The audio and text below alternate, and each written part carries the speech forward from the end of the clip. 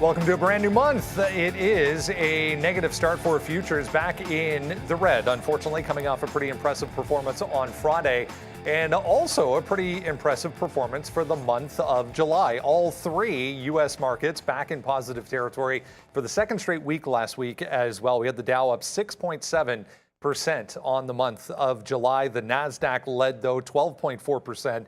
S&P about 9% when all things were said and done. So positive, which is heading in the right direction, obviously. The major U.S. economic release coming in the form of non-farm payrolls for the month of July.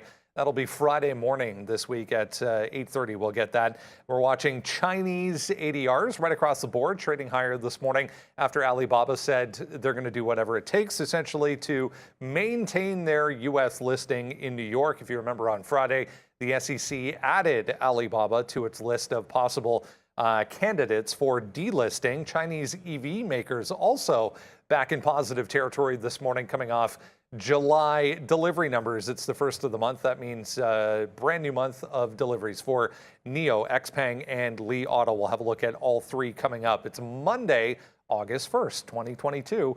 TraderTV.live starts now.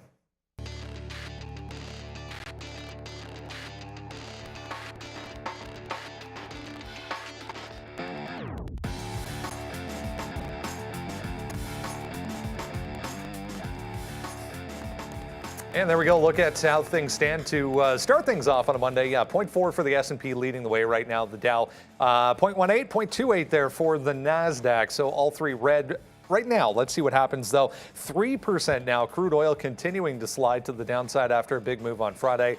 Back higher, 3 and 4% negative territory for Bitcoin and Ethereum as well. Also worth mentioning, coming off positive weeks last week for both. Good morning, guys. Arun back in for Sean for one more day.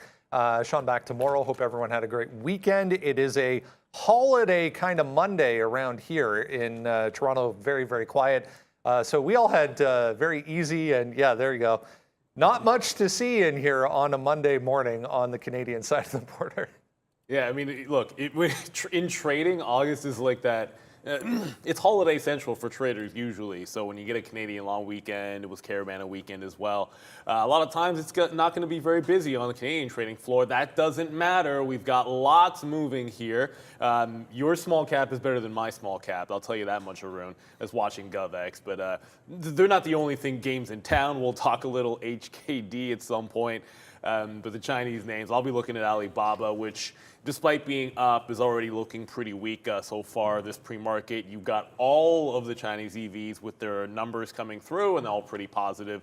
But Tesla is the one that stole the show in terms of momentum on Friday, might be again today. We've got great earnings to talk about throughout this week. A lot of people looking at the chips, wanting to see how AMD does. So yeah, across the board we got a lot, and it was a big rally to end the week. The question becomes, can we hold up and maybe buck a little bit of this bear market trend there, Arun? Because right now, a little bit southbound, but not much. Yeah, a little bit southbound. That's what surprised me when we come in on, say, Canadian holidays and the floor is empty. I'm just like, you do realize the market's like normal, right? Like for U.S. markets, we trade U.S. markets. Like it's normal. There's nothing different, and there's no less volume or anything like that. We're back to normal. And at 10 o'clock, we do have the ISM manufacturing number. So that tends to be something that people look at the first day of the month. That number comes out at 10 o'clock, and that's going to be one of those market movers as well. They got to pay attention to.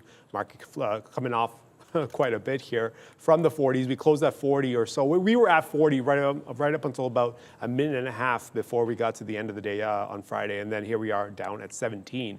Going back into that 4100, 4110. It should be interesting. There's some decent action around there. See if we can't pick up a long. I'll get through to the levels when we get to the future segment, but we are entering some areas where there should be some decent activity to bring on some longs or even activate some shorts. So we'll see how this market wants to play this open, but in the meantime, we can definitely build some other positions that Brendan's going to bring for us.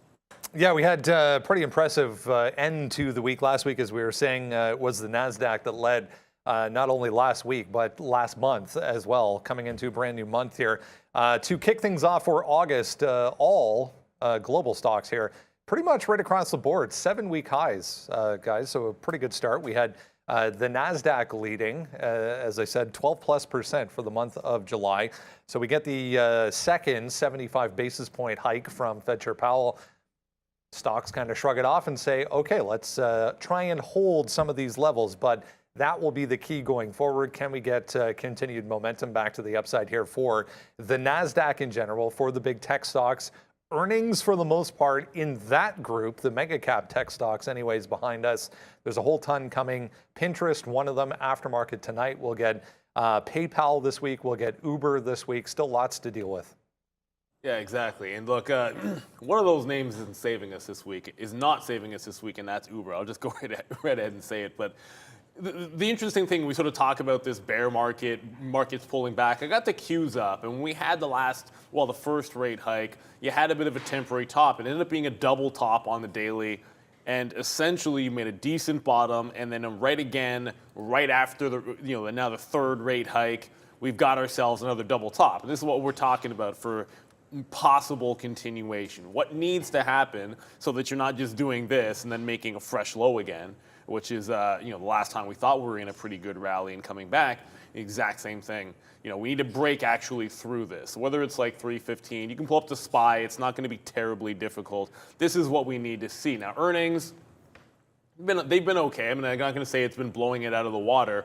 This week, I don't know that we get anything that's going to move the needle too much. PINS is obviously one that is going to be of interest. Just as an individual name that reports this week, you got the activist investor, Elliott, involved. You've already seen some of their online, call it retail brethren, crapped the bed last week, and Pinterest has been hugging this 16 and a half level on the bottom, and it has room to go either way. And then what I like a level like this is you have a floor that could break if the report ends up being bad, if they pull a snap.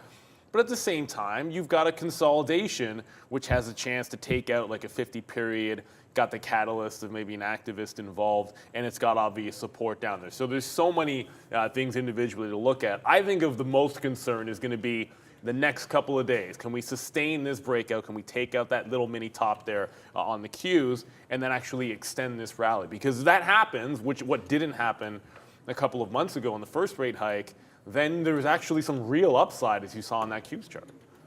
Yeah, there's definitely space to the upside, but the higher we are above 4,100, the tougher it becomes, because from 4,000 to 4,100 it was easy going. 4,100 to 4,200, there's a lot there. If we can clear 4,200, I mean, I know people are saying, hey, it's a rally in a bear market, but 4,200 clearance and 13K, getting well above 13K, it kind of changes the landscape a little bit. So I definitely keep an eye on those levels and see how this market wants to approach that. Obviously, we're going into August. Things are going to slow down quite a bit here the later we go into August. So just keep that in mind. That is the landscape you're dealing with in terms of volume. But in terms of price action, it is sitting in an area where if they were to clear 4,200, there's a lot of space to the upside.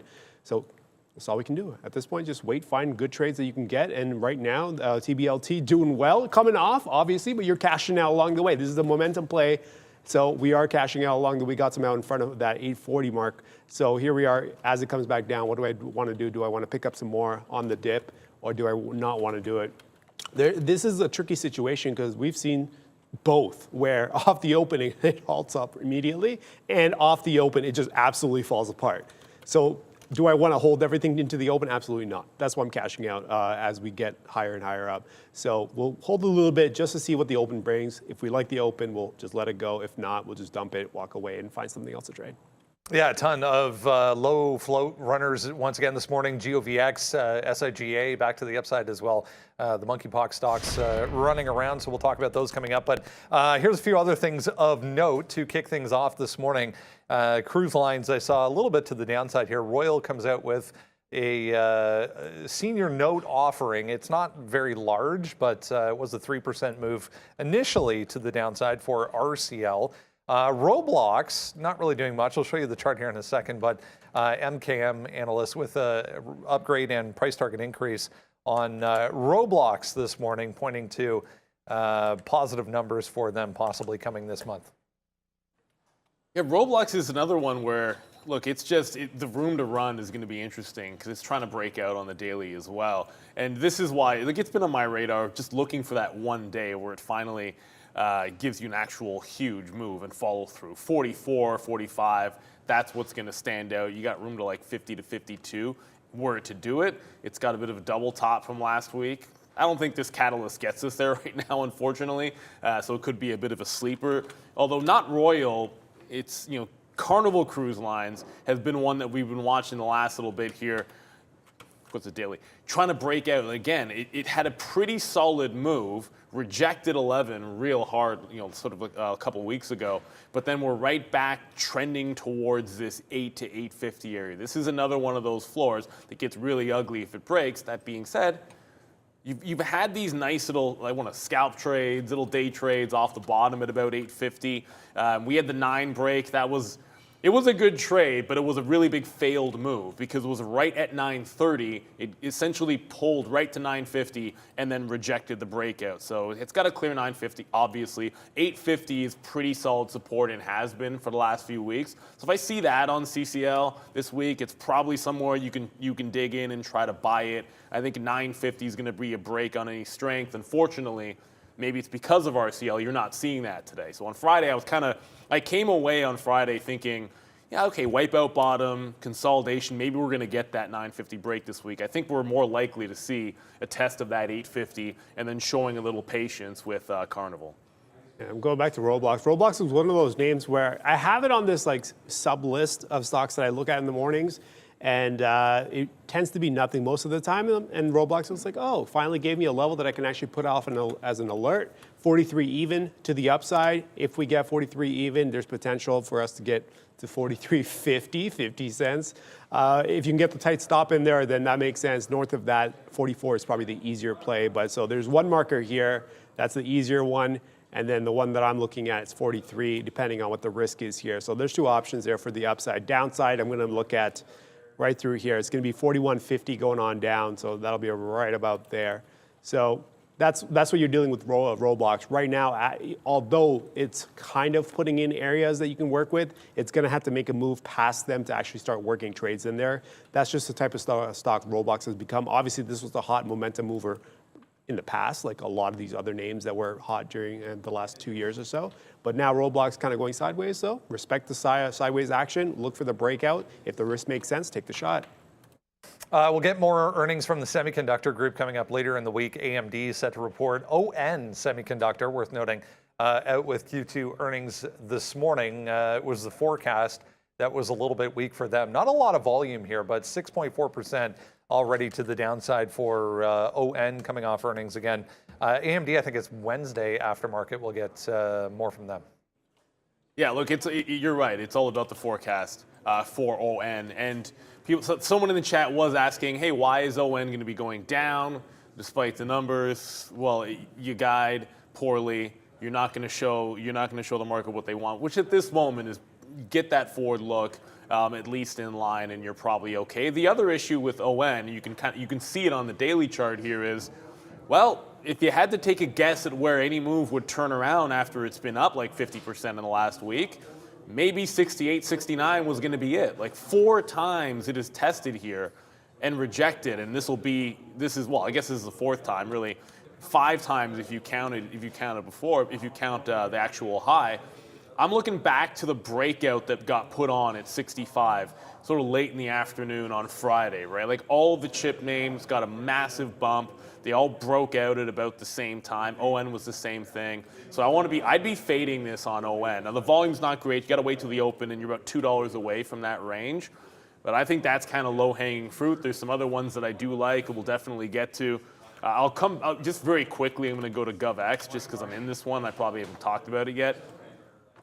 Speaks for itself. I mean, you can pick and choose which ones of the monkeypox stocks that you want to trade. I'm on this one today. Sega had the really bad news, obviously, that came in on Friday. I like that one for a bit of a fade. GovX started breaking out and going again. Wish I had this 365 break. Then I watched it come back in a little bit and just wanted to play it in front of the consolidation, 390 to 410. So if this is the area I need to hold at the open. If it can hold 390, then I think there's a chance to maybe add to this at 930. Play some out in towards 25s to 40 to 50s. Hold the other half for like a $5 area on GovX. Pretty decent trend. And really, it only fell in the afternoon on the SIGA news. You know, when SIGA got bumped, that's when GovX came to the downside. Now you're just getting a gap out above that high. So I want to continue to try to play this trend. If it gets through 90s, I'll probably take it out, revisit about 350 as second level support there on GovX.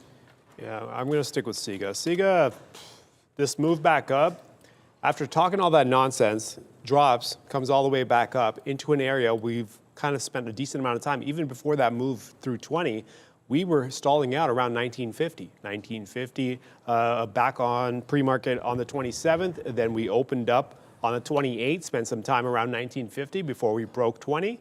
And then we broke through down. And then now we're stalling back around that 1950. Definitely an area to watch. If we end up losing 18, I'm thinking back on the short. As long as the shorts are free, back on the short on SIGA. As long as, I have to say that, as long as the shorts are free like they were on Friday. It's not free. Well, it was free on Friday. It surprised us. Oh, shoot, you're right. So we don't know. So if it's still free, south of 18, why not take a shot at that 1950-20 area again, once again, right? It's right there. It's worth the shot, I think. If it's there and it just continues this action. Of course, you've got to wait for at least 5 minutes after the open to see what it wants to do. I don't want to get caught in the flush that happens right at the open because everyone's going to make their moves. I want to see where it settles, and then I'll go from there. But for now, 18 even breakdown is what I'm looking for. They are free. Good news, Arun, first off. But I feel like we don't have a lot, so it might be earlier the better on SIGA. Energy back to the downside this morning. We saw a 3% move for crude oil already. It is holding around that 2.9 area right now.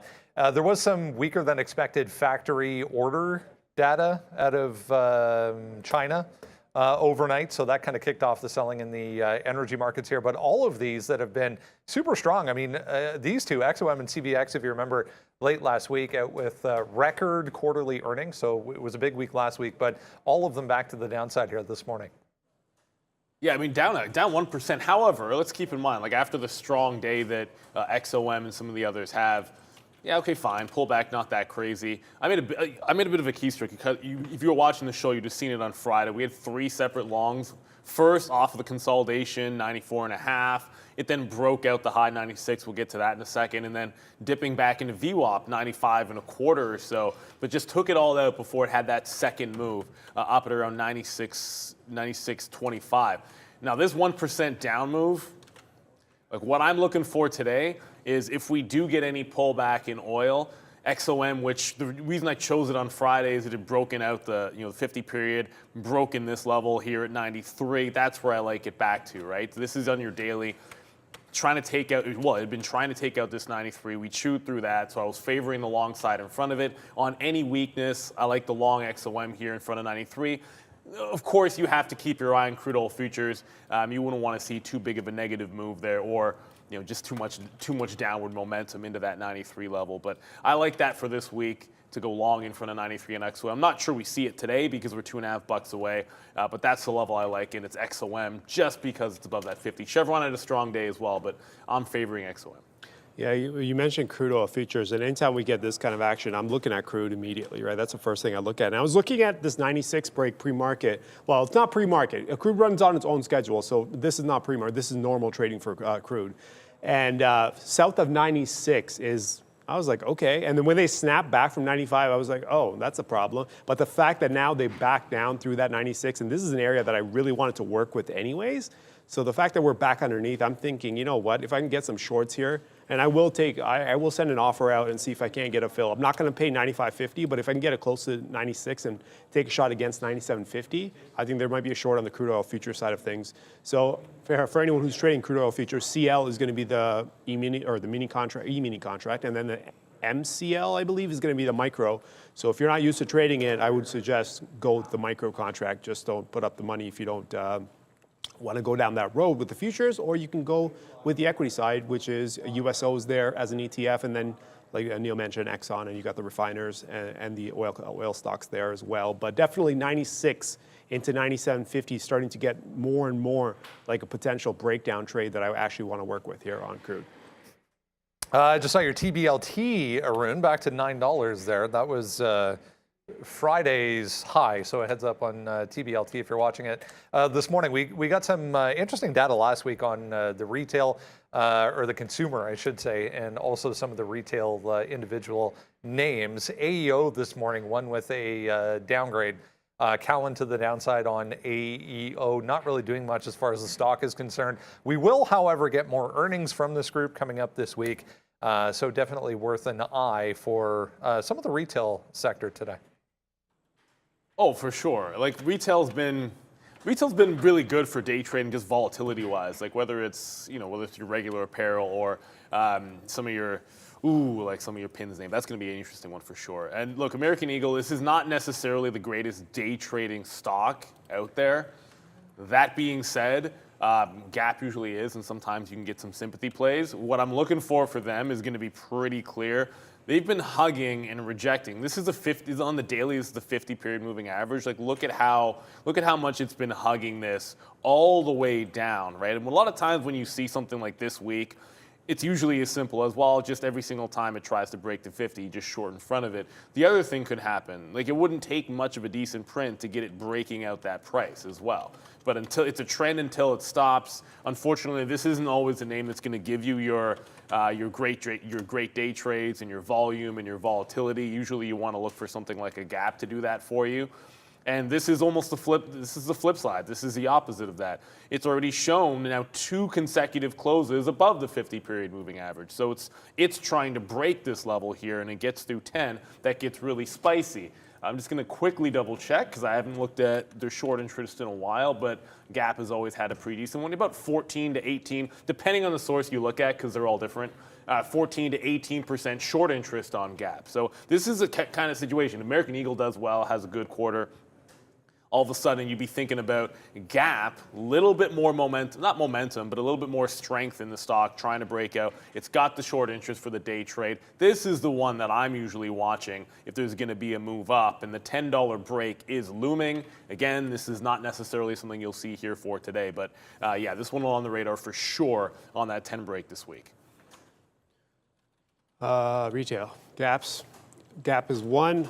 Usually I go to Macy's. Immediately when I think retail, I'm thinking Macy's. TJX is also an option. And for me, Macy's has gone quiet. So, I mean, like retail names specifically have been great when you get the retail figures. They absolutely go nuts in the pre-market, and then they actually have some continuation moves that you can work with. But as you can see on Macy's, you're getting this, a sideways action, nothing to do there. And then a second stock that I look at is TGX, and you're getting the same kind of range action. So it looks like in these names that I primarily focus on when it comes to retail, I go range trade. Well, you would have to range trade at the moment. Breakdowns, you can set the breakdown if it happens. That's the one you want to work with. 59.50 on TJX to the downside, and then 62 to the upside on TJX as well. So you're kind of boxed in here, $2.5 range, and you're going to have to either short the tops, long the bottoms. I'm not good at range trading, so I'm going to pass these trades up. I'm just going to set the alerts for the breakout and see if I can actually work the breakout when it does happen. But that's all you can do. When a stock like this, or not just one stock, but multiple stocks in the same space are doing the same type of action, all you can do is pick one or even pick 2 or 3 and then set the alerts, and then that's it. Just come back to them later when the alerts go off. But it does look like these names are going somewhat sideways for now. All right, big mover last week, obviously coming off earnings. Another analyst move this morning on Amazon. Citigroup raising its price target just $5, 185 from 180. That was last week. Here we go. Back to the downside, though, with the overall market here. Excuse all the wicks, but trust me when I say we are getting a bit of a downtick here on Amazon this morning as well, guys. Oh, I want to look at that upgrade and say, okay, we love Amazon. It's going to be a great long. When it gapped up on earnings on Friday, it was actually, this would have been the trade. This was the trade of the day for analyzing it. I was sitting in the short off of the 135 breakdown at the open, and it tried to flush. This is a 15-minute chart. There you go. I was sitting there in the shorts, 135. It tried to flush, went like a buck or two at a time, and then had this reverse at 36 and couldn't take out the high. So to me, you have the earnings, you gap up, you hold the high, and then you consolidate lower into a potential breakdown here. on 134. And as I say that, the market's starting to come into the downside. Like we're about to test 12.9 on the NASDAQ. The ES is screaming towards 4,100. And I find myself thinking about the same thing I did for Amazon when it gapped up in the first place, which is huge gap to fill. Was already on a big run. If you consider that we had gone 114 to 124 in the previous 3 days.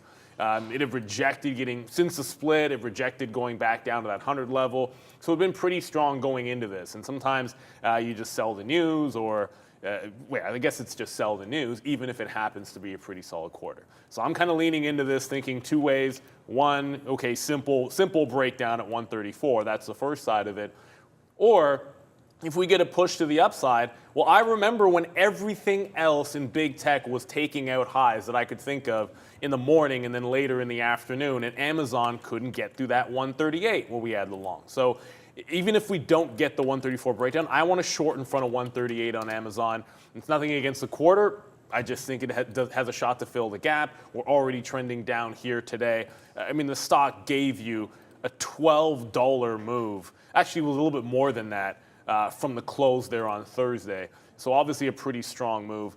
I'm going to fade this one. If it gets through 138, I'd be giving it up to be sure. But first look, break down 134. If it does not do that, then I would short any pop into 138 on Amazon. It's a tricky situation with Amazon just because you got to factor in the futures market too, right? The futures market, Amazon's number 3 on the NASDAQ wait list. So after Apple, Microsoft, I believe it's number 3. Let me double check that. It should be number 3. Yeah, it's number 3 on the wait list after Apple and Microsoft. So if market's breaking down, which it is right now, but it's breaking down into support, although Amazon is not moving down right now, do I want to go for the short? Because the easy short right now is what I'm looking at, 134. I've got the line marked off. Do I want to go for the short right here? I would love the short if the futures broke through 40.90. If they did them both at the same time, I'd be more comfortable with the idea of taking a shot on the short side on Amazon. So for me, I'm just like backing off a little bit. I have the alert. Even if the alert goes off until the futures market breaks through its support base, then I'm not going to step into Amazon, just because you do have to kind of keep that relationship in mind when you go for some of these top index weight names, right? Apple, Microsoft, Amazon, Tesla, Google. You do have to pay attention to the market as a whole. Now, if you stray away from the top list of weights, do whatever you want, because it's not going to have that much of an influence. It's not going to be dragged down or push the individual name based on how the index is moving. So I keep an eye on this 134, see if it wants to get underneath, while at the same time futures market breaks 40.90. If it does, then that's a green light for me for the short. If the futures market stabilizes and we haven't taken out 134 yet, I actually would go for the long in front of it. As long as that 134 is going to hold up, futures market wants to hold up as well, why not take a shot at the long? They're both at support. Let's see if we can't get a bounce back into that 137, 138, and then you get into a different story with whether you want to fade that move to the upside or not. But for now, I'm going to kind of back off and just keep an eye on this 134, while at the same time looking at the futures market and see if there's a trade there as well. All right, lots of EV makers on the watch list this morning. We'll jump into that in a second here, guys. I did see this early on. Nikola, not a lot of volume here, but a decent-sized move to the downside, down 2% right now. This is $6 trying to hold for Nikola. On this headline, they're going to pick up Romeo Power on a deal. It's mostly stock, it would appear, about $350 million in stock to bring battery engineering in-house. So this company has a Cypress, California facility that's going to end up being, it looks like, Nikola's primary battery facility. So a down move here, worth a note for Nikola. They still have that shareholder vote as well. I believe that's ongoing surrounding the whole Trevor Milton ordeal as well.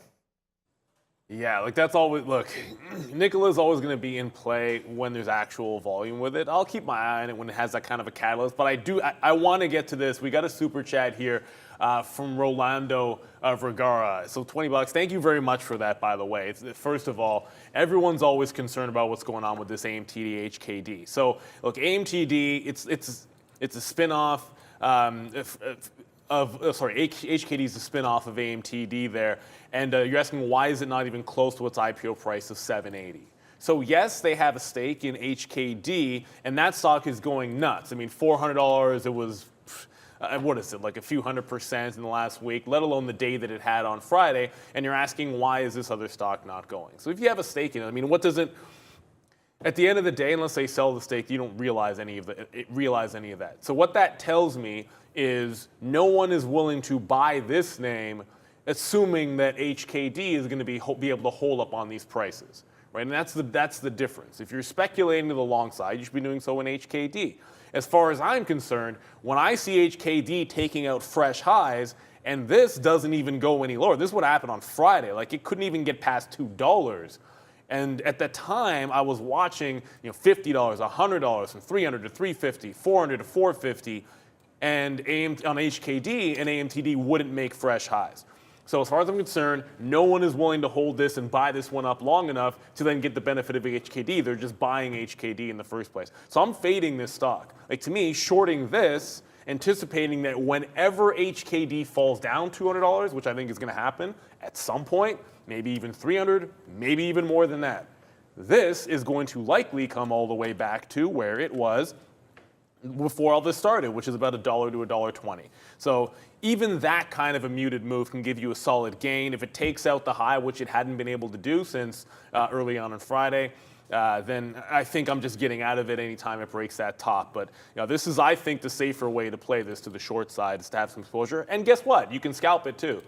Because it's given you plenty of opportunities. Like, it was giving you, 5, 10, 20 cents at a time on a $2 stock. Pretty solid as far as I'm concerned from risk to reward, relative to trying to stand in front of the moving freight train that is HKD, which last time I checked is still at $400. This was $40 mid last week, and even lower than that if you went to the beginning of the week. Just a safer play over there in AMTD, where I'm already sitting on the offer.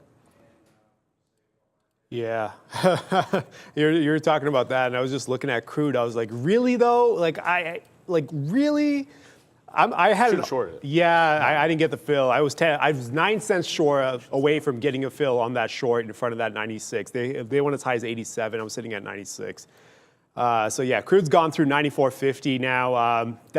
That's pretty much the trade. That's a risk reward trade right there. $1.50 up, $1.50 down. You're kind of at this point. I don't want the 96s now, and this is kind of like that read around 96 is gone on crude. At this point, you're running into support south of 94.50. Do I want to take a trade here? No. So whatever read I gave you guys earlier, 94 on crude, around 96, that trade's gone. If you caught it, great. If not, like me, missed it by a few cents. What are we going to do now? We're just going to have to move on and find something else. It seems to be this Nancy Pelosi headline that's driving this, just so everyone's aware.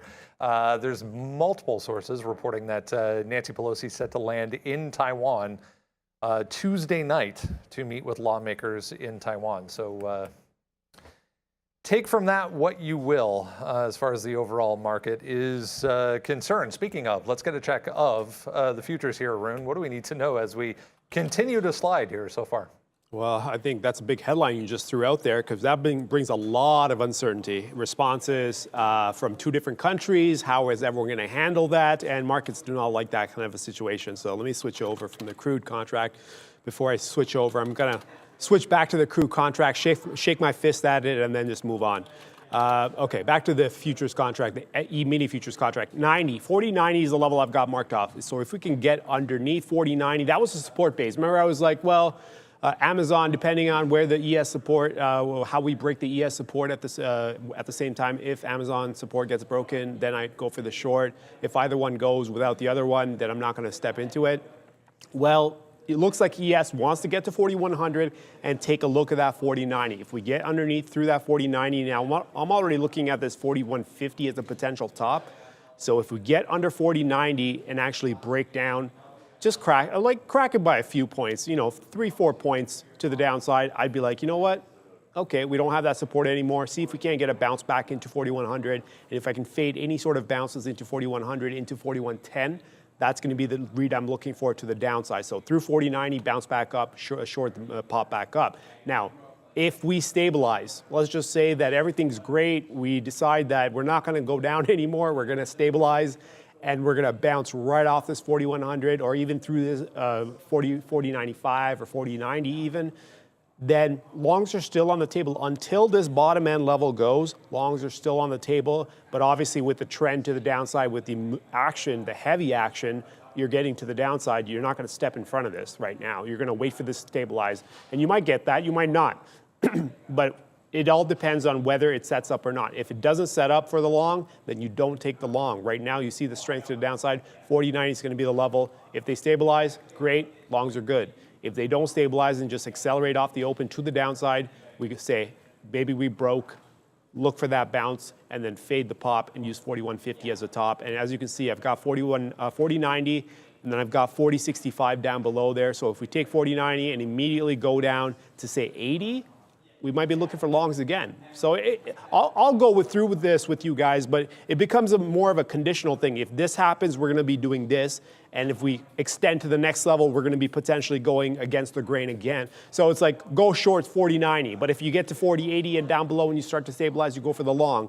And then you bounce it back up to 4100, 4110. If you get into that area, then you look for the short. So it's going to be a back and forth action here on crude, or not on crude, on ES, as we are working through this downside action through 4100 there, Brennan. All right, let's go to the watch list here. It's full, to say the least, this morning, but that's the link, guys. If you are looking for it, make sure you grab that every single morning before we come on at 8:30. We send it out for free. Top of the list this morning, all of these Chinese EV makers, because, hey, it's the first of the month. That means we get delivery numbers and a beat, solid beat for all three of them here. NIO, 27%, 21% for Li Auto, 43%. Once again, it's XPeng on a year-over-year basis with the biggest uptick.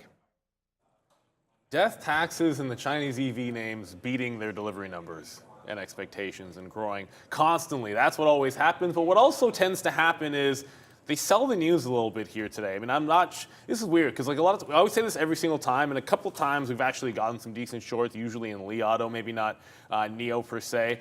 But I'm just waiting for this one to get back down into 1950. You know, that's where it launched. Well, I guess it's for like 40s to 50s really, but like 50s at linchpin. That's where it launched from on Friday when everything was breaking out. So that was the last consolidation we were able to see. It's also been doing this whole thing, riding its 50 period and now trying to break back and hold above. So I think that's why you try to launch off that sell-off from 50. There's probably some profit takers in there just because we've seen this story before.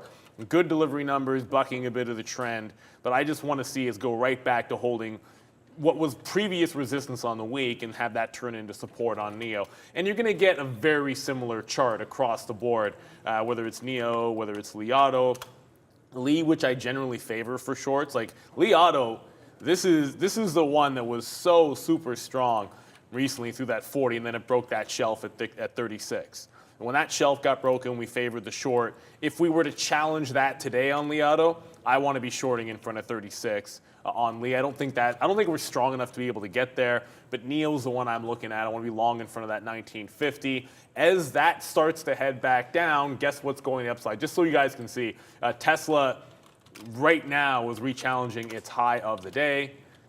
Super strong last week. And then one of the other Chinese names, Alibaba, broke down. I tried to get a 90 short on Baba and missed it on the break.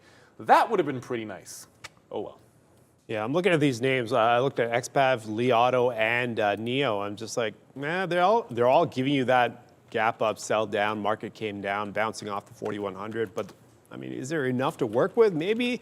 I mean, the closest chart that I can see that has something that you can work with is Li Auto, or not XPav, on the way down towards 2450. If you catch a bid, catch a nice little bounce. We did get above that 25 mark, which was somewhat of a ceiling for us in the last little bit. Now we're above, coming back underneath. You could catch a bid in the 50s, and maybe you get a move back towards 25. So if you get that stability north of 25, it makes sense to take this shot 25 to 24, long 25, stop 24.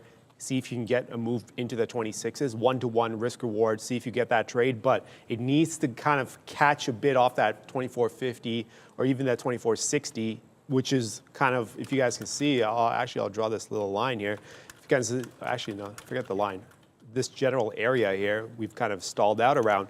If we can just catch a bid in here, somewhere in here, and bounce back up, then I'd be more confident with the idea that we are coming back into support, and we're not just, a gap with a straight move back down into that previous resistance area. So I'd rather catch a bid, show me the bid, and then north of 25, we'll take a look at the long and see if we can't get a 1-to-1 shot north of 25. But that's all you can really do at this point. I mean, all the charts look the same on these names in some degree. XBEV, Li Auto, and NEO. So for me, XBEV is the one I'm going to choose. Don't trade them all, because if one goes, they're all going to be going in the same direction. So choose one, and then maybe set your alert, and then go from there. For me, it's going to be XBEV.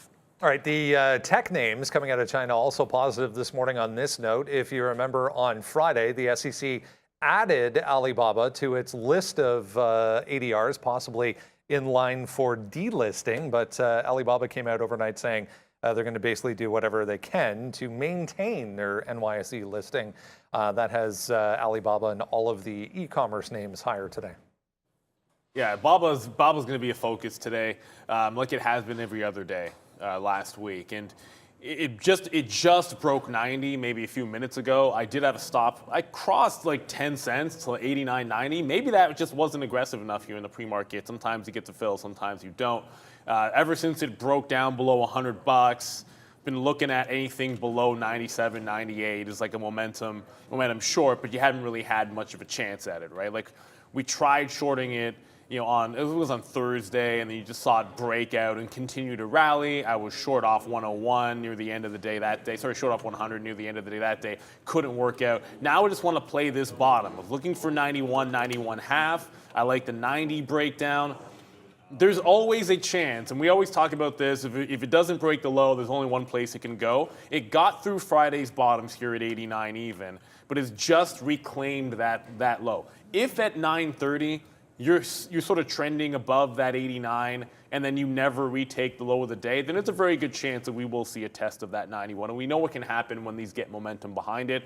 But as long as we're below this 91.40, 91.50, I want to be playing the south side of this trade if I can actually get involved in this move. And as you can see, it just absolutely cratering. The market just turned a bit. Even Tesla just put in a double top at 9.05. So Baba's been the low-hanging fruit to that downside. I'll just continue to play this one. Yeah, and I'm gonna, again, like I did with the auto names, I'm gonna go through the three that I usually lean towards when it comes to these Chinese ADRs. Well, Baba is gonna be one, PDD, and then JD. And for me, JD's one that I've been leaning on for whatever reason. I just like the flow of it a lot more than the other two. And JD just took out. It did take out the low. It's pre-market, but still, we took out the low from the opening low on Friday, which was around, what is this, 58.37. We're trading 58.26. Pre-market spreads are about 7 cents or so off the top. So we are kind of just low volume action below Friday's low, but if we can actually get closer to the open, another 10 minutes or so, and we're still here, I would love to take a shot. I'm not going to take a shot on the short side in front of 58, but if we can actually put an offer in around 58.50, risk just above 59, tight risk here. So we're going to wait for the open. We're going to try to time it as close to the open as possible, and then limit the risk to around 50 to 70 cents on a move back up towards 58.50. Then I'd be open to taking a shot here on JD. Do I want to chase this out to 58? Depends. Depends entirely on how it opens. Not in the first 5 minutes, but definitely if we get underneath, trade a little bit, then I'd be open to the idea of stepping my offer down. But I do want to look on the short side here. So as the way it's moving down, the fact that we went gap down, sideways action, and then slight gap up, and then immediately taking out Friday's low opens the downside for me on JD. So that's what I'm looking at here to the downside. Worth a note in the retail group, Lowe's, guys, out with earnings, not doing anything, but it is down here after a bit of a miss as far as the forecast is concerned. Let's go on to Tesla. Speaking of EV makers, speaking of a big day on Friday, Tesla back to the upside here this morning, but we are kind of sitting here right now at 9.03, trying to break to the downside. There's nothing significant. They signed a couple of deals in China with battery manufacturers and suppliers, material suppliers for their batteries. Elon's being Elon again over the weekend, suing Twitter, counter-suing Twitter. There's a whole bunch of stuff, but it doesn't seem to matter. It had a huge week last week, guys. Oh, wow. The afternoon that was a pretty wild ride on Tesla on Friday afternoon. A lot of longs worked. Don't get me wrong. I guess pretty much Yeah, I mean, pretty much anything you were long on Friday, I guess, was really good in the afternoon. But Tesla was definitely a leader of that pack, to be sure. 900 is back in play. You do have a top being made here at about 907 or so, and you're running into resistance on the daily, implicitly just the 200 period moving average. So there is some chance that if we get a red day, Tesla does have some real room to fall from these levels. I'm not going to ignore that. I think after you've seen a rally like this, usually in Tesla, you see some selling. At the open, it was relatively intense selling, although ignore this wick. I should show you my 3 minutes so you get a better sense of what we actually did. Yeah, there you go. Just an ugly wick there. The actual bottom where buyers stepped in en masse on Friday morning was about 840. So you eventually made a pre-market top, dropped about 15 bucks, and then caught a bit of a bid. If you had a similar pattern, you'd be looking at Friday's close if we did exactly the same thing from where we are right now. You wouldn't even be breaking the pre-market lows. So it's likely gonna have to test this support if we get any kind of a dump and even break through that. And 885 has been a pretty good level. It's hard for me to want to not be bullish on Tesla today. I think if we get into that part at the open, I'll be looking for a long opportunity on Tesla in front of that 885. I acknowledge the fact that it is a clear double top, and a lot of people say, well, just take a 900 short if you think there's a chance that we could get down there. Well, I don't want to have to put a $10 stop on it, which I think you'd have to. I think your stop's up at like 908, 909 if you take a 900 break. Otherwise, you're just going to get wicked out. So I'd rather see us be calm, wait around. If we get a dip down into 885, 890, fair enough. What I found with Tesla is if you don't get the dip buy and then you have to wait around for the long, well, look what happens when it breaks. There's a good consolidation. There's a dip right into the breakout price on Friday, back at like 855, 860. There's a breakout late today. There's places to get into the long if we do get a jailbreak type day. That's why if I think there's a chance we can get the dip and it can consolidate at 885, 890, catch a bid at the open, I'll just go ahead and rather do that on Tesla as opposed to buy at the high or just take a 900 breakdown. It's been too strong for me to want to take a break in the south side. And Tesla is one of those names where it looks so easy to trade. You look at this chart like, yeah, you know what? 790, 800 break, and here you are in a trend. But keep in mind, futures market also trended like this. So you're getting into very volatile territory in terms of price action because it gets fairly thin. The higher the price, the less in terms of spreads you're going to get, or the larger the spreads you're going to get.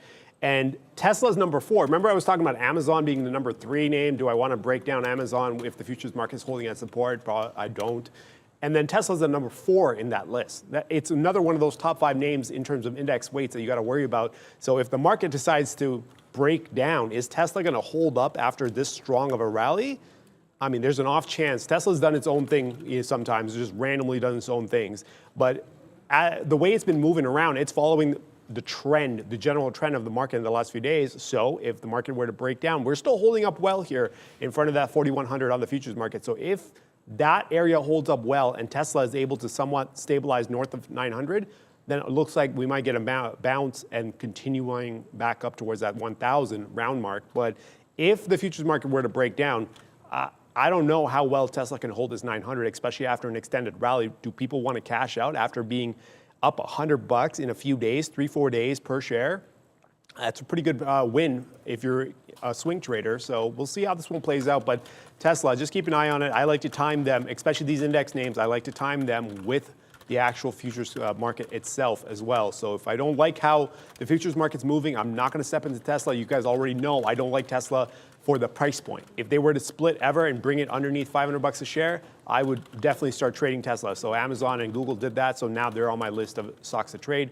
Tesla's still a pricey one. So for me to avoid the mess that is large spreads and high extreme volatility, I try to stay away from Tesla, but keep an eye on them. You got to play them in tandem, use the support on both of them. If they both go at the same time, or even if they both go at some point, then you have a read that's in the same direction. That makes more sense versus you're at support, you're extended to the upside.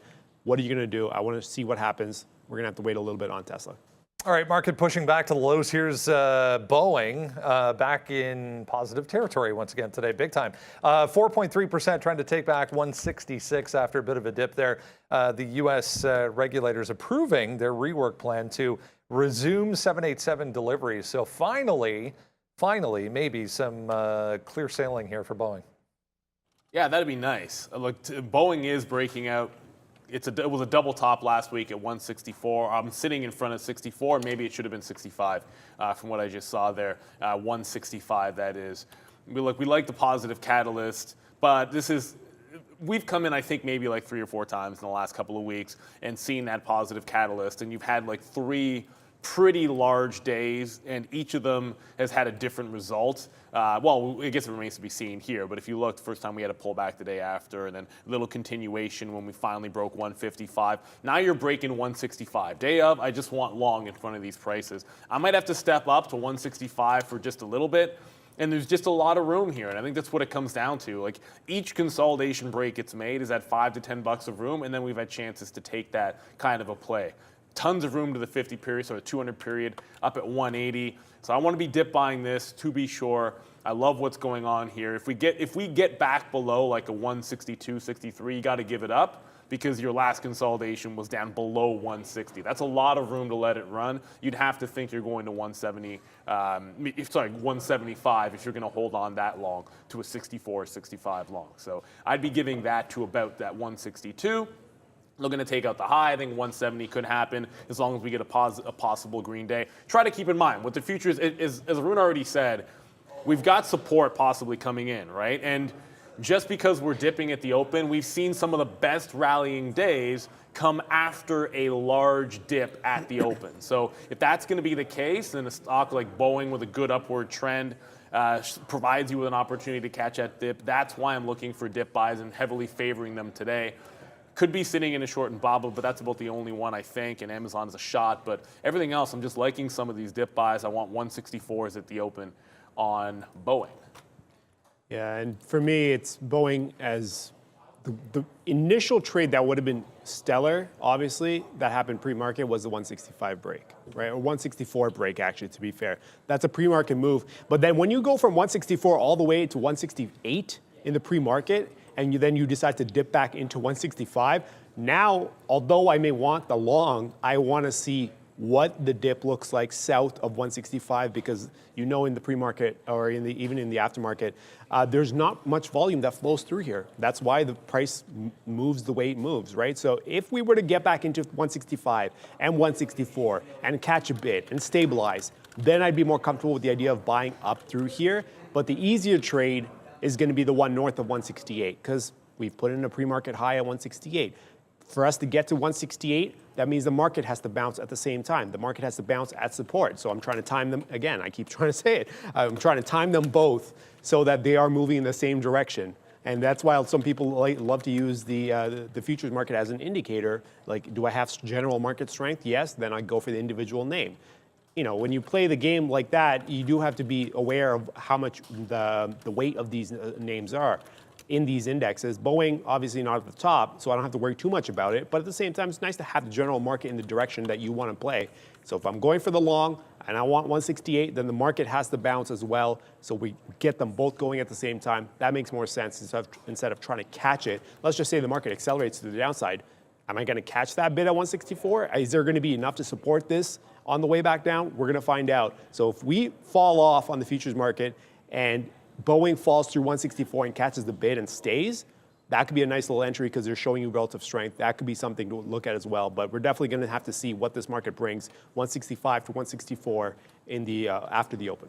There was a ton of positivity, across the board on Friday, but specifically in the auto sector. Tesla was the leader, but if you go back to the beginning of the week last week, this one as well, Ford, had quite the week. So 1, 2, 3, now 4 days in a row to the upside. We are coming back in a bit, but Ford worth a look. This thing was up huge on Friday on a couple of positive notes. They come out with the new version of the Maverick pickup today, the little smaller pickup. A couple of positive analyst notes for Ford trying to move again.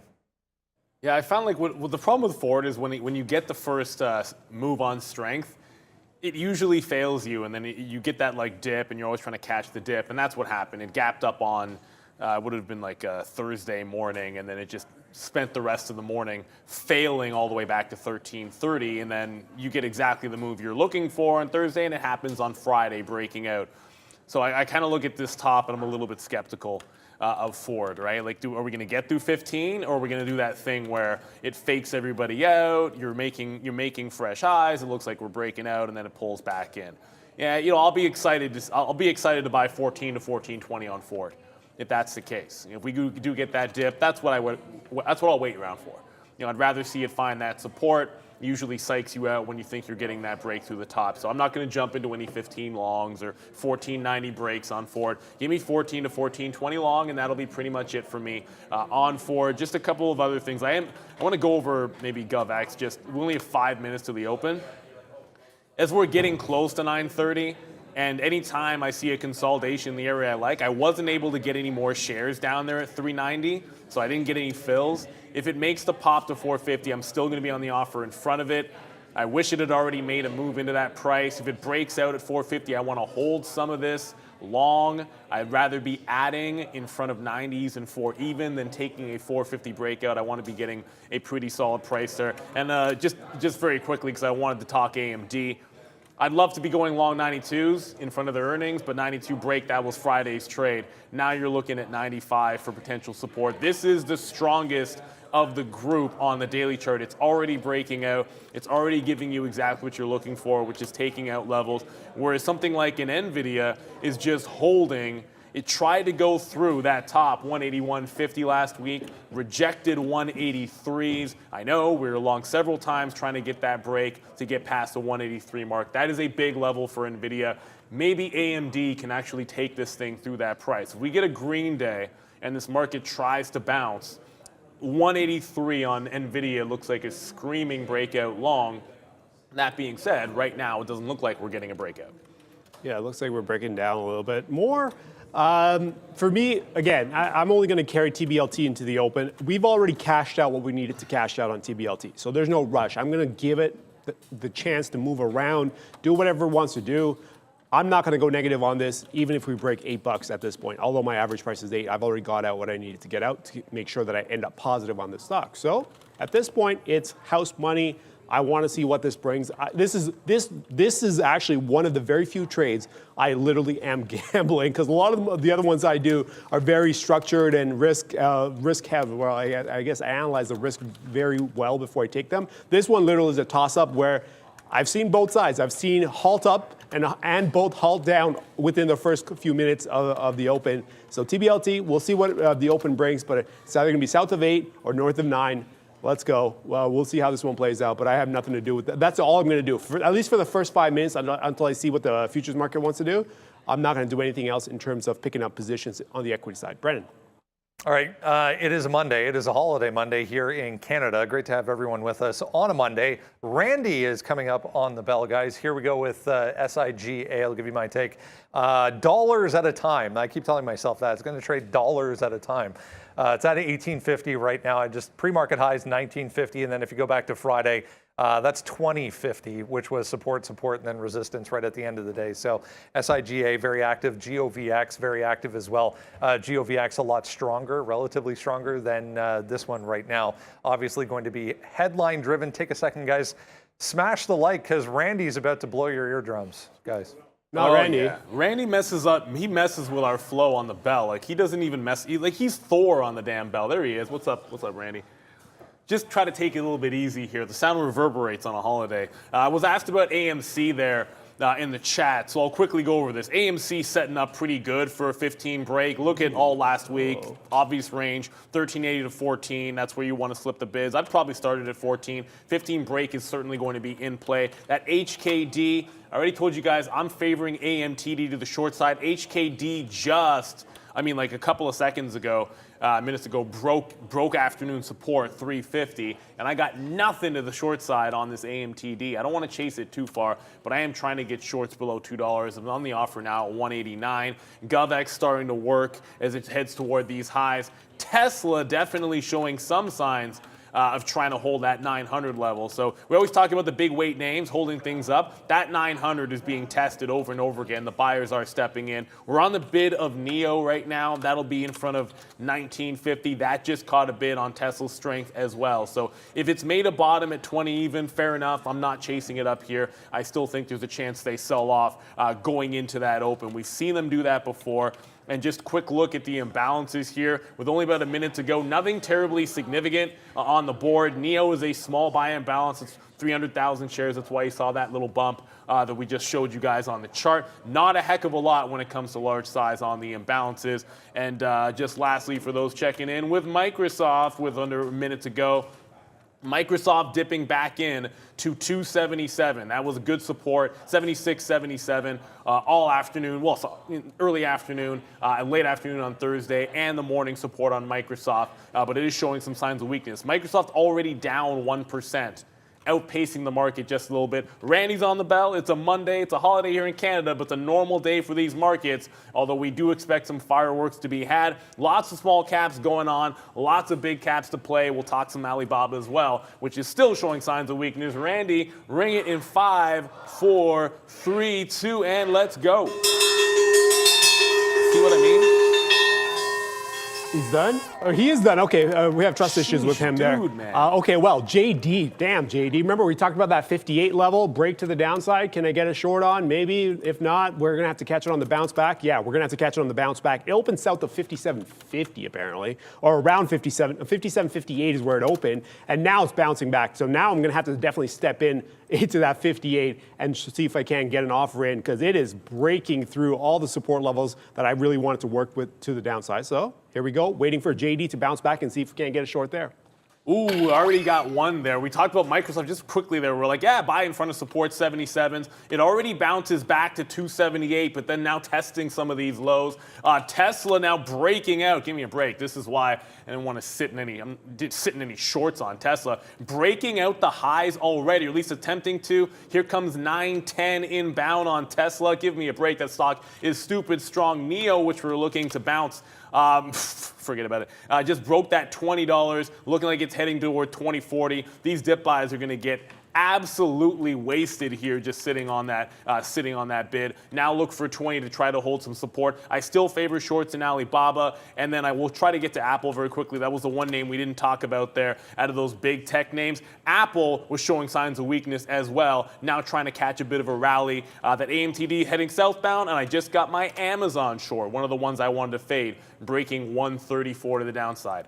Yeah, JD is still accelerating. I see you guys in the chat putting PDD as well. So I guess all three of them are moving to the downside. I don't have PDD up or BABA, but definitely JD now down 4.25%. And looking, no, we just broke 57 as well. Here I am waiting at 58 thinking that I can get a fill.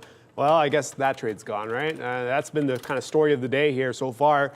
Missed out on JD and on the crude futures. Now we've got a few names that are setting up that I'm waiting on the market. Now, Amazon did break to the downside, but like I said with Amazon 134, I want to see the futures market break 90 as well at the same time. Or once the futures market breaks 90, then I'll step into Amazon to the short side. So we're going to leave that one open. Micron, though, a random strong setup here. Micron, it was working with the nice little bid. It is coming off a little bit here, I guess, as the futures market goes to 4,100, but holding up well in the environment that we're opening with right now, which is sell side action. Micron holding up well, and I'm looking at these 6250s, and if we held some support, if we catch a bid and hold up well, and the market's coming down, Micron could be a relative buy move later on in terms of relative strength, right? So we'll keep an eye on this one and see how much further it wants to go to the downside before a bid. Oh, I'm hitting that flush down the toilet. And just because HKD broke that 340 low, got down to 320. Remember I said you don't have to short that stock. AMTD made some sense to short. Well, it's on the New York, Neil. So I always type it wrong. It'll happen to you. Yeah. This is the flush. It's just like sit in the consolidation. When HKD goes down, bet in the penny stock, or well, I guess it's a couple of dollars, but already at that low, 190 down into 178. We'll take the runner there to the downside. And while I have to watch HKD while I'm doing it, it's just a safer play. I'm not paying $1 trillion for the shorts. 133.50 just came in on Amazon. 135 broke, that's fine. 134 was the break that we like to the downside. I just grabbed the profit on this, have some crazy wicks. Apologies for those. Microsoft, however, weird, right? Like Amazon still continuing down. Microsoft dip in front of 277, still showing some signs of strength. ooh, I'm going to want to run to the hills on this. If we're actually getting a flush in this market, I don't want to get too greedy. If we're able to quickly take $1 to $1.50 on this, it's going to make a heck of a lot of sense when this does feel like we're giving up a little bit of the ghost here to the downside to start off the day. Well, any longs we can get that make money are going to make some sense. Tesla's still battling. It went up to 910. It then rejected the break of the high of the day. You got a wick off top, and now we're fading to the downside as Tesla tries to decide above that 9 even. Just got some Boeing. Even that's already in the money, Brendo. Global esports. You remember on Friday was a big mover, halted a bunch of times throughout the session on the way back to the upside here this morning as well. 18 was the pre-market high. Big volume spike off the open there for MJAM. Yeah, I see you guys talking about MJAM in the chat as well. Brendan just brought it to us. They're all bouncing around, 16, 1750. TBLT was just at north of 870, now back to 820. So it is bouncing around. They're all kind of, this is what you get though. It's not even a surprise. This is the kind of action you get in the first few minutes, especially when the volume flows on both directions. So you're seeing these crazy moves. You saw how JD fell apart, went all the way down to 5650. Billy, I see you guys talking about Billy, all those names at the same time making moves. Now, I haven't stepped in. I have alerts off here on AMD. I have alerts on Micron, Google, and Amazon. All of them kind of working with areas that I want to play with, but at the same time, I'm waiting to see what this market does. Do I want to be on the long side or on the short side? Right now, obviously, after cracking 4,100, there goes MGAM north of 18. Oh, you got to be kidding me. Watch it. Sorry, go ahead. Yeah, it's at 1850 now. I just want to wait for this market. Are we going to bounce off these 4100s? Remember, we're in a support zone, like I mentioned, down to 4090, we can bounce. But I don't have enough to catch a bid and go for the long just yet. So I'm waiting for the market to decide what it wants to do. Once it does that, I'll step in the direction with my equity positions as well. Brennan.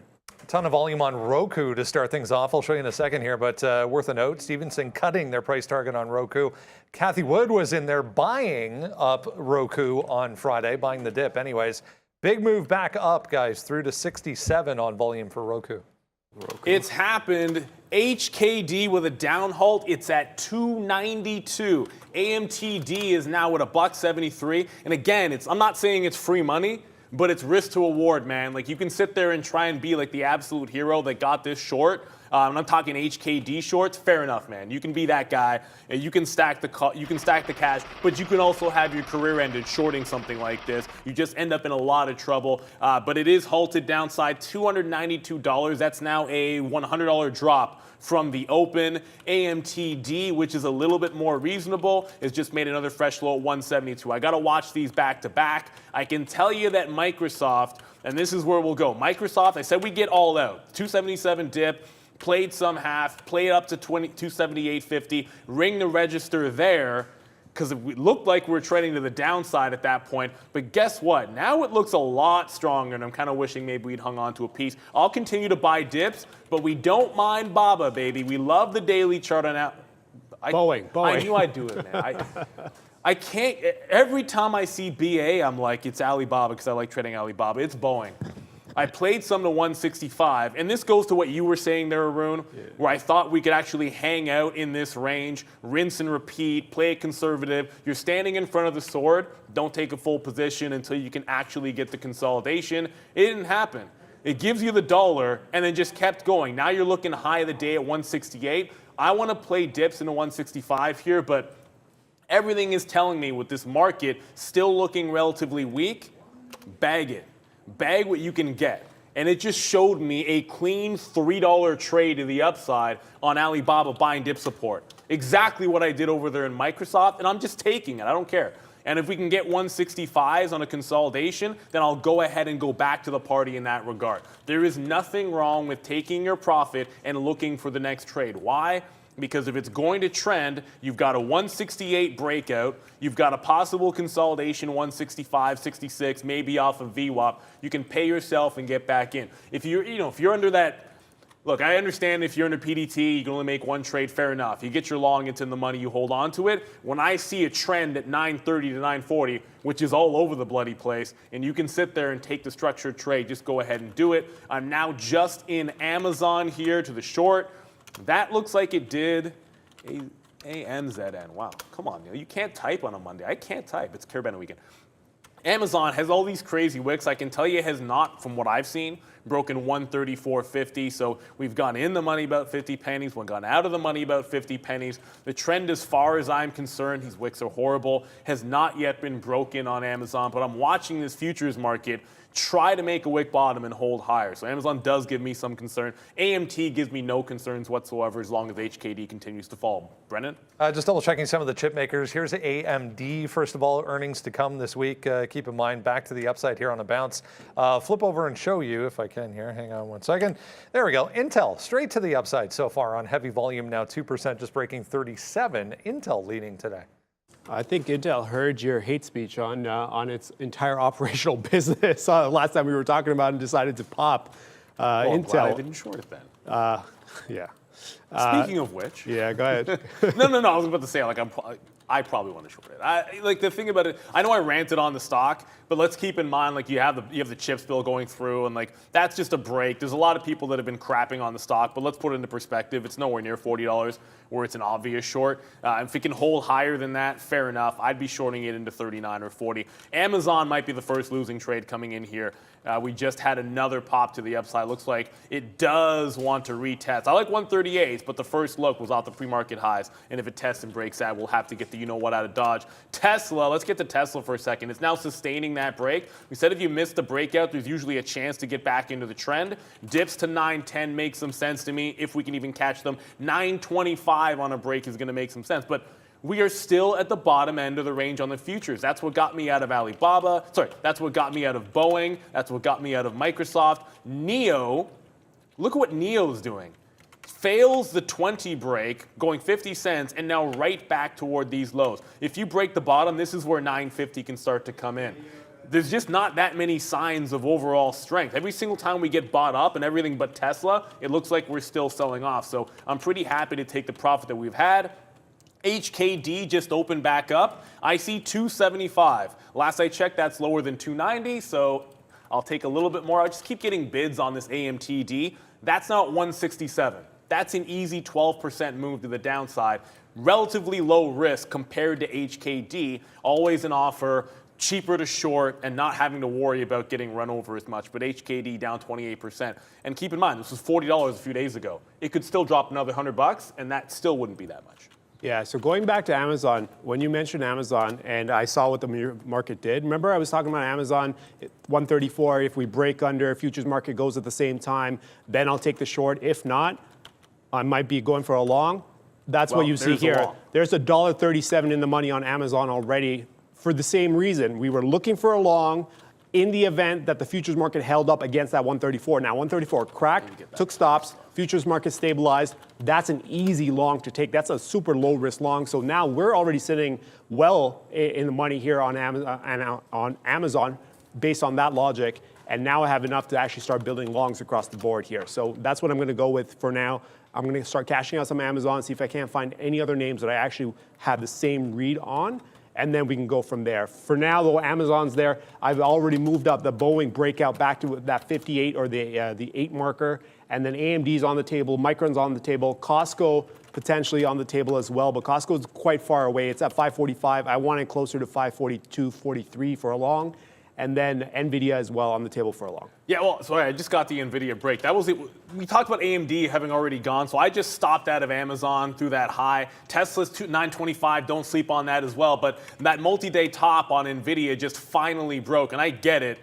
It's not a little bit. It's been a lot stronger over in AMD land, but the level pretty significant here on NVIDIA. For those that are checking in on AMD, this is what it did. It was just sliding, but now trying to get back toward those highs. I wanted, like 92s was that perfect level on AMD. I think at this point I'd be looking to reestablish like 95, 95 and a half if you can get back into that party. But NVIDIA just had that significant multi-day level break that I wanted to have there. Of course, we tried it on Friday. It couldn't go. Now we'll see what happens here today. I'll get some out on the north side of 183 into the 183 half, but I think this can go 185 by 10, 15 or so if this market can try to get through the top. We're close to getting green on the session on the NASDAQ. Tesla here, 925, has a bit of a double top and will attempt to break out. It's been dragging these markets back into the upside here. One of the big leaders. You always got to get out of Tesla's way when it starts running. The short 900 breakdown is why I didn't like Tesla. Way more risk there. Amazon short, I kind of felt like if you could make some profit and then you'd have a pretty clean out. Tesla just a little bit more dangerous. But here comes your 925 break. Should be a solid one. It's a pretty decent level. I always try to scalp breakout trades for a good piece of it and then try and hold. We didn't get the dip to 910 just yet, but hey, it's still early. It could happen. Amazon, like last time, delivering packages full of money. There it goes, Amazon. Like, few cents short, well, 10 cents short of 136. And the big thing is not necessarily the fact that it bounced well off that 134. It's the fact that actually it set up in a very good way to the upside. We can actually let this one go now. It's north of 136. We don't have to cash out until about 137. So I'm looking for another from here. Oh, 130. Oh, man, this is moving a lot faster than I thought. Okay, maybe I will put an offer out. This is not. We're already at 183.40 here. That's already $1.97 in the money. We're looking to get out some in front of that 137. And then we saw how that 137 into that 137.50 was a problem last time we were up here. So we're definitely going to start working our exits closer to that 137 to 137.50. And then I'll hold a little bit, see if it wants to get past that. If it can't, then we'll get it all out. And we're going to give it that chance, though, because there's always a chance that given how long we've kind of gone sideways to drift down, that we catch a nice little bit and we actually take the top off, and the top off being 140. So we'll see what Amazon wants to do once it's got the strength that it's got right now, and see if it can carry a little bit further. Right now, we're doing pretty well. And TBLT, by the way, cleared 9 even to the upside. Brendan. The S&P Global Manufacturing PMI for July number just out 52.2 there versus 52.3 expected, so a little bit lower than expected. ISM Manufacturing PMI coming up at 10 a.m., but 52.2 against 52.3 on that one, guys.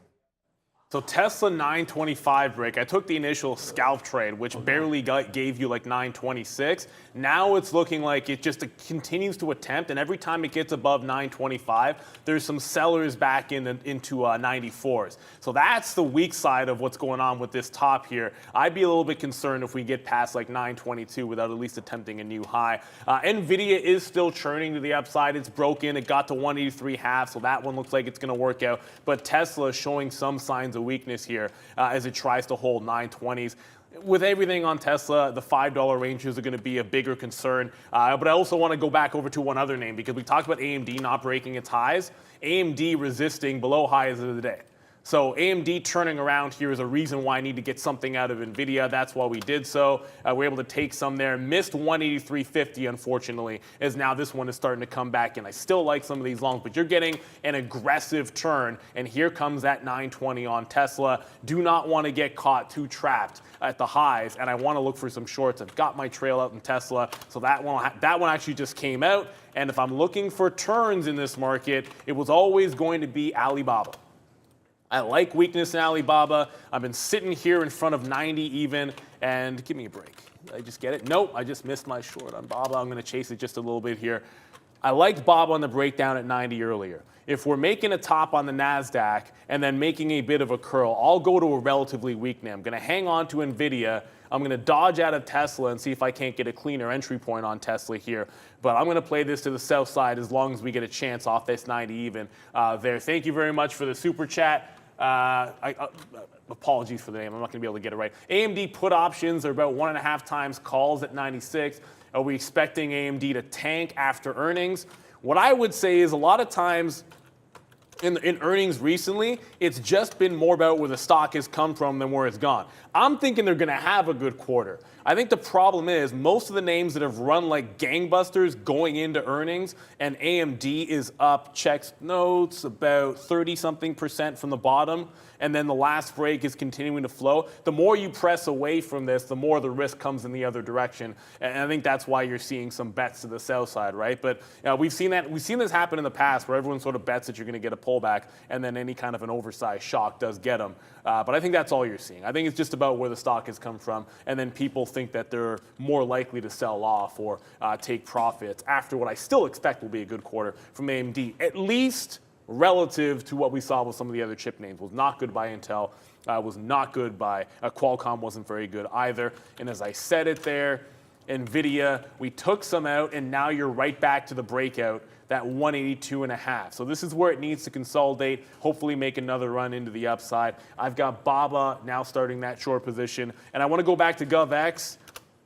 It did stop me out. The long gave you something into 430, and it did stop me out at 80s, but it's been holding out pretty well here. So some support coming into GovX at about 370. I thought we'd get all the way down to 350 if it broke that 80 level. Instead, you're seeing a little bit more strength in GovX than I was anticipating, and do not want to sleep on SIGA.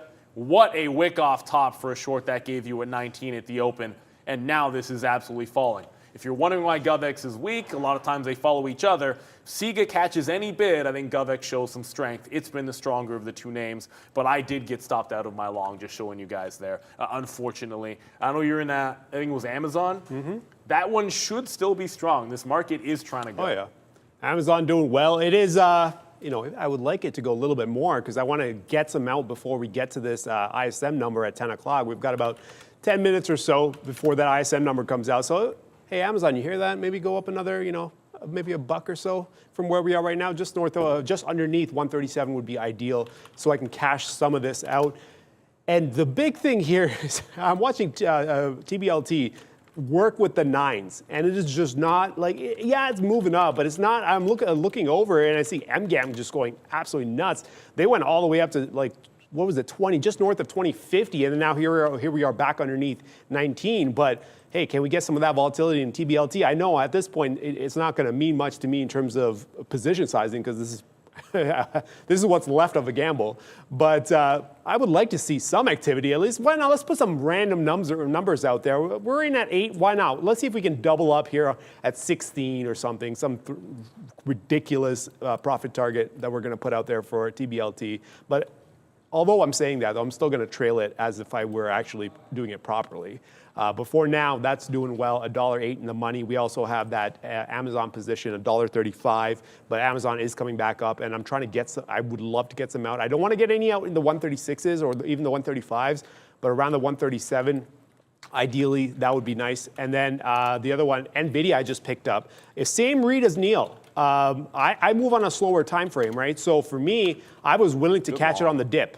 So although it went all the way up to 163 or 183, north of 183 and a half, I'm going to catch it on the dip, and I essentially picked it back up down towards that 182.5, and now that's up 50 cents. So I'm willing to hold on to this position. We were building up this idea. We're waiting for the futures to stabilize. We got the futures to stabilize, and now it's actually, remember that 182.50. We finally got the futures moving, and we got NVIDIA finally cracking up. So why not? Why do we want to give up on it just because it came down quickly, right? So the reads still look good. So I'm still working the position here around that 182.50. I've got 3 longs right now, $1.12, 59 cents, and 97 cents in the money. And I'm going to see if I can't. I've got a bunch left that I could potentially take. Now, Square, potentially around 76. Shopify, 35.50 on the table. Roku, 68 on the table. Roblox, 43 on the table. We talked about Roblox earlier. And then NVIDIA we have. And then SIGA, the one short that I want to work with. But SIGA is not breaking that 18. So I guess we're not going to be stepping into that short just yet on SIGA. But for now, oh, there goes NVIDIA, $1 in the money. Yeah, there it goes, $1 in the money. You've got it too, right? Yeah, I covered some in front of 84, and I'll cover like 83, 90s or so. I'll cover some in front of 85 as well. This move to the upside does mean Bob is going to come under pressure. That one could stop out pretty quick. And VRAX, I want to get to this because a lot of people are talking about this. VRAX is trying to take out this $9 level. This stock got Vraxed to the, I got no pun for it, but it got crushed on Friday. But catching a bit of a you-know-what kind of a bounce here. Watch out for this potential 9 break. This one is going absolutely nuts here. And the volume, look at the volume. Oh, you guys can't see it. Crap.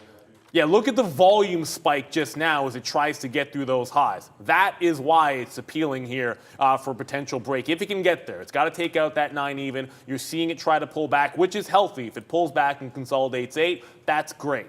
That's great. Yeah, that actually rhymes. But it also had a halt down resists the low, reopen, and now wants to take things out. Sometimes that shakes out the weak hands, and then you continue to go into the upside. I'll be looking for that 9 break on VRAX if we can get it. Just going back over to, I never got back into Boeing, which is going to kill me. That's going to be a frustrating one. I'm going to try and get this consolidation maybe off of 166, dip back into this. I'm just holding NVIDIA, obviously. We took out Microsoft, took our profit there, and it's still relatively weak. We're red on the day in Microsoft. Sorry, the market's red on the day. Sorry, Microsoft's red on the day. I'm not down on it, but I'm not going to get back into it just yet. Not seeing the relative strength I would have liked. The breakout on Tesla shook me out, and then look what happens. Now you're absolutely going nuts to the upside, but if you're going to catch an EV name a little bit later to the party, NIO is only now breaking through its high, up 5%, and only now breaking through its high of the day. 2050 looks like it's that key price. I'll take a shot in any dip close to that 2050 area to get involved in this party on NIO. As I said, NVIDIA, we're happy that this one is going for us here. But I took some out there in front of 84s. I'm going to get some out in front of 85. Then I'm going to hold for 187 on a semiconductor stock. What did you think I was going to say? Come on now. No, nothing? Wait, what? Oh, for the love of... I'm setting up futures positions, man. Come on. What did you even say? 187? Oh. $187 Okay, on a semiconductor stock. It almost even rhymes, man, because the other lyric is horrible, just so you guys know. Anyways, Alibaba still trying to put that curl on through 90 even here. This is where I think it gets dicey because the market just took out 13,000. I showed you NIO. You probably see a lot of tech stocks breaking to the upside here, and I'm still favoring this one short off of where it just flushed at the not the open at about 850. It took out 90. The top of that consolidation was like 90.40 to 90.50. That's where Dress tried to put in a wick off high, so wick off top. And I shorted it when it failed that break here, 90.50. That's the only price I added to it. I want to short. I want it to give me the curl. Then I put in the full position, and then I now have my stop at that high. Generally, the way I like to go against the grain because heck, it gives me an out. That way, I'm not getting completely run over, and I have an idea where I'm wrong. I finally got back into Boeing here, guys. On the dip at 66. Maybe I should have waited for 65. We're already one and done for a winner on this. Let's see if we can't play that trend to the upside. If the market, if the ES wants to follow what the NASDAQ is doing, I think we can have a good one. And then watch out. It's not dead yet. HKD is halted to the upside. Yeah. You've got to be kidding me. Yeah. It's at $400. It halted at $411. After a 270 dip. So once again, the bulls are in control of HKD. And when it opens higher, I'm not saying if, because it's probably going to open higher. When it does, I am not going to short it. I'm going to go right back to the well, and I am going to short AMTD. When HKD opens, I'm shorting this in front of $2 because it's just low risk, and it seems to always work. And if something always works, well, then you should keep on doing it. Back into a little bit of Alibaba here. If I get a chance to take some 167s out, I will go in front of 167. I will go ahead and do that. So we just bought the dip, and I'll play it the same way I did before. Scalp some. If it goes tight range on me, that way I'm sort of paying myself in that consolidation. I can then play a break to 168, try and get involved in that as well. Boeing is the gift that keeps on giving as we try to hit a few home runs for you, one of which may or may not be at 185. Last time I checked, you can't actually get to 187 without first counting to 185. My daughter tries this all the time, skipping numbers. It doesn't work. 185, I'm not going to offer anything until we get to 187 here. I love that NVIDIA break. Candidly, this is the same long that did not work on Friday. I was long all throughout this breakout when it couldn't go. We got above it finally here on NVIDIA, and we're off to the races. Just got the NIO in front of 250 long as well, Brendan. Pretty heavy volume this morning on this one. BBBY just crossed 10% to the upside this morning, guys. Trying to get back above some recent highs here on decent volume. Why? BBBY, okay. Like, the market's going up. Pretty much everything is going to be strong. But hey, you get some of those squeeze names and they get going. I got to check some of the other related names. Anytime I see BBY there and it's short interest. I did get NIO. I apologize. I meant to get this one to you as well. Wanted to buy that dip. It's only now breaking out. I'll play this to 21 even. Look, it's already gone 20 break. looked like it was going to fail that break and then just jamming back up to the 50s. And if I'm playing it at 21, that means taking some shares out in front of 75, some out in front of 85 as well, and then all the way to 21 even. Bit late to that party. Hopefully we're well dressed. It's just two shorts. It's AMTD and Alibaba for me. I will check back in on Tesla for you. I'll hate myself over this one. Of all the longs we've had today that have worked, Microsoft and Boeing and Nvidia, yeah, I went long and overall lost on Tesla. That kind of obviously sucks. 950 actually makes some sense here for Tesla to go to that price. It was a clean 900 hold at the open. So 925, that's where it was a pretty ugly breakout. Next level up another $25. I'll keep it as simple as possible, thinking that's likely where we're headed over there on Tesla. As mentioned, Alibaba is the only short I got on. It just put that curl in. I took some out in front of VWAP. I will try and rinse and repeat if I can get 90-30s. Next bids will be down all the way in front of 89 even here. So trying to keep it tight to the vest in the names that are already working out for us. This market trying to reclaim 13,000 and hold it here on the NASDAQ. So as that battle wages, some of the shorts might start to give you some chances to take profits. That being said, I only have one short. And someone just said HKD is insane in the chat. Paul Roberts, great last name. You're right, it is insane. Starting to come back in here. It opens up right below that 411, and immediately it's down at 375 with a $25 spread. So if you like trading stocks with $25 spread, then you're a braver person than I. I don't like doing that at all. But what I will do is jump back on the offer on this AMTD, lower hanging fruit. As long as I'm not making fresh highs, I'll continue to go back to this well on AMTD, but Tesla pulling back heavily. Even Nvidia just pulled back on ISM coming out, right? That's right. It's 10 o'clock. The spreads are opening up a little bit here. Let's go to seconds. Brennan for happening now.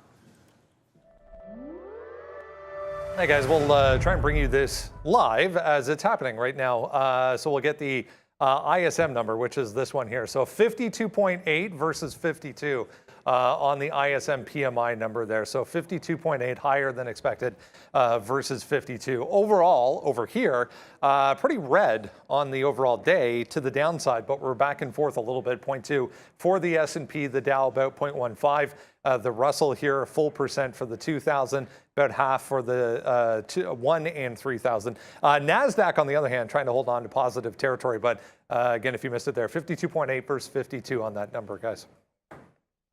Long off that move. Yeah. I had a bid down there. They just wouldn't go low enough. I think I got a little greedy with the pricing too. Okay, damn it. It happens, man. Okay. I'll be honest, the same thing happened here. I was trying to get more NVIDIA, but you get greedy thinking you're going to get the price you got in first time, like 83s and below. Forget about it. Looks like we're heading to the upside. Hold on to your longs, people. Looks like we're good to go. Yeah, when you were doing your lyrics, I was so caught up in trying to position up on I was trying to put in bids on futures contracts and get out on my Amazon position. Remember, we talked about getting out in front of that 137. That's why I was just like, okay, Amazon delivering packages, and I was so focused on that, I just didn't even hear anything that you were mentioning. So here we are in front of 137, cashing out on Amazon. Now I'm good. I wanted to get out in front of 137. I knew what 137 brought to the table. I got out some. Now we're going to let the rest of it ride. So now we're out of Amazon. We've cashed out. We're going to be, regardless of what happens on Amazon going forward, we're going to be net positive. TBLT, we cashed out earlier, and that's up $1. And now that one's trending. We're not going to do anything with it. We're going to let that one ride. The only one I got to actually figure out what I want to do is NVIDIA. Yeah, it's $1.20 in the money, but do I want to get out some right now just because we backed off? I don't know. I think based on how the longer term timeframes are looking on NVIDIA, I don't think there's an exit here. I may actually have to just sit in this one and even be willing to let this come back to break even or even lower to just give it a chance, because the technical setup here is so solid that just because we're running out of time, or just because we've been in the trade, no, not running out of time, but just because we've been in the trade for X amount of time and we're up this much so this quickly, do I really want to cash out? Because the technical read is still solid. So I'm going to give it a chance. NVIDIA might be one of those trades where it's set up so quickly and now it's going to take its time to make its move. So we're going to have to wait on this one. No reason to cash out. I don't have any signals that tells me you got to get some out right now. So we're just going to let this one ride. I'm riding NVIDIA, TBLT, Amazon. Now that this number is out of the way as well, I'm going to look for any dips and see if I can catch up any longs. I know Roku's still sitting at that 68. That's on the table. Shop is around that 35.50. That's on the table. Square, Well, it's backing off that 76 area. I'm going to keep a close eye on Square and see if we can actually catch a bid and stabilize a bit before going for that long. And then Boeing, Neil, is now above 168. That was the secondary move. We either caught it below 165, 164, depending on how the open came in, or the flip side was if we get the breakout through the top, if we can get above, stay above 168, that's your breakout long, and see if you can't play that. But it does look like this is going to take some time here because it does keep backing away from that 168. There seems to be some sell side activity. We'll keep an eye on that one as well. Yeah, so that's the thing with Boeing. Like I took some out on the way up there, but 168.25, that last move, it actually did get through. Sorry, 20s it looks like it got to before a little bit of a dip down, and I think the trend looks pretty good. But like you said, when you're taking that top, you want to be sure it's actually sustaining that break. Otherwise, you get into a trade that you can't hold, which sucks because then you do what I did with Tesla, and you're just like, it's a breakout. I'm buying at the high. I want it to go right away. You get out, and it's still a good trend. But if you get it the second time that it holds above, you're much better off. Thank you so much, Sean H., for gifting 5 memberships. It's pretty cool. Anyone interested? When you log into the stream for the first time, like you'll see, it's like allow gifts. That's where you can claim those 5 memberships that Sean H. was kind enough to gift there. And I know it's a typo there, Rusty. Thank you for the super chat. Neil, you ate the man. Hopefully you mean you are the man. You guys are amazing. Not me, but I could eat. I wouldn't eat the man, but I could eat Don't bring up eating now. Yo, we were, before we came on, no word of a lie. 8:30. We're talking about 8:30 in the morning, by the way. It was 8:30 in the morning. Like, we were both like, yo, what are we going to eat for lunch, man? Because I'm hungry. I'm not going to lie. I'm hungry. This market makes me hungry. We're streaming to the upside. Now it looks like you're sustaining this break a little bit better here on Boeing. We love this to the long side. Obviously, at this point, BABA might end up not working anymore, but the longs that we got on look pretty good here. As long as we can hold above this 168, show a good consolidation, I think we'll be able to jump the long on the top end of it. I haven't seen a good re-entry yet for NVIDIA. Type enter too fast and it's on New York because that's the first one that comes up because I'm looking for these 183s. Like we've already made on this breakout and then we're holding the last for 187. So the next would be, how do we want to continue this trade? So I pop over to, because this is what we love. Like, look at this nice break. 187 is down here. You could have a 90. You could have a 200 if this day got out of hand. So the question becomes, where do we want to add? Obviously 183 would be good. But I got to ask myself, should I step up into the 183 half, or am I simply waiting for it to consolidate above 185 break the way I would do on something like a Boeing? Alibaba, one short. Should I be sitting here celebrating the longs or formulating a plan for what the heck I'm going to do with the one short trade? I did flip to Alibaba, which could come under pressure. So I just rinsed and repeated the 90 quarters. I'll play it back to VWAP or so. If this wants to continue to give me like 25 to 50 cent scalp trades, I should take that because what it looks like it's trying to do is wick off, fail break at the bottom, consolidate, then break out the top at 90.5. If it does that, then I'm obviously going to take a loser at some point on this. Might as well pay myself along the way here on Alibaba. AMTD, I'm going to only assume HKD isn't really doing a heck of a lot. That's still on the New York, Neil. Not doing a heck of a lot. I missed my re-entry point here at 185. Still trending down to the downside there. And whimsical, solid. Hopefully Bears and Bulls can maybe guide you. Thank you, Bears and Bulls, for everything you do. A moderator in the chat, how to claim the free membership. From what I've checked, I think it's literally when you log into it or somewhere on the front page, you just say allow gifts, and then I'm not even sure exactly how you claim it. I think it's pretty easy, but I have to admit, being a host on the show, I've never had to claim membership myself, so I'm not 100% sure about that. Hopefully we can get you a more solid answer. 185 just broke on NVIDIA. That one continues to pile up the cash there. Boeing is now sustaining that break. Above that, so I was about to say, sustaining that break above 186. Bit of a wick off top through 169. That might have given a chance for a re-entry down in the 168 range. If I can catch a buy the dip, I will go ahead and do that on Boeing. But if there's a long that is not jailbreaking for me, like look at the two things that are kind of flagging right now, just giving you a consolidation. NIO and BABA, what do they have in common? Chinese names. So the Chinese names are kind of doing this thing where they're looking to roll over, and I got one of them to the long side. So I want to be a bit cautious here with NIO. I'm not going to reload this. in front of VWAP. If it breaks down 2050, I'll probably give it a few pennies to see if it can't hold out above. If it's looking relatively weak, I don't want any part of it. I'm even seeing Tesla pull back here. That's another red flag here for me in NIO. That long not working like NVIDIA and Boeing are. And if it's following Tesla or it's following Alibaba, then I think it's likely to break VWAP here. And if you're looking at what's going on in Microsoft, this was relatively weak early. Now showing some signs of strength. Still red on, like Microsoft is still negative on the day, despite the strong move going red to green on both the ES and the NASDAQ. But I'm not going to get back into this one to the long side until I see some stabilization. I think I'd be chasing something relatively weak off those highs. I'd much rather be playing back to 278 if I get a chance. I like Microsoft longs. They've been fantastic. It put in what I thought was an obvious bottom. Now I want to see it hold the same higher low that it did on Friday, Brennan. The Celsius Holdings starting to get going here once again. It was up in the pre-market on this. New deal with Pepsi taking an 8.5% stake. There's also a new distribution agreement announced by this CELH. 15.5%, guys, starting to go again. Yeah, taking off to the upside. And NVIDIA taking off to the upside makes my life a lot easier. Remember earlier I was like, okay, well, I can't do anything with it based on the way it's trading. If we get some movement, then we'll figure it out. Yeah, $2.81 in the money. Now I can figure it out because now here's a flip side of when the market doesn't go right away, right? And I prefer it this way because when it takes off immediately, it's hard to manage because you don't know how far it's going to go before it does that quick spike and then immediately runs in the opposite direction. When it takes its time, it builds you levels, and when it builds you levels, it allows you to trail it in a certain fashion, which that way you're locking in profit, although while capturing the move to the upside versus just those quick winners, right? I prefer the trades that do this versus the quick runners. So now NVIDIA has taken its time around that 183.50, and now here we are north of 185.50 with $3 and change in the money and still going strong. Yeah, I can trail this. No targets, but I can definitely trail this. So first trail, I'm looking south of 184. Second trail, so I'm going to split the position into two different trail points, 184 and then 183.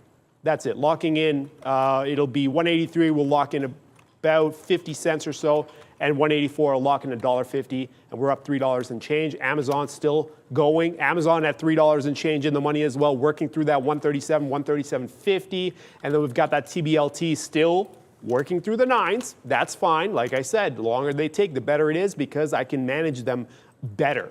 It's a lot easier to manage when they take longer. It does require some patience, but it's one of those things where it's easier. Now I see AMD has taken above 97. That's a trade. Your Boeing is now flirting with 170. Boeing's gone north of 168. Square, we were looking at 76 and change. Now at 77. Shopify. Shopify is still in range, but that also says relative weakness. And then Roku cleared that 68 and took off to the upside. So at this point, with $4 on NVIDIA and the market just accelerating, the next point where I can make a decision on the market and maybe some stocks is north of 41.50 on the S&P side of things, right? We didn't get the fill that we wanted on the initial ISM move to the downside. So I really don't want to play in the 40s or the 30s. In the 20s, I'll play. In the low 20s, I'll play on the futures market. Damn, NVIDIA. Are we really going to go to 87? Wow. That's a quick move to the upside. You've got your NVIDIA, right? Like, I'm still holding on to it. Like, I took some profit out there. I'm actually going to get a bit more aggressive taking the next leg of Alibaba out because that's a short, obviously. So the market be strong, if you haven't noticed. And I'm noticing that. So if I got a short that's working and I see it, like I said, I see it finding some support there at VWAP. I still have a portion of this. I will try to hold on. If the market reverses, yeah, why not? Why couldn't you see 88s? But I'm noticing the trend. I can see it, and we're upside still on BABA. We're 0.2% to the upside and still has that wipeout bottom. So I'm going to pay myself there. Might not get a chance at some of the reloads, but in case you forgot about HKD, this is what the HKD managed to get all the way back to 470 at one point and now holding at about 450. So the recovery rally, I don't know what else you want to call it here, but the recovery rally on this thing is intense. Now keep in mind, the double top that it put in about on Friday was 475, and all the action above that was pre-market. So right now you are seeing it reject the same high that it did before on Friday, which leads me back over to what I am saying. what I have been sitting in the short, like look what AMTD is doing. Yeah, they got a stake in this company. Yeah, whatever. I get it, they do, but it does not want to go up. It continues to fail. At this point, it is almost begging for this thing to drop if we get a correction there in HKD. I can't even get shorts in the 80s anymore on the stock, no matter how high the other one goes. So I think it's pretty obvious you got some relative weakness there. Before we go to Brennan, I will show you me getting stopped out in NEO. So it gave me 60s. Up into like 75, that first target. Then it took out 2050. I felt if the market curled in, NEO could retrace back into 20 even, especially given the fact the Chinese names looked relatively weak and were pulling back as everything was breaking out, Brennan. A little low float penny stock getting lots of mentions on social media. OTRK, now 140. We started the morning at 70 cents. Clean double up there on a penny stock. Oh, okay. OTRK, yeah. Lots of penny stocks making some power moves. There was one other thing I knew I forgot. It was was it MGAM, Mobile Esports Gaming, whatever you want to call it. I think I actually got it right there. If I didn't get it right, I apologize. We're busy. I'm trying to figure out these plays. I can't get them all right, but it's a great move. But if you're long this, watch out for this wick top. It made it 20. I didn't pay for shorts. Had I'd probably be sitting short this thing at 19.5. All that said, for the wick off top, it hasn't even broken well below 17 even. Forget about 15 support. It's still a strongward upward trending name. It's only traded the 2 days there, but it looks a little bit more bullish when you pull up like a 15-minute chart, probably a nice looking trend line that you got. But that short, that wick off at 20 even, does set you up. If it holds a higher low, you could have a 20 break later on in the day. You've got obvious resistance sitting at that 20 level. You've got no resistance on NVIDIA. I almost wanted to say AMD there. It is now through that 187. This is where I want to channel my inner Arun and say I should just be holding on to this. 190 makes a heck of a lot of sense. When I looked at it earlier, I was like, yeah, a 187 move if the futures aren't taking out tops. We're only 0.7. However, the NASDAQ did take out the top and is now 50 points away. So I'm thinking I should be trailing this thing, but I'd be putting the trail at 187, and that's way too tight. So I'm just not going to do it. I think 190 is going to be my new target. I'm thinking like 186 on a trail. But if I don't have a good reason for the trail, which I'm sitting there talking myself in and out of it, then I should just hold on to the trend as long as we've got it. AMD, which is the stock that I had on my mind a second ago, is barely holding this breakout above 97 even. Now remember, AMD was stronger and already broke out on Friday and reports this week. So I think that's maybe the reason why we're not getting as much of a push here on AMD relative to NVIDIA, but they're both up the exact percent. The charts look different, but they're both up 3% right now. So if I see a huge correction in AMD, that could be a reason to potentially take some profit there in an NVIDIA. I see people saying Meta going wild. You know what? I am actually offering on Meta, and apologies for not getting to this one, but if you can tell, my 15-minute, there's 155. 3 days in a row, same bottom on Meta. Outside of today, the tops have been at 162. So I want to be shorting into 162 on Meta, although I'll probably cancel my offer, allow it to travel to that price, maybe take an alert if it breaks 161 or so, and then work the 162 shorts on Meta. If we get there, great. I think that's going to be a good price. It's been definite resistance every single chance that we've gotten to that on Meta. Just going back over to one other, and that is going to be, where are you? TBLT. You still in TBLT? Yep. Okay. I mean, everything I got into. Okay. Well, I was going to say I have everything still. All right. I'll let you handle TBLT there. Definitely a good one. I know a lot of you guys are watching some of these small caps. We're focused on the chips and the big cap names. Yeah. Okay. So everything I got into, all I'm doing is cashing out, but I'm not I haven't fully dumped them because I have. This is what I do, right? I find a read that I want to work with on the larger time frame, and then once I get the read, I just let them go. Right? It takes time sometimes. NVIDIA doesn't take any time apparently because it is now $5.13 in the money and still looking like it wants to get to 88. Going back to NVIDIA though, because of how fast it's moving, remember earlier I was saying that I prefer them to move slower. It was great at the beginning because it was taking its time, but now it's moving up so fast. It's going to hit some sort of pocket of selling, and it's going to completely collapse for a little bit before it continues its upside journey. So what I'm looking at is I need a target. I need a target with the speed that it's going at. I need a target very, very soon. I'm looking at the daily, and I'm thinking this 188 could be an area that 187.50 to 188 could be the target that I want to cash some out in. If I start to see some selling coming in or enough selling for me to worry that we could just, fall off a little bit, I'll take some off the table here just to lock in the $5. And then from there on out, I can leave the trail going back. Remember, we were talking about trail points on NVIDIA, and I said 184 and then 183. Obviously, that was when we were much higher from where we are right now. So why don't we actually bring the trails up? I'm going to look to get some out around that 187.50. I think I see enough now that, you know what, this is an area I don't want to stay in too long. I want to, with this upside momentum, let's use it, cash out, and then we'll trail the rest of it. Right now, I'm thinking 184 is going to be the new trail. So we're going to pull that 183 off. We're going to leave the 184 on, and we're going to cash out around that 187.50, locking in the $4 or $5 or so. TBLT still going sideways. It did a pop to 950 and then completely backed off. Fine. Annoying, but fine. I really thought that once we got north of 950, we would actually kind of just get magnetic towards the 10s. That would make it so much easier, just easier. Obviously, you want your trades to be easy to manage, but oh, there we go. Did we really back off? Oh yeah, NVIDIA backed off, and I just got trailed. On what? NVIDIA. Oh, yeah? I actually got out. Remember I was saying 187.50, I don't like the area. I'm going to work. I was trying to get it close to 188. Well, I saw enough. I worked my exit here in front of that 187.5, and now we're leaving the trail at 184 for the rest of it. Yeah, just very quickly before we go to Brennan here, I just got trailed at two names there. So big, strong move in the market all morning long. It was Boeing 164, 166, bookending the 65. We then managed to hold it. It failed 170, and that's me trailing out at 169. And why? We're going to see the ES start to back off. Couldn't get through that Friday high and rejected. Also just trailed out of NVIDIA. So that long we took, that 183 level, that just trailed out at 187 as well. Unbelievable start to the day, but always got to pay yourself there. And also head to Brendan at the big screen. Hey guys, yeah, busy morning. Let's talk about a few more small caps here we were dealing with in the pre-market. This one, not necessarily the most active of the monkeypox stocks today, but I liked it just because of this level going back to Friday, which was 1950. I was trying to tell myself it's going to trade dollars at a time. It really has been kind of quiet overall. I got out of some just in front of that number that was coming at 10 o'clock. Put that right back on though again. So I'm just working into this below 19 and a half.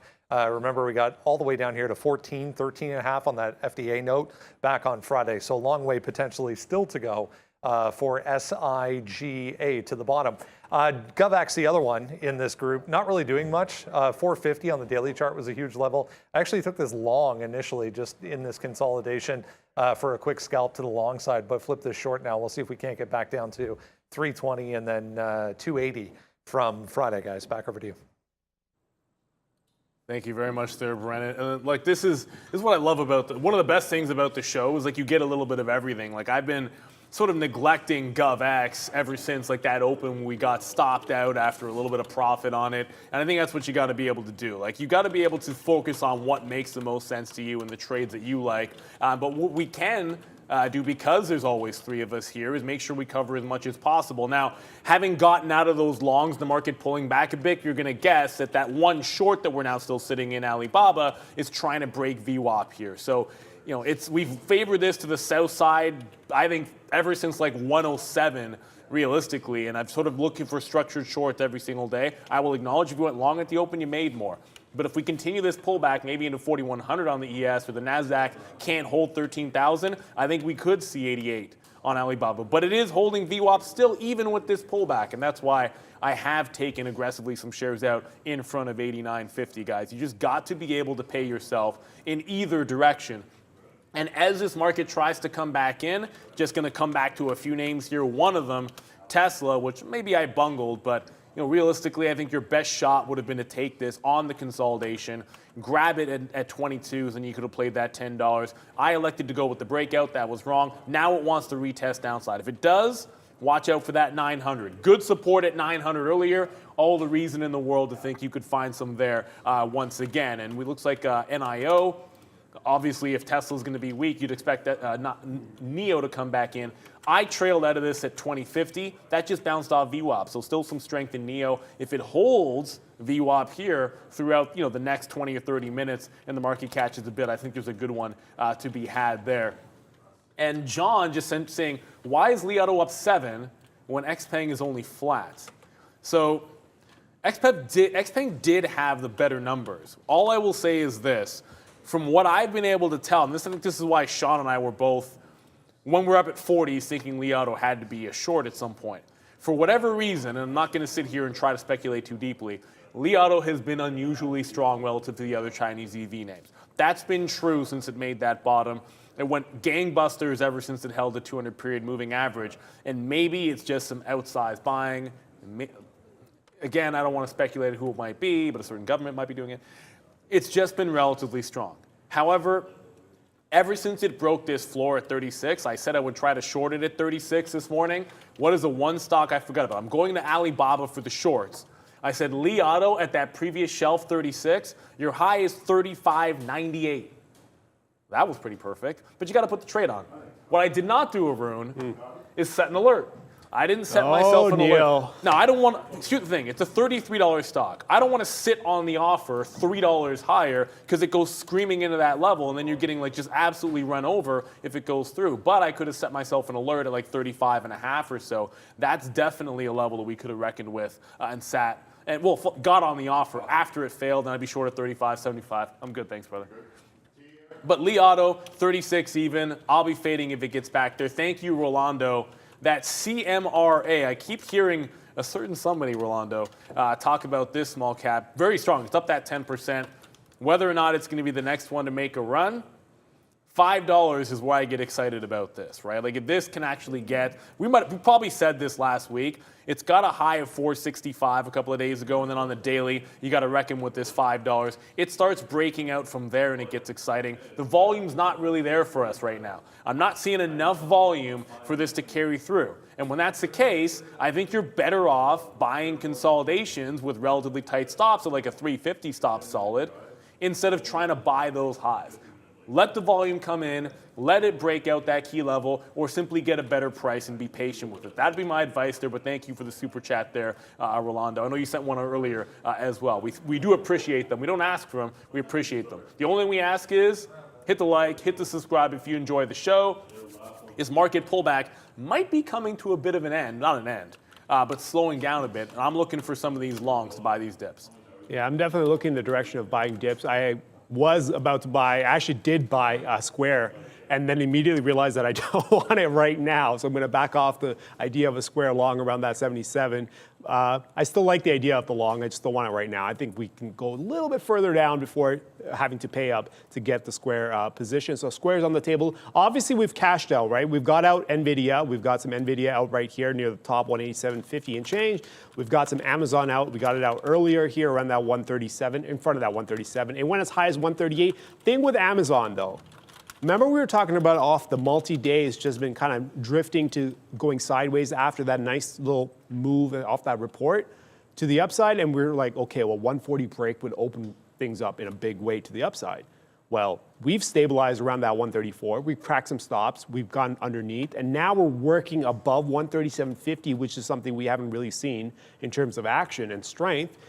I'm going to give it a chance. If I can hold on long enough, and I'm trailing this, that's the thing. At this point, I've locked in what I need to lock in, let the rest of it ride, and see if we can actually get above 140, because by the time we get to 140, it might be tricky to get a position on given the way it's been moving. So I might not be able to find a new stop, so I may have to back off the idea of the 140 long, but for now, as we're working through that resistance zone, giving it a chance to take the top off, in the event that it fails and respects the resistance area, then obviously at that point we get trailed out. But I'm going to use this dip to catch some longs. I'm also looking potential longs from the futures market as well. So we're looking at futures. We're looking at Square potentially. Square actually backed off through those 77, so good for us. We got out just in time. Like I said, I want to use this dip. I think we can go a little bit further before trying to go for the long. Amazon coming back in, NVIDIA. working that 186, TBLT doing absolutely nothing, which I am absolutely delighted about, because the longer it does absolutely nothing, the better it is for me, because the market's coming down. So the fact that TBLT shouldn't care about the market, but the fact that the TBLT is just going sideways at 9 opens the door for potential trades later on. So here we are with TBLT, $1.13 in the money, Amazon 282, and then NVIDIA $3 and change in the money as the market comes off here now back to 41.16. Yeah, it just took out that 13,000. The NASDAQ took out that 13,000. That's why we're being a little bit patient with this, because you get that curl, 187. That's the level we like, despite my nice little pun getting missed by Arun. He's a busy man. I get it. It's fine. Sean wouldn't have missed it. It's all good. But 185, right? Like where we got our third out, I think that makes some sense. VWAP on my 15-minute, it just so happens to be. Boeing, however, it's possible for a more aggressive look at Boeing. More aggressive would mean buying a little bit higher. It's still a 168 break on Boeing, right? Like it's in air after breaking out at 165 where we originated this trade. But the top of the pre-market was at 168 level. So any consolidation at that level or slowdown in the market, and I'm going to like it. We do have a couple of shorts on. One, I just keep getting out of this AMTD. That's following an HKD, so you probably don't care too much about that one. But Alibaba has now broken VWAP and really starting to accelerate to the downside. So this, I want to try to hold on to down toward the pre-market lows. Now that VWAP is broken, you get below 89s, which was Friday's low, and I think we can work it even deeper to the downside there. Tesla getting close to that 900 level. Just opening my iPod back up so I can go back to a couple of names that we had some levels on that I did not trade this morning, one of which is Meta. I'll get to that in a quick second. But I did want to talk about, it wasn't Li Auto, it was I don't know if did you look at Pinduoduo? No, I was on JD. Okay, so Pinduoduo might have had, and I could be wrong about this, it might have had the most aggressive dip of any of these Chinese names at the open. Like it took out Friday's low and then dropped $2.50, 47.5 into 45. So it's got this crazy wick off bottom, and then that Friday low 47.5 has now been support. So if we do break this, there's a lot of room to the downside here on Pinduoduo. Baba and Neo were the two ones I was looking at that I was concerned with, but checked my notes, looked at the chart here, and was like, Pinduoduo, that's a wild one. If it gets below that 47.50, room to run. If it doesn't, that is one heck of a capitulation bottom it would try to be breaking out from. So there's your breakout. It's like 48.80 or so. 47.50 would be the bottom end of that range. Inside, I don't think you want to dabble, either wait for it to break low or try to break out. For now, let's go to Brendan with one of my favorite segments, social sentiment. Hey guys, yeah, first look at the social media board here so far this morning. It's surprisingly positive so far this morning with the market obviously testing back to the high end of the range. We come right back in to the downside a little bit this morning. There is a little bit of a few more Pelosi and Taiwan related headlines coming across that caused that move back to the downside. Here we go. Tesla front and center. Back higher after what happened on Friday. Huge move back to the upside on Friday. TBLT, HKD on here. Getty, remember that Getty Images, GETY, very positive, but it's not really doing anything. I noticed today. Q's on here. Amazon, AMD, just to name a few. SIGA back to the downside for SIGA. I did see GovX on here as well. Can't see it right now, but VRAX is another one in that same group. Alibaba to the downside, just to name a few. But yeah, a lot of positivity on this board, even with choppy markets so far, guys. Back to you. Yeah, definitely choppy to say the least here. Market trying to bounce off here. We've been here before. So I'm gonna, like I said earlier with Square, I want the long, but I didn't want it then. It went all the way down to, looks like 76.30 something. And now it's bouncing back above 77. Now I like it. Now the timing, I think, is right. So I picked up some longs here, 77.03 on the move back up. We'll see if we can't use this little move on the futures market to actually catch some new longs. We've already cashed out the 3 longs that we originally were carrying. Now Square's on the table. Our Square we've already picked up. AMD, man, I want to participate in AMD, but it's so, the way the AMD is moving around. It's got a breakout, though. Yeah. Right, the way it's been moving around, do I want to go? I'm also thinking Micron too, so I don't know. I'm trying to get 185 on NVIDIA, but I look at AMD and it's like it's still in air. It hasn't gotten to 100. If we get back above 13,000 on the NASDAQ and we just made a temporary bottom, I mean, you'd be getting Like you'd be getting a breakout on a stock which is usually led, which wasn't doing so this morning. And it's hard not to favor it. When Indy gets going, it can be a good one. 97 feels like it was a way better dip buy. And I just checked. Yeah, I'm at 185.25 on NVIDIA. I'm not sure I'm even going to be able to get that. Tesla's bouncing off 910. That looks pretty good. I'm trying to pick up some Boeing to get another leg. The key thing here for me would just be, we are now trying to get back to 13,000. Like if we clear Friday's high, that key level, get back toward those highs, then you definitely want to be back into all of these longs if you can get them. But as I say it, you are still battling those levels and buying a top, where's your out going to be on AMD? Like you're basically giving it, like $1 here, which I don't like. I'm going to be patient with it. I'm kind of talking myself into, if we hold above 13, then there should be a long to be had between 97.5 and 98.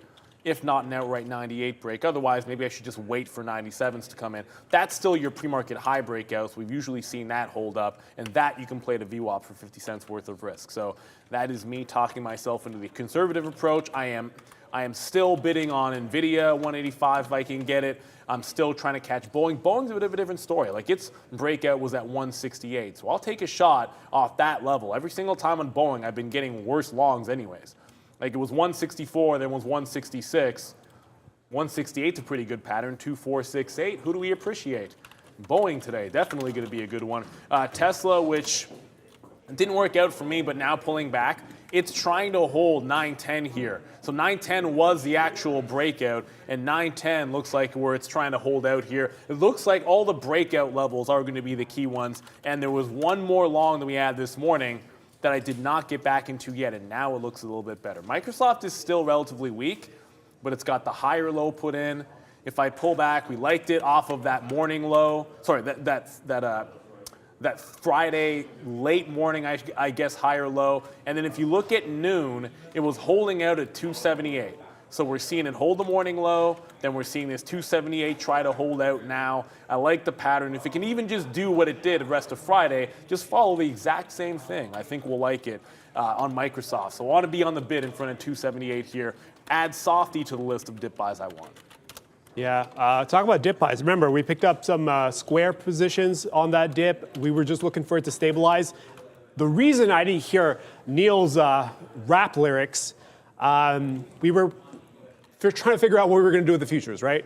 And we finally picked up the futures contract on the dip. We missed it initially. I got a little too fancy with the pricing, missed it on the pop up. I'm like, okay, but it came down, got into an area that I wanted to still work with. Here we are. Now we're long 41.18, up 3 points. Doesn't mean it means absolutely nothing. Up 3 points, especially with the way I trade, means absolutely nothing. Once we get into the 30s and the 35s, then I can start doing something with this position. But for the time being, this is going to be the starter. We're going to build up. 41.18 is the first long, and we're going to see if we can actually catch more bids here. I'm going to see if I can get more longs in the equity side as well. Now we have Square out of the money by 10 cents or so. NVIDIA is coming back in a little bit, okay? We've still got Shopify and potentially AMD still on the table. Shopify 35.50, AMD 97 even.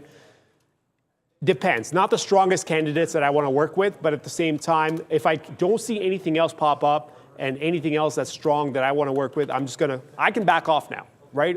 I go with the equity side as long as I don't have anything on the futures. And once I start into the futures, I back off on the equity. So now I've got 4 positions. We're going to ride those 4. I'm going to cut myself off from taking on any more equity, and we're just going to take the future side and see if we can actually get a move back towards the highs into the 41.50s. That's going to be the next checkpoint here. So 41.40 would be the high. That allows me to bring in, north of 41.35 allows me to bring in a stop, move the trail stop up. Right now, the long is 41.18 with the 40.90 stop. If we get into the 35s, I can bring the trail up. If we get into the 40s, I can probably start up a brand new position here because we're going to take a shot at the 50s. So I'm going to back off a little bit. There's a lot of things I got to factor in, but for the time being, that was the time for me to catch longs off the pullback here. It was an aggressive pullback. For some people, 41.38 down to 41.18, 20 points, that's a big move. But when you think about the bigger picture, the chart itself looks like this. And although, depending on the time frame, I mean, the 30-minute doesn't look good, but I'm not really factoring time. I'm looking at volume. So when we back off like this, go to 41.40 and back off into the 18s and the sub 20, for me, that's a reason to catch a bid, especially once I see the action So I'm good. We'll see if we can't get back above 30 into the 35s before I have to do something with this. But for now, that's it. 4 longs, 1 futures position, and we're good. Square, the one that we just got into recently, is already 44 cents in the money for so the timing of that long, obviously tremendous there, as this one has now started to go as well to the upside. So we've still got Square up 37 cents. TBLT is coming off a little bit, 70 cents, but we're trailing that one. We cashed out what we needed to earlier. Amazon's up, Nvidia's up. We're good. We're just going to back off and just wait a little bit. Did you get back into Nvidia? I got back into Nvidia, so I got dip buys in 2 things. One already working, the other one not. Nvidia 185, but it's got this weird range here because I'll show you what just happened. I got into Nvidia here 185, and then it just proceeded to wick top through 186. So it rejected a 186 break and got slammed back down. So I did cover some at 77s there, just in case, because we keep going back and forth 13,000. If we just go sideways off this, I'm a little stretched from VWAP on my 3-minute, so I'd rather be a little bit conservative. And the other one that we just got back into was Boeing here on that 168. And you'll see this also get to VWAP. Now, this is a third long, and this is a long more off of those tops. If this does take out 167, that does feel a little bit weak. And I want to be patient with Boeing as well. So I might have to get a little bit lighter if I get 69s and try and work this off of VWAP. But I don't want to sleep on Vrax the Destroyer here, because I did mention the $9 break on Vrax, which it didn't happen. It got to $8.99, pulled all the way back into 8. Now it's starting to go again. So I am still looking at this break up 60%. It's on the radar. Just hasn't happened yet there, Brennan. Huh? We're talking about lunch. Sorry, guys. Fahad and I are talking about lunch. Sushi is on the table, FYI. GFS, Global Foundries, through 56 there. A huge volume alert went off. One we haven't really heard or talked about talked about, I should say, for quite some time. GFS up 9.5% today. So first off, if we're getting sushi, I am down with that. Depends on the location, though. It doesn't matter. It depends. Yo, you're eating raw fish. You got to be. Okay, I get it. It depends. I'm just trying to be excited about us eating sushi. The second I'm like, yo, I'm down with sushi. I got Varun in my ear. I got Pratt being like, it matters where you get it from. Guys, we're about to get free catered lunch, and it's about to be us ordering any sushi we want. Let's just be happy about it for a quick little second here. Anyways, Pratt, it's cool. We're good. Maybe you know what? Now we ain't getting sushi. We get something else. I don't know. You just want super chicken. I know this guy wants super chicken, so we'll just keep it at that. But let's just be real, man. You got to be happy with what you can take when it's free and you're not paying for it, Pradley. I love Pratt. He's my boy. Back to the market. He's not my boy, though. He needs a slipper. Back to the markets for a quick little second here, guys. You can tell we have a lot of fun around here, but when you talk about food, it just gets really serious for a quick little second. We'll joke about trading a little bit, but it gets serious. We don't mess around. For those watching Tesla here, just put in a strong, big bounce move in off of 905, looking really strong there. Why can't Boeing be doing this? Nvidia just went $1.20 in the money. I kept talking want to be in the AMD party. See, this is the thing. I said don't need to take the break because if we start getting strong, there'll be a long to be had, 97.5 into 98. So this is us reclaiming 97.5. This is me getting in 97.5. So I didn't have to take that breakout at the high of the day because I felt you'd be able to play this. Now I can hold some of this into 98 even, and if 98 breaks, I got a 97.5 that I can hold on to, pay myself in front. There's probably a few sectors here that are either lagging or stupid strong that we haven't seen. I'm guessing we're about to hear a few of the former there with Brendan at the big screen. There is more red than I would have thought on that board, Brendo. Hey, let's go. Here we go. Here's the market overall. Right now, we are negative, only just though. Boeing standing out first off in the industrial group, being offset by this J to the downside. That was an earnings name. Boeing getting that approval to resume 787 deliveries. So if you missed that this morning, having a nice day is Boeing. Lockheed Martin there. Remember on Friday, the U.S. Air Force, I think, grounded their F-35 planes right across the board, all of them. So LMT was down on Friday, back to the upside today. PKI earnings name as well in the healthcare group, back to the upside this morning, 9% for them.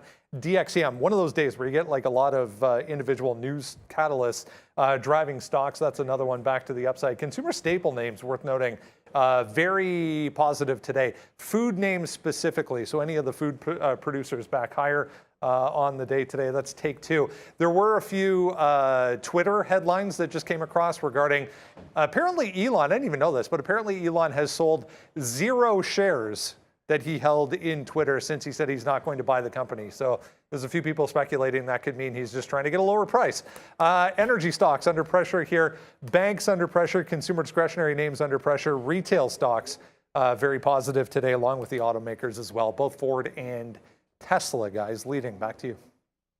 Right. We forgot about, never mind. Tesla going up. All right, somebody was asking about this, so I'll address it. Futures position in a room. What's your futures position? We talked about this earlier, right? 41.18 long, 40.90 stop. We're not going to do anything with it until we get to, it's up 12 points right now. We're not going to do anything with it until we get above 41.35, at which point I'm going to start to look either to, depending on the action, I'm either going to start to look to get some out, or I'll just move the trail points up, right? So right now we've obviously been holding on to NVIDIA. That's going. Amazon has been going. TBLT has come off, but Square has picked up the slack. Now that's up 90 cents in the money. And then I just got to figure out what I want to do with the futures market as it comes up. So we've got a tremendous entry. I was using that move down to catch the long. And that's the thing with the futures market, not even just the futures market, but like the market as a whole. Just because it comes off does not mean that the trade's over or the run to the upside is over. In this case, the long was obviously better down here, and that was the easier trade. But just because it comes off does not mean the trade's over. The setup was still solid for a long, so I stuck with it, caught it on the dip, backed off a little bit. Sometimes I actually wanted 20s, and I'm like, no, I think based on the selling, I still want the long, but I don't want it right now. Same idea that we did with Square, so I backed off. Now we're sitting in a 14.5-point winner, moving to the upside. If we take off the top, I have things to do. If we don't, if we just flirt around right here, there's nothing for me to do. So I'm going to let it go, not do anything with it. Don't push anything. Like, don't force your hand when you don't need to at the moment. Let things work out. Just back off. You made your read. You made your move. Now the market's going to take its time to do its thing. Give it a chance. Hold on a second. I was trying to get your graphic lined up for that one. Yeah. I logged into my own account. Boom. There you guys go. Like a sniper, man. That's what I'm talking about. Everyone has their own different style of trade. That's why we love having a room sometimes to give you that perspective of the futures. But a great dip buy, obviously. Amazon was a good one. Look, if you're looking at the ones, like I had 2 stocks that stunk. Amazon was one of them. Even though, if I had reversed it long, it would have been fantastic. I did not. Tesla long, from where I got it, would have been good, but I didn't manage to trade all that well. Those are the ones that'll stink. Everything else looking pretty solid. It was a question someone asked about PGY, and I had forgotten about PGY.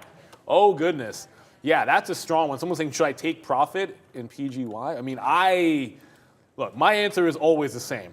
If it's usually around 11 o'clock and people are thinking this, it's close to lunchtime, a stock has given them this much, I'm always saying, yes, should you. It just broke 30, gave you 33, and is pulling back in a little bit here. So when I see that, it's like, pay yourself. Like, if you're not paying yourself somewhere along here, like, I don't know, if you took this break, say, call it like a 25 even break, trailing some, make sure you get some out above 30. Like, that's what it's all about. Like, you want to let something ride, but if you have the ability to, make sure you take a little something off the table so you can play with some house money and just ensure that you don't turn a winning trade into a losing trade. One of the easiest ways to not succeed is to have a great read or a great entry or a great call and then not get paid out from it. Right? So when it goes this deep in the money, it's giving you a couple of consolidations, the market's at like a quadruple top, whatever the heck you want to call it here, depending on the time frame you're looking at, yeah, might as well get yourself paid on a little bit. Is there a chance for it to run further? Sure there is. Not every stock is going to be an HKD there, however. And with only about 15 minutes left to go, I'm just going to point out that it's still up 10%. And it's still above 420, believe it or not. Somehow, magically, 420 to 480 is holding up. But as much as it's showing you a lot of strength, guess what? I said don't worry about shorting that because you can short AMTD. Well, has there been any concern with this? No. I am just now waiting for HKD to flush. When it goes up, this does not go up. When HKD goes down, this does go down. It's that kind of easy. I'll just short this thing until it starts working again for me here. The reload on Boeing, I was turning to a room while Well, we're looking at the sector watch there and saying, man, I was not patient enough with that entry. I just looked at 168 and got in front of the breakout, and the breakout was at 168 and a quarter, so I'm long in front of that, instead of just letting it get down into VWAP, test that price area, and then maybe I'm long at 68 even, or like 67.80, like 50 cents better. So given the fact that this is now relatively weak, when the market tries to take the top, as it's doing right now, I'm going to take out some as the ES and the NASDAQ try to take out their highs. And that means if we fail to break, I'll cover some and get a better price on Boeing. If we maintain the break, I'll hold on to a piece for 170 and the high of the day. NVIDIA continues to churn to the upside, right back at the high of the day. We dip bought at 185. We got a piece of AMD there at 97.5, but I did not get back into Microsoft. Wanted this one down at 278. And I just showed you Boeing. If I'm patient, you catch that curl. Well, the flip side of it is you're patient and then you don't actually get in the price that you want because you were waiting for it. And Vrax, the destroyer, just took out $9 to the upside. So I'm sure there's some people that are long 7s and 8s. Congratulations to all of you. I just like the 9 break. And with any breakout, I want to make sure I'm paying myself at least a little bit on the way to what I think is a 10 and maybe $11 at best move. Let's not forget what the stock did on Friday. If it fails this breakout, it can be back at 7 in one heck of a hurry. And I like to pay myself on breaks first and then worry about the hold for like the last third of the last quarter. All right. As I mentioned to you guys earlier, I've pulled away from the equity side, right? Because now I've got a futures position. I don't need to put up any more risk on the equity side. So although these alerts are coming in, I'm not going to take them. I've already got 4 positions and the futures position. So I'll give you guys the reads that are coming up right now. Crowd just broke through this top end here at 185. That's open all the way up to 188 or so. So potential trade here on Crowd. It's up obviously 78 cents, almost at 186. But given the technical setup, even if it pulls back into that 185, 184.50, the trade's still solid. So I would keep an eye on Crowd. That's one option. Meta as well. Meta, it was looking dicey, real dicey this morning. Caught a nice little bounce here right off that previous support level. Took off the 160 half. Now we're entering an area where you can go 2 ways with it. If this market gets weak, you can potentially look for the fade on Meta against the 184, or you can get the 164, or you can get the 164 breakout to the top. So that's potentially, there we go, futures. Now 23 points in the money, 164 to the top end. So there's your breakout potential trade there. So market gets weak, you can look for the fade, or if you get the breakout, if the market gets strong, takes out the top, then you can look for the potential breakout north of 164. So that's Crowd and Meta. AMD, for all this market's done, AMD has just really slowed down. And given the strength of this market and AMD doing what it's doing, I don't know if I want to be in AMD as a potential new trade. It should have gone a lot faster than this. It's hater. No, it's done really well. It's just right, given today's action and given today's strength, we've moved 22 points from that low, and AMD has struggled here quite a bit. Although we're at highs and it's up quite a bit, this is not the action you want to see on a stock that's supposedly really, really strong, and it's just taking an off day today. So AMD may be something to pull off the table. And then the other one that I also had an alert on that I've mentioned a few times is Shopify. Shopify was good here at 35.50. Now it's at 36.50. That trade's completely gone, so we're going to kind of just remove that alert. Because then now you enter into that 37, it gets dicey, 37, 37.50, it gets a little tricky to work with. So I would just back away from Shopify. But the other two, Crowd and Meta, options on the table. Keep an eye on this one. And futures, okay, futures, like I said, we're down here. I needed to get north of 41.35 for me to bring in new stops. Now I have brand new stops, so I'm locking in profit regardless of what happens at this point. But at the same time, I have no issues with letting this one go and see if we can get above 41.50, because if we do get above 41.50, we can now put in a brand new stop location and confirm the stop location and potentially open up a brand new trade as well. So this could be just absolutely risk-free at this point. And well, it is risk-free given the trail points, but I'm just going to back off here. And Amazon, I'm going to back off in the sense that I'm going to back off from like actually doing anything with it. I'm just going to give it a chance to move. Amazon took a break, and then here we are back to the upside on Amazon, back above the 138. Remember, Amazon, we're looking for 140 breakout to the top. So if we can get the futures taking out 41.50 and Amazon taking out 140, that's a pretty solid breakout, both of them at the same time. And now Amazon's $5 in the money. Amazon's $4.22 in the money. Nvidia $5 in the money. TBLT 76 cents. Square $1. Futures 25 points. Before we go, There's nothing else for me to do at this point. this work. The market's green in case you can't tell, and it's lifting all ships to the upside. VRAX, $10. I don't think it's going past 11. That was just my take. So 9 into 10, maybe a 10 break into 11. We'll see how it treats it. But I want to very quickly before we go into Brendan for Money Talks, which I know was an important segment. I did get a breakout on AMC, and I don't remember. I said this in the chat this morning. And someone asked me about AMC that I liked 1380 to 14 dips, but if it took out that I guess consolidation high from last week, we'd go long. I am now in that long as well. The only thing I'm short is AMTD because I think HKD is going to go down at some point, and Alibaba, which is still working in the money because I've been shorting that thing every day since 107.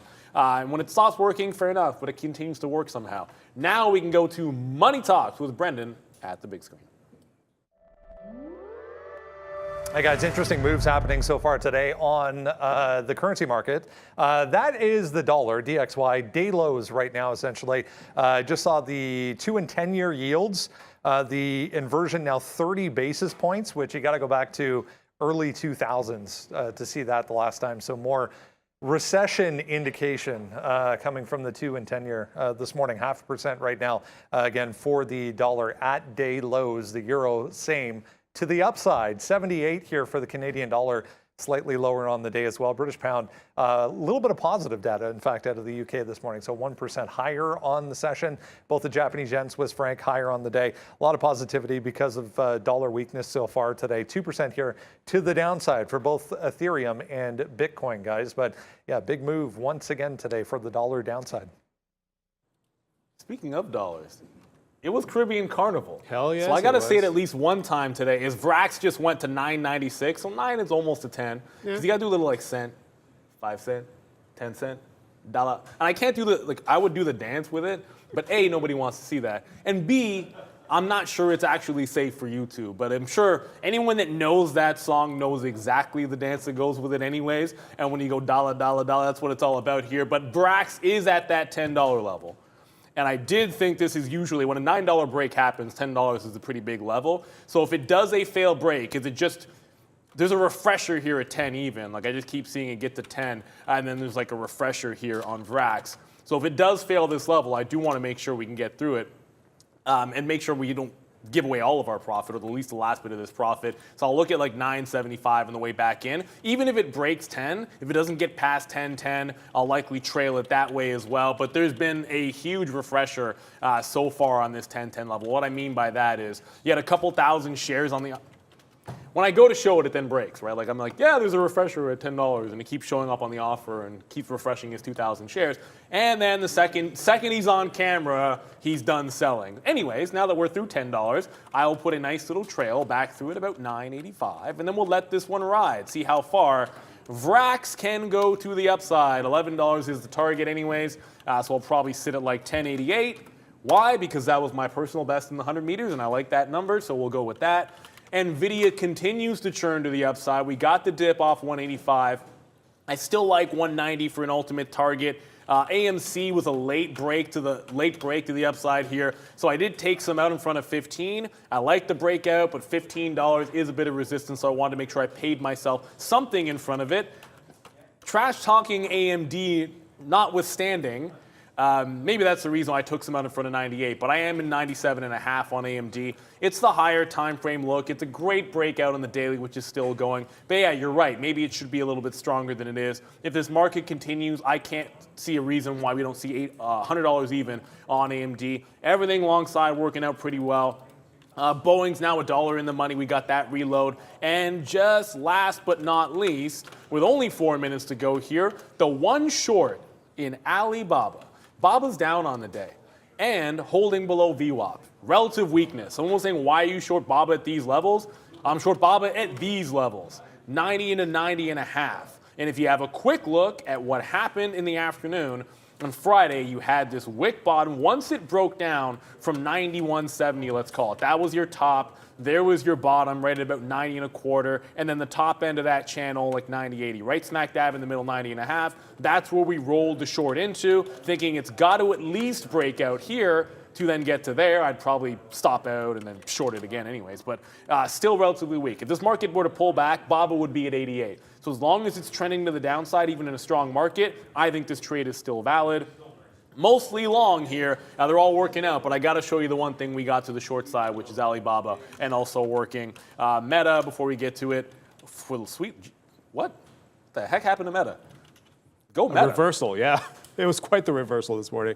Dang, I was about to, well, anyways, it doesn't matter now. I was about to say, man, if Meta was below 160, anyways, it doesn't matter. Meta is like at 163, so I can forget about talking about any kind of a failure at 160, that if the market was taking out highs and Meta was not through 160, yada, yada, yada, Meta's $2.50 higher. So congratulations, Meta.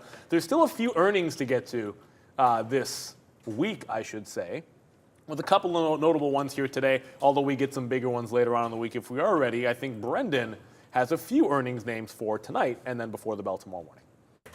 Yeah, for sure. More exciting things to talk about tomorrow on the earnings front. Actually, Tuesday, Wednesday, Thursday, the big days this week. That's what's coming up tomorrow to trade, guys. Oh, by the way, Vrax, $11. All right. So we'll do that one. But as far as what there is to trade, I am contractually obligated and by, they say happy wife, happy life. Yes. Down with Kellogg's. I love the cereal's delicious. Down with Kellogg's. Anyways, Kellogg's is going to be reporting. There's not a heck of a lot of huge names that'll be reporting. Santander's actually a pretty interesting finance name, but most people don't care about it. It is later on in the week that are going to get the big ones. My wife just doesn't like Kellogg's. I think they have great cereals. I ate a heck of a lot of them when I was in university and was allowed to eat sweet cereal for the first time in my life. And then you had way too much of it. That was my whole thing. I'm a cereal guy. I like my breakfast is cereal, but you're gonna laugh at it. And I mentioned this before. I was talking to somebody else, and I mentioned this. Don't laugh at me, please. Cheerios. We're talking about the yellow box, no basic blend Cheerios. A bowl of that is my morning breakfast. You know what's cool? My daughter loves Cheerios. I accept that. There was like this Valentine's Day Cheerios box with the hearts they in have it in the regular one too. They put in those hearts, right? Yeah. So yeah. But now she won't. Like if the Cheerios don't have. Yes, I am 3-5. If the heart's on it, she won't eat it. Look, that's better than the cereal I eat. It's like a high protein, high fiber kachi. Okay. And yeah, I mix that with Cheerios. Yeah. So say whatever you want, man. When I was growing up, we weren't even allowed. Sweet cereal was like Honey Nut Cheerios, and like that's all we're allowed to have. Or Pro Stars, if you guys remember that. Anybody that knows Pro Stars, you're old as dirt, like I am. But it was like Bo Jackson, Michael Jordan, Wayne Gretzky. It was a cartoon and everything, and they were on the cereal box. And that was like one of the first sweet cereals I was allowed to have. So when I got to university, I was eating Count Chocula, Frosted Flakes, all that nasty stuff. And I was just like, yes, this is great for like a month. And then when my coach was like, cereal's the devil, you shouldn't eat that stuff, I listened. Anyways, my track coach, he was kind of into like good diet and all that. We haven't figured out what we're eating for lunch here, but I'm sure this market's been great. This market's fantastic. It's been fantastic. We're eating. Yeah, we're eating well. The winners. And all I can say, now that I have nothing else to do, in the words of Tyrese, I'm hungry. That's all I'm gonna say. I'm hungry too, man. This guy has porchetta up and like Cheerios. No, that's the one. That's the one. Yeah, that's my jam right there. That's my everyday, guys. Every morning, a bowl of that, get some almond milk in there. Huh? Good to go, yeah. I do almond milk. My wife does that too. Nah, not me. I mean, you do you, but I would say almond milk, a bowl of cereal, a post-workout protein shake, I'm good. Those two, that's it. I'm good. And you've got to do what is right. Look, man, you've got to do you. And the same thing with trading. Like, there's all kinds of setups and trades out there. My goodness, Meta is strong. But what an unbelievable morning. Bangers across the board, lots of good longs, only a few good opportunities to the south side. But the boys are locked and loaded, ready to go. I actually see that now that Luca knows it's my favorite hat, it's like he wears the Bass Pro Shops every single day. It's the uniform. It's a good one. Trader Pratt and Luca are going to knock this one out of the park. Let's go get them, boys. Let's go get them. It's a brand new week, brand new way to start off the month also. Let's go. It's August. Hopefully you guys wrapped up a great July so far, brand new month for us to start as obviously August 1st. Markets looking to be green to start off this year, this month already. Sorry, NASDAQ up of 1%. S&P 500, which was negative, now up about 0.25%. Everything's booming to the north side for the most part. So let's start off with a couple of positions that I'm in right now. I'm in an Apple short and a Microsoft short. Where's my mouse? Here we go. Here's my mouse. I'm in an Apple short and a Microsoft short. I tried an Apple short earlier. That's not Apple. I tried an Apple short earlier. I got stopped out but when the market took out the high of day. But now that the market's coming back in, I dived right back into the Apple short for a quick little scalp. You know, not really trying to. I don't see a bigger move below VWAP or anything, but just trying to get a quick little scalp on it, add to my P&L every here and there that I can. I tried the same thing on Microsoft too, near 280, but Microsoft managed to break 280 and run all the way up to 281 or so. Currently in a Microsoft short, 12 to 15 cents in the money, keeps on fluctuating. Let's see if the market coming down after breaking 13K for the second time can push back to 13K, find some buyers over there, allowing me to scalp some profits on an Apple and a Microsoft short. What's going on, everyone? Hopefully everyone's having a great day. And just to quickly touch upon post-workout meals, I like that almond milk comment. But for me, it's definitely a chicken. I think Sharif. No, I do. I agree with that. Yeah, almond milk, not cow milk. I definitely don't drink that. And but my go-to meal is chicken. And I think the guy who's not here behind us today, Sharif, would agree with us for that one. Yeah. Good morning, everyone. Hopefully everyone's having a great morning, staying profitable. And sharing. So what? I came in today. Obviously, today is a Canadian holiday, not a U.S. holiday. But I'm sort of in the holiday spirit. I'm just kind of chilling, taking it easy, and I'll share a quick trade with you guys overall. So my what I was looking at today was GovEx. I just figured overall, like you come in today, you see the name over $4 after yesterday's, or I should say Friday's flush. Absolutely savage. Absolutely savage. Like, look at this, right? Look at this. We had this kind of trade, and we had that 350 area reject from Friday, which was super clean, flushed down. Then we flushed all the way to 250, broke VWAP. There's obviously the death candle, everything moved in tandem. SIGA as well, and kind of flushed and closed off. So, overall, from kind of my perspective, is I'm like, this thing's dead. It's over. Everybody was waiting for that flush. Kind of waiting for the death candle. It came at the end of the week, right? And everyone's like, okay, this thing is dead. And go figure, come in today. I'm checking my watch list, and this thing's over 4. I'm like, all right, this is going to be spicy. This thing's over 4. People are getting squeezed. I'm not really sure what my plan is, but this definitely could go parabolic today. We got earnings coming up on Wednesday, so there's obviously the catalyst, and everything kind of up there. SIGA SSR, day 2 SSR today, so I just figured that GovEx would be the easier trade. Off the morning, wasn't really looking to slam it short around this level just because I wanted to watch it play itself out. I figured maybe we could see it go higher. There's kind of so much potential with this one, right? So I missed the morning flush, but not really wasn't really a part of my plan to take that short anyways. Then I saw it holding around this area here, and this is where it got interesting because when we held over here, obviously the recent high being 350 did not break 350 last week, right? So now we're holding this level here, and this is simply a tape read from my perspective. There's something happening here. I really couldn't pinpoint what it was, but something was happening here where it kind of looked like, there was a lot of catching, there was a lot of soaking, there was a lot of selling, there's a lot of aggressive selling, hitting the bids, and it just was not going down. I've seen this setup before. And I said, okay, well, if it's not going down from all this selling, as soon as the selling stops, this thing's going to go up. So, but again, I don't love the long. I obviously want the short. So I tried the long here, stopped myself out. Tried the long here, got part filled, and then just canceled the rest because I didn't really love it. Got myself out of that one as well. Got the long here. As soon as I saw kind of bids reloading, somebody slammed the bids for maybe 2,000 lots, which again, not a huge position, but relative to the size on the book. Took the long. I really thought at this point we were going to go.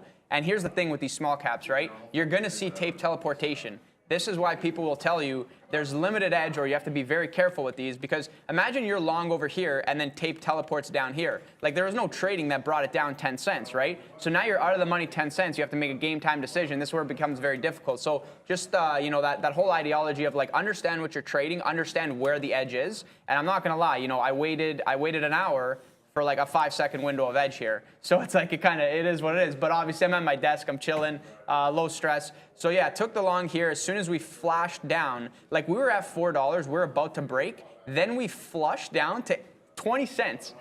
Okay, I don't know if you guys can see it, but that's a 20-cent flush. So I got myself out. There's a break. I made money, but it's essentially a break even. It's not a winning trade. I was going for this move. It just it happened afterwards. And then tried the short here through VWAP. You know, didn't show me what I wanted to see. Like it slammed through, but there was a little bit of catching too, like a little bit of soaking. It should have been a clean flush. So even though I was right on the trade, I'm okay to lose that because it wasn't a clean flush and this could have easily bounced back. I didn't want to be out of the money 20, 30 cents on this.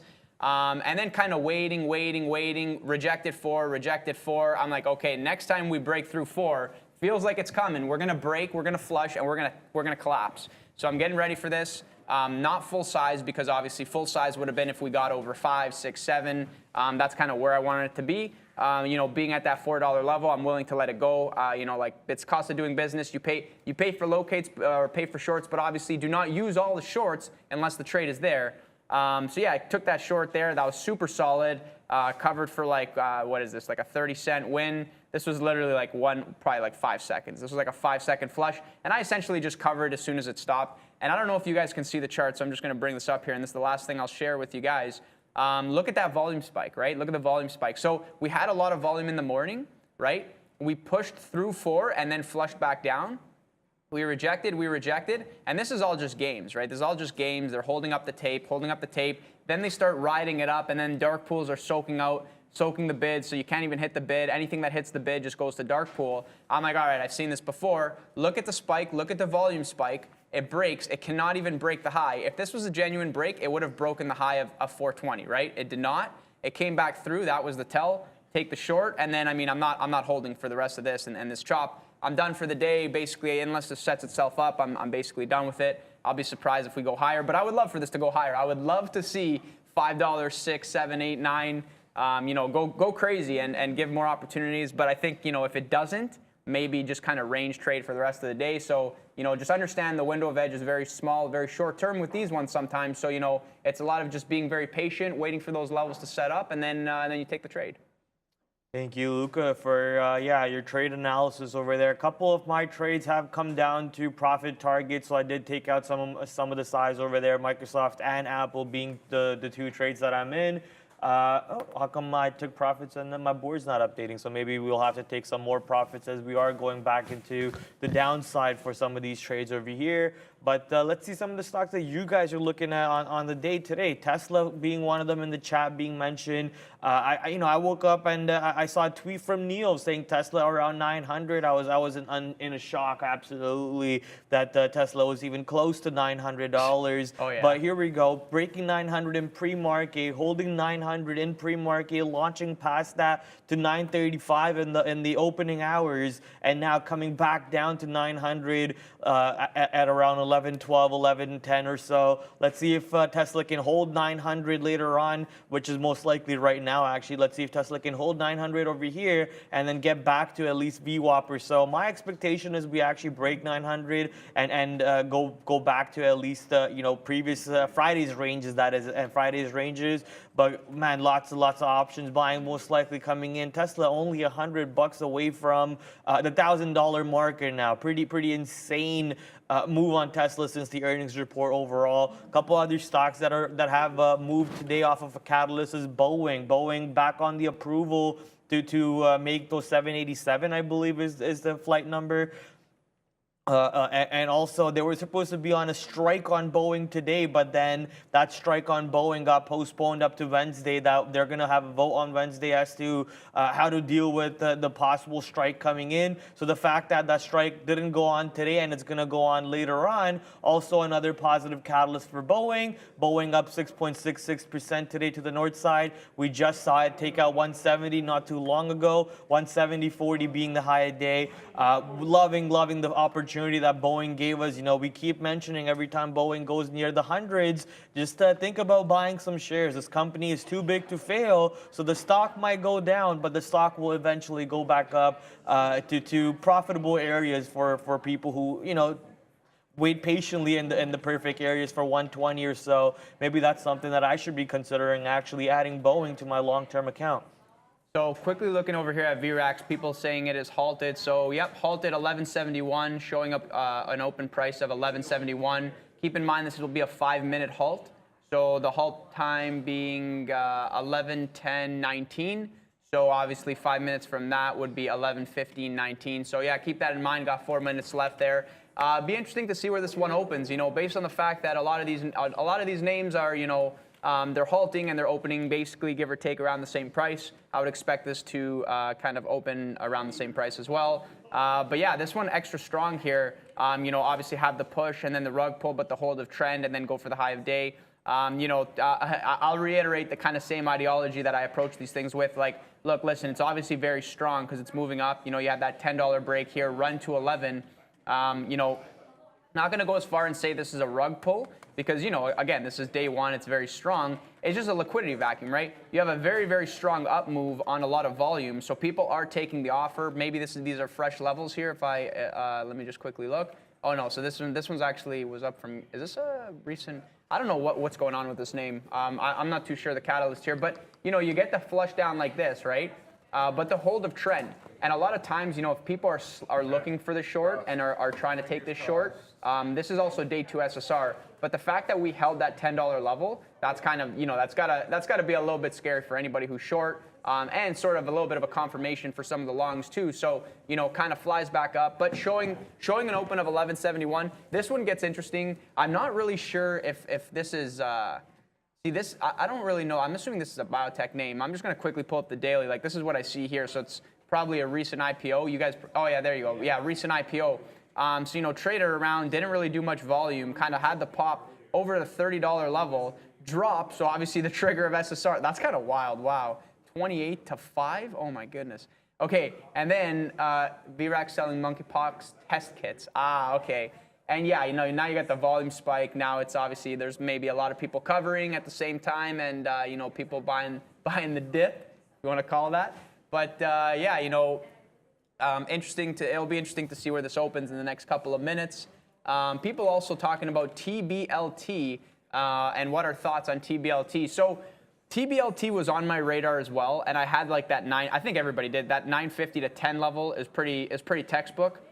We broke the 950 level and just clean flush down, right? So this is kind of the similar setup that I was looking at. Obviously, you know, just to go back very quickly, like, you know, like GOVX. You know, GOVX, look at this, right? You have the break and the flush. So look at the wick off top that it creates on the chart. Obviously, the chart is like the past, but like essentially this move with a lot of volume is essentially the same thing that happened on TBLT. If I bring up just quickly to show everybody here the volume, obviously you get the volume spike, right? So it goes for the high a day, you get the volume spike, and then the flush down. It's just the nature of these things, right? It's like there's a lot of FOMO in these small caps. There's a lot of people chasing. One of the main things that I'm learning, obviously I'm not a very active, successful small cap trader. It's not something that I prioritize, but something that I'm working on going forward. I noticed that with these names, you have to make sure that you're taking your shots in the right spot. That's kind of from my opinion. So for example, I'm not the type of trader that I'm gonna long it because it's breaking VWAP and it's holding trend and then maybe it's gonna go for a 10 push. I'm just not that type of trader. I'm not willing to hold this against me because I've seen the flushes that it shows. So very deadly. So overall, kind of looking here at TBLT, I mean the fact that it's holding this 840. Realistically, if this, I mean, I don't know, right? If this was kind of the death candle, shouldn't it just continue? These are kind of my thoughts. But it's holding, so maybe it wants to make a high and keep doing these things. Not SSR today. Came out with more of a positive catalyst overall, which is the reason why it's up. I think they sold a little bit more vehicles or something like that, if I quickly read the headline correct. But yeah, map your levels, understand kind of what you should be looking for. That 950 level solid. Definitely 950 to 10 going to act as resistance. If we get over 10, I think things get really, really interesting because I'm going to quickly show you guys the daily here. Look at this, right? You got that double top around the 9 area. So if we do get over 10, obviously way less volume today, but if we get over 10, things can get interesting there. So that's my thoughts. I'm not really trading it today, but if we do get over 10, then it'll be interesting for sure. All right, so looking at Chinese EV stocks over here, because the Chinese EV stocks today obviously had a catalyst, which was the earnings report, I believe, or delivery numbers were announced overall. NIO had an extra catalyst besides just the delivery numbers, which is they're now going to be having a branch in where the Formula One track was actually not on the track, but where the race happened over the weekend. You know, Verstappen coming all the way from P10 to P1. What a great race. You know, Red Bull wasn't even in the starting grid for the top 9. They were 10th and 11th, and Red Bull comes out of nowhere from top 10 to wins number 1. Thankfully, Hamilton did something similar, number 7 to number 2. But Russell, starting first, held the grid for quite a bit, and then obviously started raining, and he lost it, ended up 3rd. I came into work and Brenda was asking me, "Did you enjoy the race?" And I went, "No, I actually didn't like it at all." The fact that Verstappen comes out of nowhere like that. But good point from Brenda that when you have the fastest car on the track, what do you expect, right? They're just double taking all the other cars over there. But the big news, I guess, today was Vettel moving to Aston Martin. Sorry, not Vettel. Alonso moving to Aston Martin. So that's a big news over there. We already know that Vettel's going to be retiring. But here's my shorts on the futures, on the market, pushing back to the downside. Apple and Microsoft deeper in the money for me. Let's see if I can take some profits, and the position board might update for you guys this time. Let's see if we do so. I took profits. I took a fill and it did an update, Fahad. He's working on that side for you guys over there. But let's head back to the EV cars. You know, we were talking about cars in general. NIO, man, they're going to they're going to have a plant in Europe, in Hungary, to make, I believe, batteries or power products for European market. So a very, very good catalyst over there, expanding their business not only in making cars, but also by helping other car companies, most likely more deals to come out of this plan for NIO. We'll probably see NIO start trading above 20 now, not really see it go below 20. We also still have that fear of delisting for Chinese stocks always. The BABA, the JD, the Pinduoduo. But apparently BABA's catalyst today was they're gonna try work towards not getting delisted from NYSE market. But they really need to be more open with their auditing and so on if they plan to do that. So quickly looking here, VRAX did open. This thing opened maybe 15, 14 cents higher, and it's just off to the races. This thing is wild, man. Look at this. I don't know if this is a real wick down. It probably is, because normally these things open and then they go wild. They go up, they go down, they go nuts. But obviously this thing is super strong, like kind of going higher. And it's like, this is my problem with these kind of names. It's like, let me show you guys this, right? Look, if you see the chart like this, right? I quickly glance at it. I see the chart like this. I'm like, I don't know. Like, I don't know if this thing can really continue to go. Then it goes down. I'm like, yeah, see, exactly. That's what I thought. Then it goes even higher. I'm like, okay, I don't know if it's going to continue to go higher. Boom, even higher. So, like, is this thing going back to, like, 20 area today? That would be kind of wild. It's done a lot of volume. Like, I mean, anything's possible. It's obviously SSR. Just keep in mind that, the spread is a little bit, 5 cents, 10 cents at times. So, like, it can be wild. You got to really be careful. And obviously the flushes can put you offside very quickly. Not something that I really want to trade right now because it takes a lot of attention, but I love watching these things. I just want to see it go wild. Speaking of wild, Prad, you were close. You were close last week. Remember we had the bet going, 420? This thing, yeah, guys, I know you're watching the closing show, and, this thing closed at 422, and the opening price was the closing price, and it opened just below 420. So, it's kind of wild, but go figure. This thing actually hit, 580 today? Like, what is this? This thing's wild, right? This thing is going nuts. And guys, keep in mind 580?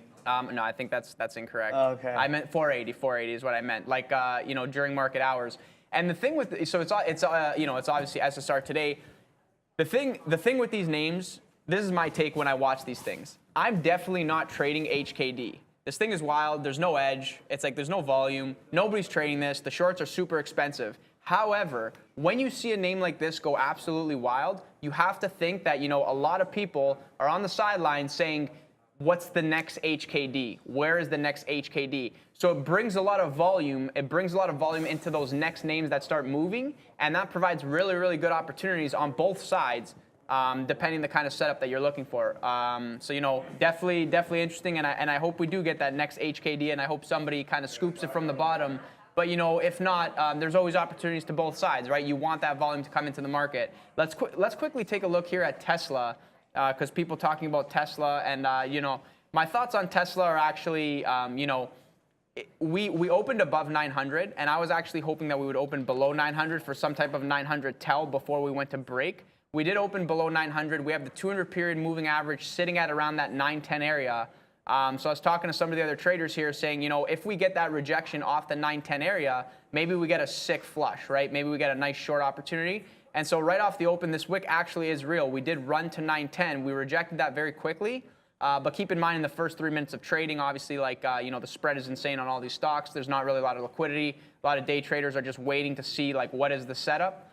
So it rejected super quickly and flushed all the way back down. So this was actually a sick opportunity for anybody that was quick enough to get it. But go figure. Then we ended up breaking 910, running to the upside. And I think Neil called that 925 break to the upside, which was super clean.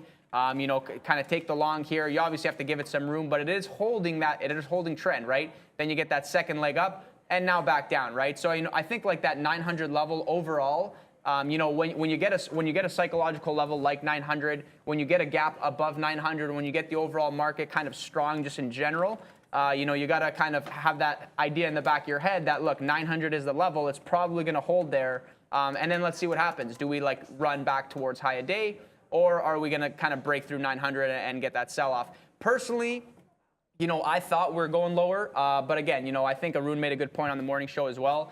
Pick your spots. And when you get, names like Tesla, where the spread is wild, where liquidity is kind of, it comes and goes, maybe there's other names to trade besides Tesla and, prioritize accordingly. So, even though I love the name, even though I saw the setup, even though I wanted to trade it, it was at the bottom of my list because of these reasons. And, even though I see it do what I thought it could have done, not to say that it could have made money there, because obviously it's a very tough trade. So understand what you're trading and prioritize accordingly. Perhaps the easier trade could have been the NEO trade, EV sector, strong deliveries, if I'm not mistaken, and having that 20 level, right?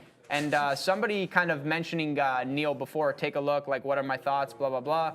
Now that we're back above 20, for me, it's just a simple game with NEO. It's the over-under 20 game. We're below it, so I like the short. Now we're back above it, so I like the long.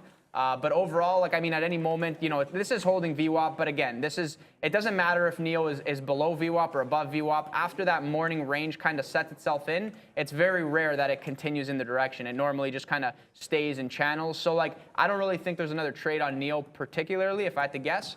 But unless you have a setup on it, do you, continue to do you. But the fact that we held VWAP here, we got a nice top just below that 21 area. Maybe we magnet towards 21 if strong enough. But overall, I think that $20 level, for the kind of bounce play, and obviously you have to give it some room because it's not a fresh level. But that nice move to the upside, nice 50-cent win there. So super solid. But understand the names you're trading, understand the day. Is it in play? Go for kind of smaller moves if it's not, right? I'm just here taking a look at some of the solar stocks as how they're moving based on the recent catalyst from, I believe, I'm trying to remember the Democrat's name, or maybe it was, it doesn't really matter what the name is. Well, holy. One of them came out and said they're going to support the bill. They're going to support the bill to the positive direction, obviously. So the market jumped up. But I did warn, you should be very careful with these stocks as they randomly flip to the positive side and the negative side based on a single catalyst. The same thing happens with wheat stocks, your Tilrays, and a part of that basket, I guess, was your semiconductor stocks, but ever since that bill passing through, NVIDIA, AMD, all of them today just straight launching to the north side. 188 for NVIDIA today, crazy. AMD near 98, only $2 away from my long-term account holding price. So very happy seeing at least now have one stock in the positive, which is Apple, near 163. And look at the damage we put on Apple today. We got shaken out of for short because the market took out the high day. but we got right back into it when the market started pushing back down, and I got stopped out on the breakthrough of 163 over here.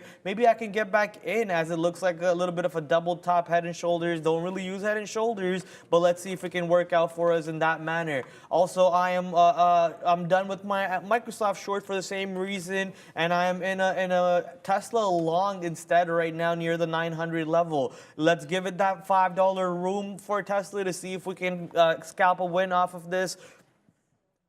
Give it $5 for a possible $15 move to the north side, which gives it only a 2-to-1 risk reward almost. So we'll see if we can get that. If not, we'll take that loss and we'll move on from it. Looks like the longs are just only off the morning. No more am I able to find any bottom dip buy long opportunity in the market, especially when the S&P 500 and the NASDAQ have been creating lower highs and lower lows ever since creating that high at around 41.45 for S&P 500 and 13,100 for NASDAQ. Keep in mind, as Luca did mention, it's Canadian holiday. Not that it matters too much, but there's going to probably be a good chunk of volume from the Canadian banks, Canadian hedge funds, Canadian traders in general. A good chunk of our traders on the floor are actually empty too. That's a good ton of volume that the market. Yeah, I'm just joking. We don't control that much volume on the market. But that's still five good. of us. There's still about a good amount of volume that's going to be missing from the market in general today, from the Canadian traders, that is. So it's good to have just that type of mentality, like, lower volume period. Earnings season's kind of coming to an end slowly over here. We still got tons of earnings to come out, but slowly coming to an end in the earnings season. Summer coming to an end. Volume period naturally expected to die off across the board. And surprisingly enough, though, we did have a little bit of a Christmas rally, a Santa Claus rally in July. Yeah, call it what you want to call it, but kind of wild here. And, everybody's got their opinions of where the market's going. I think, again, I like to keep things simple overall, especially on broad market plays where, I really don't really, I'm not really a futures guy is essentially what I'm getting at. But that 4,000 level, interesting, right? We broke 4,000. We're making our way to 4,200 from what it looks like. We're probably going to 4,300. I just didn't think we were going to get there this quickly. So let's quickly look at this, because this is something that I look at, and this is something that, I think every trader was kind of watching this level. When we were down here channeling, everyone's like, the bear case is good. It kind of makes sense. And then you had people saying, maybe we get that kind of squeeze towards the upside. Obviously, you have this level here, which was the prior resistance level of just below 4,200. If I had to guess, we're going right through that level. Obviously not today, but we're going right through that level. We're going to actually make a run. This is the squeeze area. 42 to 4,300, in my opinion, is the squeeze area. And then 43.5, I just can't see anybody buying it up over 43.5, especially if we get there very quickly. So, if this week is extra strong, right, you still have earnings. We still have, we're midway through. Obviously, big tech is done. The overall bid stays strong into earnings. And, we could still continue to squeeze higher. And if we blow through that 4,300 quickly, like at some point this week or even in the next couple of weeks, it sets up nicely, in my opinion, sets up very, very nicely for a September, October fall off, right? And then look at the range back to the downside. So you got like 500 points to the 600 points towards the lows if we get up there. You got to think like a lot of big time traders are looking at, a lot of funds are looking at that. Like, are we out of the woods yet? We just entered into the recession. So it's the same kind of buy the rumor, sell the news. But the flip, it's the sell the rumor, buy back the news. So, technically we are in a recession, and here's your squeeze, here's your covering, here's people playing the opposite. Name of the game, behavioral finance. It's going to repeat itself. I could sit here, Arun could sit here, anybody can sit here and tell you the same thing over and over and over and over again. It doesn't matter, because they're going to continue to do it, because behavioral finance, people kind of, make decisions based off fear and greed overall, and that's kind of what drives prices to move. So, kind of interesting. Let's see if we do get that 43.50 test in the next couple weeks. But I do expect that we could easily go sideways for a bit, kind of seeing overall earnings, like as we kind of get out of earnings, August going into September, maybe things slow down. So that makes a good case for like some sideways action, right? You have the strong move up. Now maybe we get the sideways action, then maybe you get a final push up and then a flush back down. Would be extra nice to see that. So, I'm sure a lot of people have similar expectations. But let's quickly look at MGAM. before we send it to Brenda over there, because people talking about this in the chat, this is another mover today, obviously very strong, kind of similar pattern where it breaks the high wick off top and then has the flush there. Personally, did not trade this name. The spread, the liquidity is a little bit less, the volume is a little bit less. Going back to being a trader, you want to prioritize, right? You want to prioritize what's kind of best for your overall strategy. Do you trade these names successfully? Personally, seeing this kind of flush here, 1, 2, and now 3, I'm going to say this thing is dead. There's absolutely no volume on it. Would not be surprised if we go lower. I think this is a recent IPO, which IPO'd at around 37. Get out of here. 37, flushed down to 7, now it's 17. Yeah, this thing's done. I'm not trading this thing. It's, look at it one time, watch it do its thing, but it's off the radar now for me. Yeah, let's go to Brando for the big screen.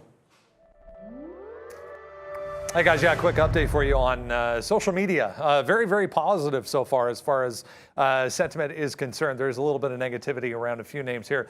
SIGA, Zila back on here, Baba as well to the downside. DWAC is always on here. It seems like it's always negative as well to the downside, but a lot of green on this board again today as well. HKD, of course, to the upside. There's that Getty we were talking about on Friday, a lot. GETY, Getty Images, obviously.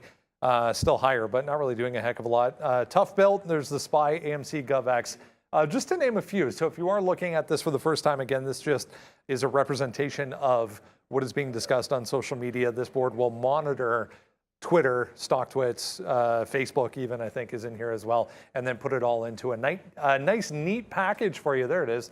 NIO, just moving back to the upside as well, guys. Back over to you. NIO, yeah, man, I'm loving the stock today. I can't wait to see the stock having a little bit more volume. I mean, 40 million shares today is actually not bad already. What is that on a relative volume scale? Probably 60 million shares is what NIO traded today, though. Let's see. 34 million. I'm seeing 40. Okay, never mind. 1.17 relative volume. Relative volume on the stock. So just got to be patient to see what we can work with. Did you get Tesla at 900? Yeah, you'll see my average price up there at 902.12, I believe is what it says. Let me quickly make sure that's what it is.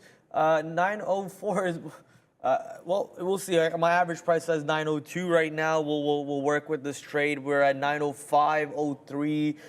Currently in the money already, so we're just riding Tesla to the upside. It's very surprised though because NASDAQ can't seem to want to push all the way back towards the high of day. We keep getting rejected slightly before the high of day for the NASDAQ. I'm watching Microsoft. The part of the reason why I punched out of my Microsoft short is because the market was moving up, but looks like we got rejected once again at 281 for Microsoft. Apple doing something very similar too, pushing back to my average price and rejecting off of the same area. So I'm not really sure I don't really know if the market's going to go long today or short today. As Neil did mention earlier before coming to the midday show, that is, it's very possible we just range trade here from 13K, go sideways, and then tomorrow when volume comes back into the market and we see a lot more traders sitting at their desk and actually moving around the positions, it might be possible that we get the breakout longs or the breakout shorts actually being fruitful.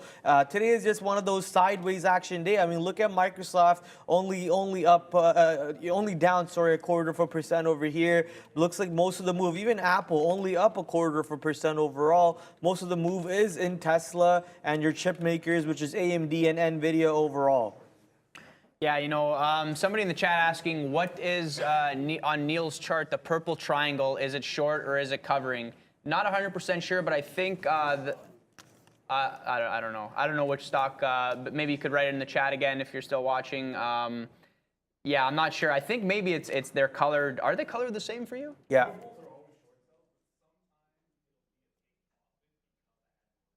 Okay, yeah. So purple, he says, for the most part, are shorts, unless there's our system, essentially, if you have a stop order in, and then it kind of moves in your favor, and then you take profits, it might color it a different thing. But overall, for the most part, it is a short sell. Now, yeah, I'm just quickly glancing over my board here. Somebody's saying MAIA halted. MAIA, assuming on the NASDAQ. Nope. On the New York? Nope. On the AMEX? Nope. Oh, on the AMEX. Okay. Halted at 820. Not really sure. This thing kind of volume just came out of I'm just quickly glancing at this for the first time. It was not on my radar today. Yes, it is halted, 820. I'm not going to see the opening price for this because it's on the Amex, so there's no accurate opening price from my end. You know, that volume spike, extra interesting, moved from 660 to 820. I'm not really sure if there's news there. MAIA stock. What even is this stock? Oh, biotech stock. Okay, so yeah, you get the random pump there. Kind of interesting. I mean, I have no idea what happens next, but it'll be interesting to see. Not really sure when the indicated open on this one will be. You know, I like to use 5-10 minutes as a gauge. You know, like overall, I'm not really sure the rules. You can definitely look them up. I don't know them off the top of my head. For the most part, it'll be a 5-minute halt. Sometimes it could be a 10, maybe 15-minute halt. Unless it's like a news kind of halt, then, you know, overall, like somebody knew something and bought it up, and now they're going to announce some positive kind of catalyst there. You know, definitely interesting. And I think Kai in the chat was writing something about HKD. He's like, oh, like, what do you mean nobody's trading this? I was trading this. I was in at 19. All I'm going to say is that's absolutely savage. You know, like, congratulations. Like, nice call there. I just meant it from the perspective of, like, today, like, right now. Like, I'm, like, looking at this. I'm like, yeah, like, I don't know who's trading this. This thing is tough now. Obviously, you know, if you're in at the bottom, like, you're just kind of waiting, managing the trade overall. And yeah, also mentioning, you know, VRAX, strong bidders coming in here. So for the most part, like, obviously remember this thing is SSR, right? So, you know, it's, you know, you have the first run up extra strong, you know, but this thing does have the range, right? It shows you the range of the past few days, recent IPO. Let me bring up the daily for everybody here. You know, recent IPO, very, very, very strong sell-off, obviously, on Friday here. You know, but look at this, right? The top being 29, the bottom being 6. Like, that's crazy, right? That's crazy. And now it's looking to reclaim at least maybe half of this candle. So, you know, with this range being so wide, like, anything's possible, right? This thing, even though you're looking at it from the daily and saying, like, oh, I don't think it could continue to go hit 15, 17, 18, like, anything's possible, right? And one of the things I look for, just kind of from a 1 minute perspective, from like the daily, the intraday perspective, is like, you know, now it's going to go sideways and dance around, but is it going to hold overall trend, right? And 1 minute maybe isn't a good indication of that, but if you bring up 5 minute, you know, like moving average slowly inching its way up around 11 here, you know, extra strong to the upside. Does it dance around and then continue to make highs, right? Continue to go even higher. So, you know, overall, like, obviously the trend being strong with this one, volume kind of dying off a little bit, but let's see how this thing acts in the next maybe hour or so. Like, will it be higher? Will it be lower? I have no idea. You know, but again, not something that I'm going to trade, but definitely always interested in watching these names overall. Yeah, I'm just tracking the market over here, but more importantly, watching what you guys are talking about in the chat. And the question coming from the chat is, what are your opinions on BOVA? Is it going to delist? Well, you know, my opinions about what BOVA is going to delist or not doesn't really matter, I guess, because at the end of the day, it's a very direct answer, binary answer, yes or no, and that just comes from the lawmakers. So you just have to wait patiently until the lawmakers come out and tell you that it's going to delist or not delist. I have zero idea what's going to happen in the future, but you know, if you want to draw theories out, there's some scenarios where BOVA can actually come out on top and you know, shake hands with all the regulators and actually work properly with them. There's ways that BOVA doesn't go along with that way and gets hurt and actually gets delisted. Even Chinese regulators in China itself were talking about BOVA giving them issues with regulating on the Chinese side. So Chinese regulators having issues with BOVA, most likely New York regulators will have issues with BOVA too, and things will just go downhill from there. Only time will tell, though. Sadly, we don't have the future, the crystal ball to tell the future. So be very careful. I always urge people to be careful on stocks such as BOVA, Baidu, and Pinduoduo and so on, because they can move off of a catalyst very quickly. If you're swing trading them, make sure you have a stop just to make sure you're not taking too much damage, because then you can take that stop, come back in at a lower price instead of taking that damage all the way down and then suffering all the way back up through. Yeah, Kai, so I hope I'm pronouncing your name correctly. And I see here, tell Luca that I'm a female. Sorry about that. I obviously have no idea, doing 100 things here at once. But yeah, overall, I just wanted to touch upon that comment of HKD. Like I'm definitely not trading that today. I'm just watching. Definitely exciting. And now at this point, as pure entertainment, I do want to see this go to 800 to 1,000. That would be awesome. I'm quickly glancing here at Amazon. You know, this thing's making its move up. And I'm surprised that like the post earnings move. And I guess this is like a product of like everyone's taking profits as we move up. that 140 level being somewhat of a level of resistance from the daily. And, we can't show it on our charts because, split, it just doesn't have that split adjusted. But overall, like 139 going into 140 kind of feels like a general level of resistance, and obviously having like that kind of that post-earnings move, very, very muted overall, right? Very muted, kind of, like just could not continue and go higher, but did hold VWAP. And now sort of giving that feel that, like, look, it's making the move higher. It's going towards 140. This will be super interesting if we get there. I want to see how it reacts, what's going to happen next. If the overall market continues to trek along and make new highs, then overall, like, I'd expect that 140 level to go. But kind of interesting seeing that sort of double top here and how fast the rejection down was, right? Like, this is a very strong move up, and it reversed that whole move like very, very quickly. And it was the same thing like 3 times in a row. So, got to think that overall over here, maybe there's some profit taking. Maybe there's some type of resistance. Definitely a recent fresh level for Amazon, split or no split. But yeah, that 140 level will be interesting to see how it reacts around that area. I think 135 overall, like from a daily perspective, like that 135 to 134 seems to be somewhat of a support area, just no real selling below that level. So yeah, if this gets back to VWAP today, which, overall market's strong now, feels like it's going to make that push higher. But if we get a VWAP area bounce, that'll be interesting to me if we can get there. That 137 level, very strong on the breakthrough, very, very nice bounce off of it. So maybe we get an additional, a second bounce for less, but a secondary bounce there. I'm watching Tesla pop right now. $5 in the money or so on Tesla off the 900 level to the downside. Thank you for the dip buy opportunity, Tesla. Thank you for the dip buy opportunity, market. Now Tesla pushing towards 910. Let's see if we can get that 915, 920 targets possibility as S&P 500 and the NASDAQ are showing us a green candle on the 5-minute chart. I see some of you in the chat enjoying the Tesla along, so hopefully you are taking profits on this move up. This market's going to most likely be very sideways whipsaw action, up and down action. I don't want to watch you hold the stock all the way back to your average and then we watch it break 900 and complain about it. So make sure you're taking your profits. As Neil says, nobody ever went broke taking profits, so make sure you're realizing that as Tesla is moving around right now into our directions over here. Meta is strong today. It is indeed. Not sure why Meta is back to 164, 170s almost. Not really at 170, but pretty close to it. $6 away from 170. We might just see 170 coming into play sometime this week, and we know how we love that level when we do get closer to that 170. Here's that Meta platform 170 that I'm talking about. This is the daily chart. Notice how many times we have a barrier around 170, and keep in mind with the negative catalyst around Meta platforms, which is clearly missing out earnings report.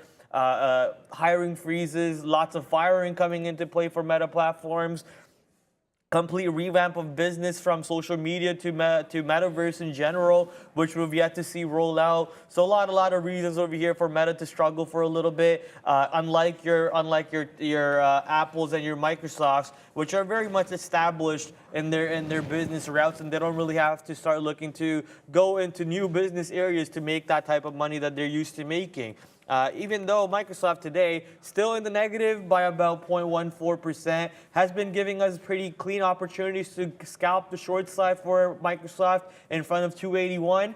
If you're bearish and you're looking for shorting opportunities such as myself, why are you trying to short a stock such as Meta Platforms, which is up 3-4% on the day? Let that stock keep on rising to the north side. We can short it on the backside when the market cools off around 12 o'clock, 12:30 or so. Let Meta completely rip to the 3% move that it wants to have. This could be shorts covering from last week. This could be new longs entering from after what happened last week. Multiple reasons as to why Meta is doing what it's doing without a real catalyst behind it. So let it do what it wants to do. We'll come back to it tomorrow or sometime later today to get into our shorts. Right now, just short Microsoft if you want to short something. Short maybe even Apple, because Apple hasn't really had a big move in it. It's been pretty range bound sideways for the most part, as the S&P 500 and NASDAQ keep trying to go towards the high day but reject by making a new lower high day on these stocks. So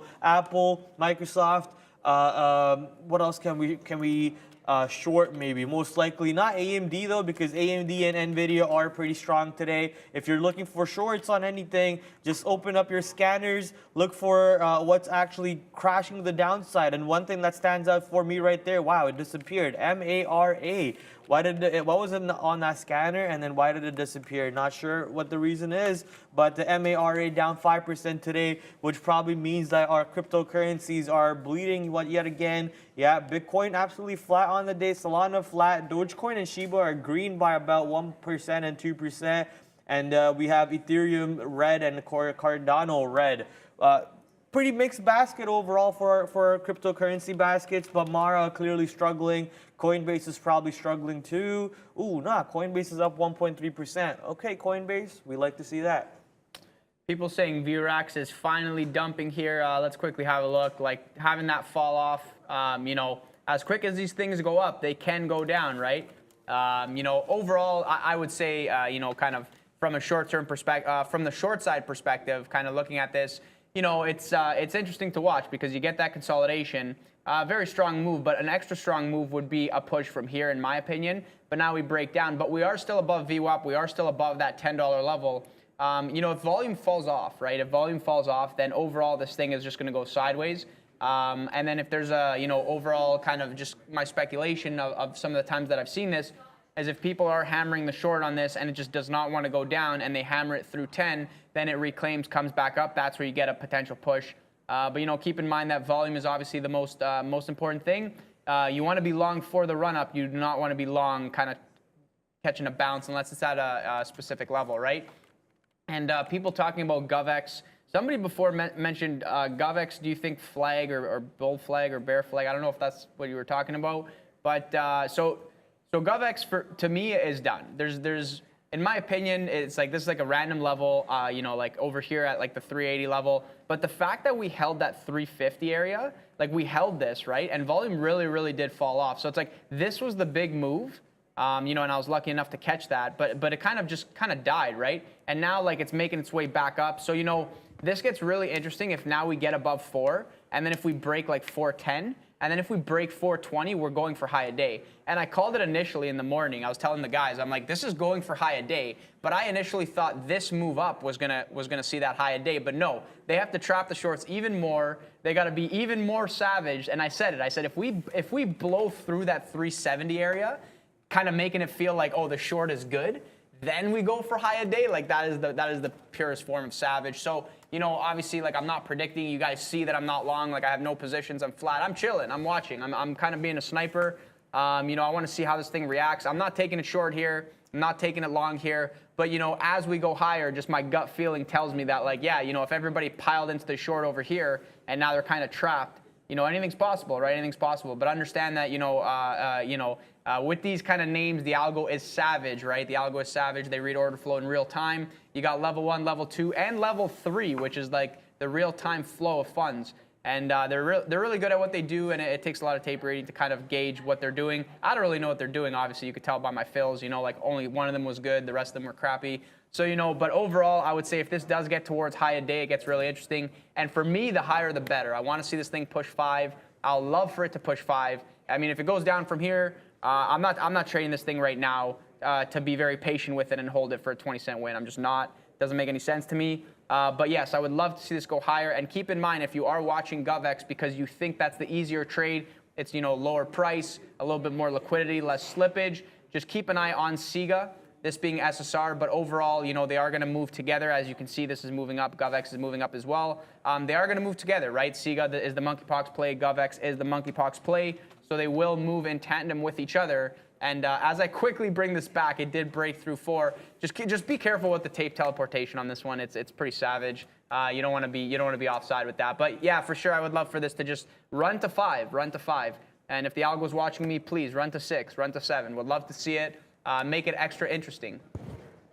I'm watching Boeing right now. Boeing 171, boy, what a crazy move on Boeing. Gotta love it. And honestly, I tried to go long 167, missed out on that opportunity. I guess I should have just taken the breakout of pre-market high 168. Never had to really look back on the pre-market high breakout 168, pushing towards 171. Boeing, multiple dollars in the money off the positive catalyst for BA today. NASDAQ and S&P 500 right now pushing towards the high of day and elevating. I, by mistake, punched out of my Tesla trade over here. Was trying to capitalize a little bit more profit at 910 or so, but by mistake punched out of my full position. Now pushing to VWAP. Is Tesla near 915? That was the move we were looking for. We were risking $5 for a $15 move, giving us a 2-1 trade. But we're gonna ruin that trade by keystroking it. But that's fine.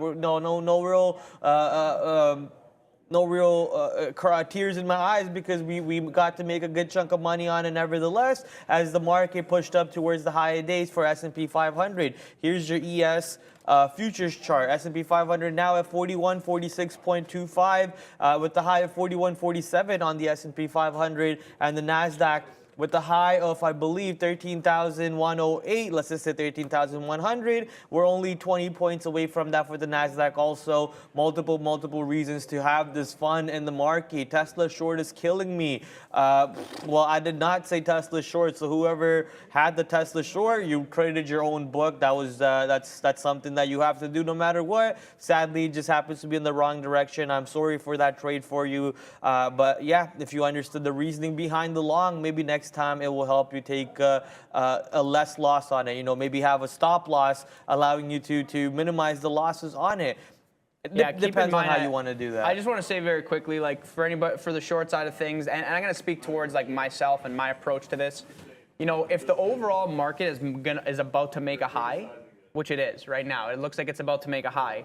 Like, it doesn't matter what name you look at, like the shorts are feeling the pain, right? So they're just covering, they're slamming, they're trying to get out of their trade. The longs are like, oh, this is a breakout, I'm taking it. The overall market's strong. So I get the thesis with the Tesla short, I really do. You know, playing off that 200 period average at the 910 level, maybe it rejected this time. It looked like it was rejecting the second time, so you take the short. Maybe you had the short in the morning, or maybe you're swinging it, saying like, I think it's going lower, like it had a run, but it's going to be the first one to fall. You know, just wait for the confirmation. Like, let it exhaust itself to the upside. Let these trades exhaust themselves in one direction, then react and play the other direction. Like, you're not stepping in front of a moving train, especially with Tesla. Like, do not step in front of moving trains with small cap, low floats. Do not step in front of moving trains on like Tesla. You know, okay, sure, you're gonna step in front of a moving train. Do it with NEO. Like, do it with something that's like the expected range on this thing is not gonna absolutely kill you. Because here's the thing, I was even looking at the Tesla like the 910 area from the short side. I didn't take the position. I know you were long. Prad was long from 900. And I thought to myself, I don't know. Like, I think the short is good. It looks like we rejected. But the thing is I'm like, this is the thing, right? You take the short over here. What's your expected outcome? Maybe it goes back to 900, breaks, and you know there's going to be games. You know it's gonna play an over/under at 900, or you should kind of have that kind of built into your expectations. It bounced right off of 900. You know, if we break 900, it's going to play games. It's midday, like volume's dying down. I looked and I said, this is savage. This is probably going to set up looking like it's going to be a good short. Then it's going to go up. But then overall, like, yes, maybe it continues to go down. Maybe it rejects VWAP. So just understand what you're trading. Understand that there's different execution styles for different types of trades. There's certain trades that you don't want to get run over. This is why that, you know, kind of from my perspective, you know, if I'm looking at the monkeypox play and I like the short, I want the short. Like, even though SIGA is, you know, maybe has a little bit better range, maybe the short's a little bit cheaper. You know, it doesn't really have a spread. It's SSR. So, like, I cannot slam the bid. So it removes my flexibility of the trade, right? I want to be fully flexible when I'm approaching certain setups, because that gives me the ability to manage my risk a little bit better. So that is the kind of ideology as to why I choose one name versus the other name. So yeah, just understand that, like, you know, these are, like, for example, Tesla's not a name that you should step in front of. You know, overall, it's a very tough name to trade. Very tough name to trade. A lot of day traders will tell you the same thing. People saying Meta is going up like crazy. Meta, guys, let's not talk about my Meta short from last week. That was pretty pathetic. But yeah, this thing obviously straight up. And let me just quickly pull up the daily for you guys here. Doesn't have all the data loaded, but look at this channeling range. Like that 155, you don't get a cleaner bottom than this. Like this is the bottom. And what does it do? It breaks down, it hits 155, it bounces. Friday breaks down, 155, it bounces. Today, 155, look at the 1 minute, 155.50, and bounces 10 points. 10 points. So, you know, I'm not sure it's going to provide another bounce opportunity there, especially if the overall market's strong. Overall, NASDAQ looks like it is breaking out. Just keep in mind that maybe we get some resistance over here. So we could get that sideways action. But in general, kind of does feel like Meta could easily go for that 170 level. And then are we going to get a breakout or a rejection? And last thing I'll say, you know, I kind of look at these overall patterns, which kind of one thought leads me to another. I want to quickly take a look at Uber. You know, Uber earnings coming up, reporting tomorrow before the bell. And, you know, everyone has their thoughts about this company. I got my thoughts, and my thoughts are this thing is going lower. And the reason I say that is because they make no money. You know, it made sense before, but like, you know, capital's getting more expensive. Like they make no money. It's like, are they going to get that line of credit that they need to continue operations? You know, a lot of the price of overall Uber is going up, right? So before it made sense because it was cheaper, but you know now it's like at the same price, or they're just not competitive anymore, to my understanding in certain areas from what I looked at, right? So overall, you know, I think Uber. I mean, I like the short for that reason alone. You kind of have that 24 to 25 area to play off of. You know, overall right now, I would love to see this kind of get towards 24, break up, and then reject again, and then we get maybe a real nice short if the market wants to roll over for a nice VWAP test here. So I'm keeping this on my radar. We got earnings tomorrow morning. I think they are going to, whatever they report, I mean, who's buying this? I'll be surprised, but obviously anything's possible. Yeah, Uber also has the competition now with the food delivery, Grubhub service, and Amazon Prime teaming up over there, disrupting the market. A lot of things are possible. All I know is I take Uber almost every single day, twice a day actually, to get home and to get to work. So I alone am boosting Uber's earnings report, padding their earnings report over there. So anyways, we'll see how the earnings report come out. I'm not into predicting the future. I'm into playing the future. So we'll just play when the numbers come out, and we'll see from there. Right now, S&P 500 just double topped off the highs at 4150s or so. I think that's 4150, and NASDAQ moved towards 3100 and just rejecting off the 3100 over there. Lots of fun coming in, but more importantly, the fun is on AMC breaking 15 to the north side, 4.33% to the upside today on AMC, with about 10 to 11 million shares traded overall. Lots of volume coming in. Keep in mind, this partner in crime, GME, recently had a stock split, also moving along to the north side, 3%, with 2 million shares traded.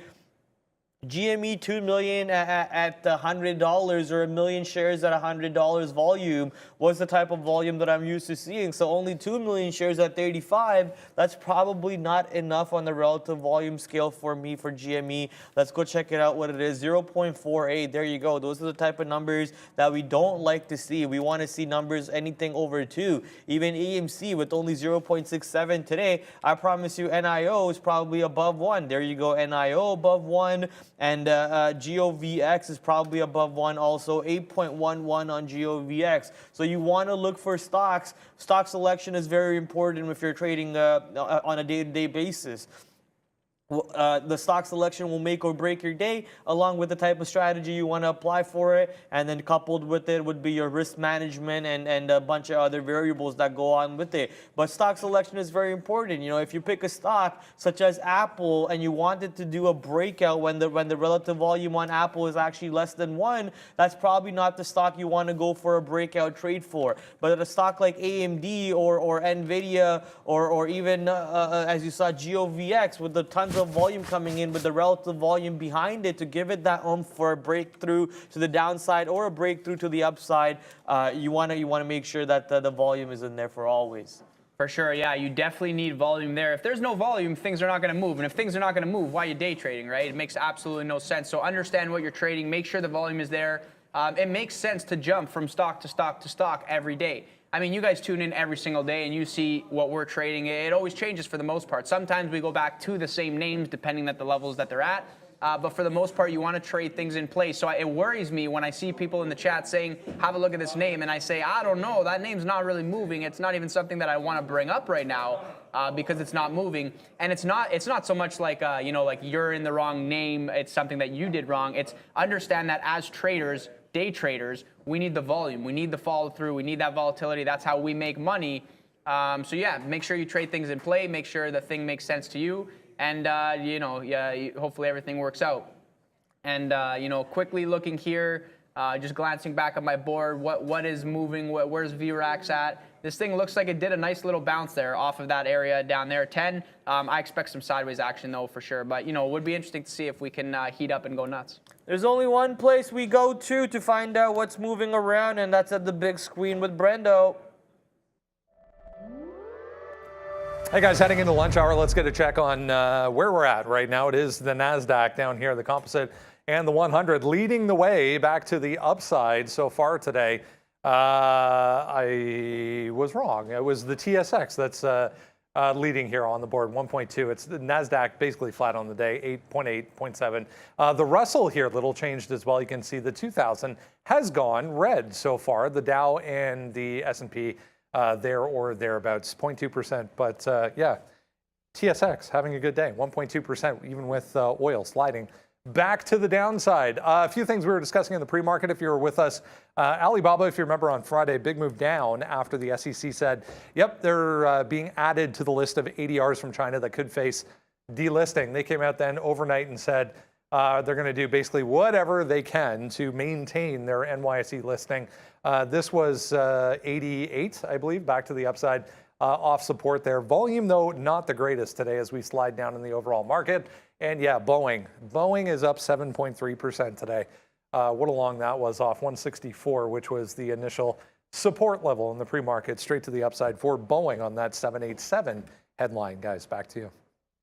Since we have Brendo here, before you go to your meetings, Brendo, you want to talk about Formula One real quick? Sure, why not? So we know that Verstappen's going to take #1 without a doubt on the leaderboard. Yeah. And the first stint of the season's already done. The second stint's going to start in about a 2-week break or so. Who do you think is going to take the constructor seed 2, though? Is it going to be Ferrari or Mercedes? It's going to be Red Bull. Red Bull? Not to burst your bubble, but it's going to be Red Bull. No, constructor seed 2, not seed 1. Oh, I thought you meant the constructors championship, like the overall, the team. Yeah, the second seed. Who's going to be number 2? I mean, if Ferrari can keep their cars on the road in the second half of the year, it's got to be one of them. I'm not going to say which one because they're both having pretty good years, but it'll be one of them. But yeah, no, I'm as I said to you early, a little bit excited as to the momentum of some of the other teams. I mean, McLaren looked great Thursday, Friday this week. Mercedes obviously looked terrible Thursday, Friday, but then end up having a pretty good weekend back to back. So 3 weeks, Prad. What are you going to do for 3 weeks without any Formula One to watch on the weekend? Thankfully, I got UFC for that the downtime. But yeah, 3 weeks. I thought it was only 2. 3 weeks of downtime. Oh, no races, man. That's gonna be boring for sure. But thankfully, we have UFC and other sports to talk about, and we got video games to have fun with too. So we can always rely on that. A couple of the moves that we're actually seeing right now are once again to the downside. NASDAQ rejecting highs, and S&P 500 also rejecting the highs. So clearly, the market's going to be very range bound sideways. It is officially lunchtime, 12:03 Eastern Standard Time. Lots of volume about to depreciate from the market and probably come back in around 2 o'clock, 2:30 or so.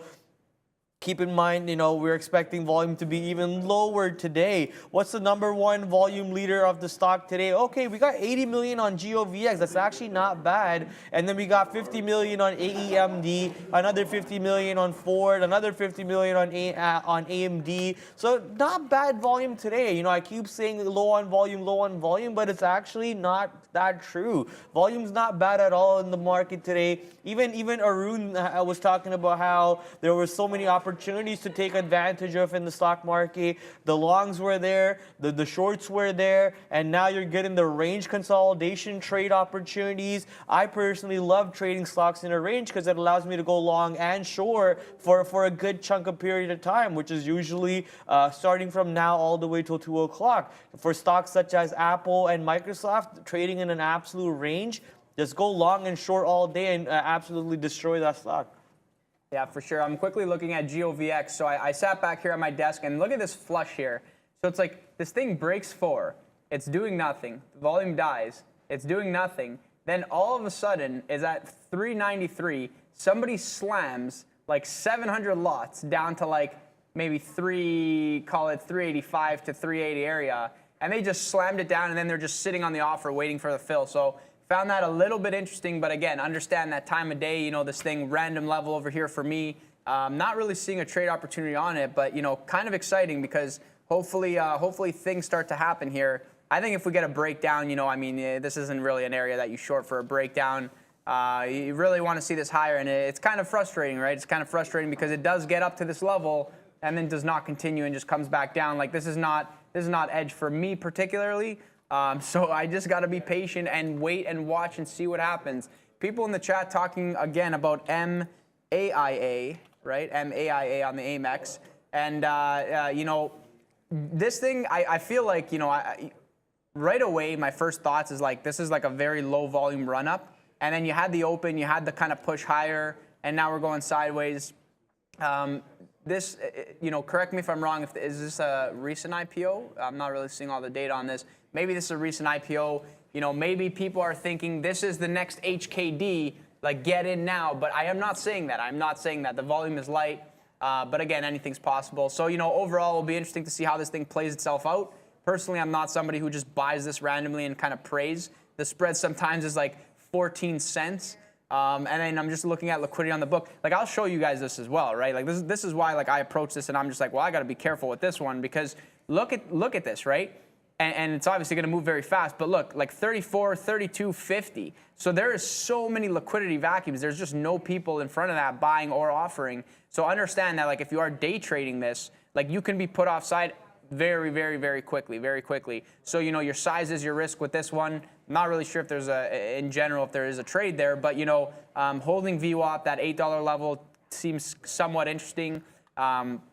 But just keep in mind that, like, this is not a name that, like, if you play an $8 bounce and if you think you're getting out at 780, like, you're probably not. There's going to be a lot more slippage with that, so just understand that. Market coming back down right now, so those shorts off those highs on Microsoft and Apple, giving you an opportunity to reload and take advantage, something that I haven't done. So just waiting for it to maybe pop back up and give me another opportunity over there. Beautiful double top on the S&P 500 and somewhat of a double top on the NASDAQ markets also. Let's move on from the market over here and go look at some of the stocks you guys are looking at. Meta to the moon, apparently. Meta's still taking off, huh? Meta does not want to cool off as just today, but looks like we got a fail break of 165 by only 19 cents. There was no more oomph behind that push above 165, and it makes sense. We're at lunchtime. Breakouts at lunchtime usually don't have that extra power behind them because of the lack of volume. I know I sound like a broken record now. All I keep saying is volume, but that's what it takes for that setup to play out. If 165 break was happening around 9 o'clock or 10 o'clock, it most likely would have broken it and kept running. But notice how far away from VWAP Meta platform is now, and the time that we are in also. All variables considered, most likely we're expecting Meta platforms to go down to 162s, find support in a previous consolidation sideways area, and then launch back to the north side. Keep in mind, though, I think if it does go down to this 162s or so, doesn't that turn into a somewhat of a head and shoulders pattern, and then the head and shoulders pattern is to the downside? Either way, I don't really use the pattern to trade off of it. It's not a signal that I use, but Meta platforms most likely setting up over here to create a left shoulder, a head, and a right shoulder, and then most likely collapse maybe tomorrow. This is a 5-minute chart, though, so maybe later on today. We just don't know. It just depends on what you guys really believe in. If you believe that the market is in a long direction today, it very well could be. I mean, S&P 500 is up currently up 0.07%, NASDAQ up 0.66%. So a lot of the movements over here that we're getting is to the north side of the market, but also we're rejecting the highs every time we push up. So it has me worried that maybe today is just a little bit of a sideways kangaroo dance day. Yeah, for sure. You guys want to keep in mind that, like, this is just my thoughts. Like, I kind of think to myself, and I'll think out loud here. In a bull market where breakouts are taking place, and these are fresh levels that are taking place to the upside, nobody wants to miss that level. Like, that's the level to have. It's very strong. You can see it in the tape. I'm referring to large caps here. But, keep this in mind. Look at the NASDAQ chart right now, right? Look at this NASDAQ chart. Let me just bring it up for everybody to see here. This even though we are now breaking this resistance level, understand that, like, this is the overall trend is down, right? And everybody knows this, it's not rocket science. But basically where I'm going with this is when now we break to the upside, even though there's obviously the possibility that we now run to, like, let's call it 13.5 or maybe even 14 on the NASDAQ, understand that like this range has been set before, and people who have not had the ability to sell at these prices maybe are considering the selling over here. And people who are playing the bounce are, they have to have a place where they're taking profits. Like, nobody thinks this is going up to all-time highs, right? So kind of overall, just my overall ideology is like, breakouts just don't make sense, or the breakout maybe is not going to be super clean to the upside. Maybe you have to find a different way to get long. Because, overall, like, it's like that's where liquidity is, so, like, that's where people are taking profits, right? You're getting the breakout is going into prior resistance levels, and we already had this bounce, and a lot of people maybe ask themselves, like, will the bounce continue, or will we go flat for a little bit, right? And if we do go flat, maybe this is the best time to get out of bigger position size. So, overall, these are kind of my approach. This is why I say to myself, like, stop taking breakouts. And I literally need to write this down, because I'm at my desk over there, and I'm like, all right, don't take breakouts. And then, like, 5 minutes later, I'm blacked out. I'm taking 6 breakouts at the same time. 2 of them are working, 4 of them are failing. The 2 that work aren't even that good anyways. And I was like, what am I doing? What am I doing? So, just remind yourself of the whole kind of ideology that, like, in general, maybe there's a better way to approach that as opposed to just, like, the simple breakout strategies, because we are technically in that bear market. It's a bear market rally. We're going into these prior resistance levels where you're going to get that resistance. You gotta imagine that there are probably some sellers over here. Who is really buying it up right over here after we already came back here? People definitely want to see some sideways consolidation and hold before the next leg up. So, bringing this back to the kind of ES view, obviously these things are moving very similar and close to each other. But, like, as a trader, like, for myself, like, if we get above, like, 4,200, I'm not really buying 4,200. Like, personally, because I just don't think that, like, getting in at 4,200 for what, a move to 4,300 where the downside could be huge. So it's like, I'm not really buying 4,200. If anything, I'm buying before 4,200 because I think it's going to get there, or I'm watching 4,200 react, and then, okay, are we going to then continue higher, break 4,300, and then run 44, 45? But this would be a very, very extended move. It just doesn't feel realistic. Just kind of given overall market conditions, overall kind of macro view on the situation. So, this is kind of my philosophy, my ideology as to why breakouts are not working. So, I kind of give myself the context, which helps me, reiterate like the fact. Like, do not take breakouts. Find other ways to trade around them. Is it still considered a bear market if we're not down 20% from the highs?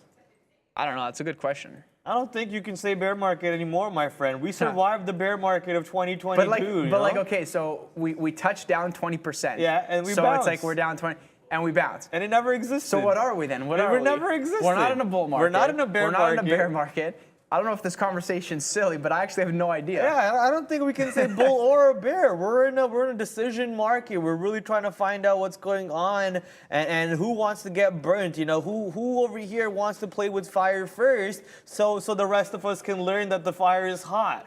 and most likely going to be me. You know, I like to play with fire. I'm a pyromaniac. But you know, all things I'm a being said, pyromaniac. pyromaniac. Like Isn't that what it is? No, that's funny. I just never heard that before. Pyromaniac. No, I get I think it. that's the right word. Yeah, If I'm wrong, then someone can correct me in there. But yeah, here's the market now really rumbling in the jungle. Goes Rumbling in the Microsoft. jungle. Trade to the downside. So if I had that short still, I'd be laughing to the bank as Microsoft pushes down. Apple pushes down with it. Looks like I was right about the short direction today as the S&P 500 does double top and pushes back down over here. Now only down about how much? How much are we down? I think I do shift draw. Yeah, I do shift draw. Not only down about 13% from all-time highs for the S&P 500 futures, which Luca did mention we were at one point down more than 20%, which is what triggers the bear market action. The bear market terminology starts coming into play over there.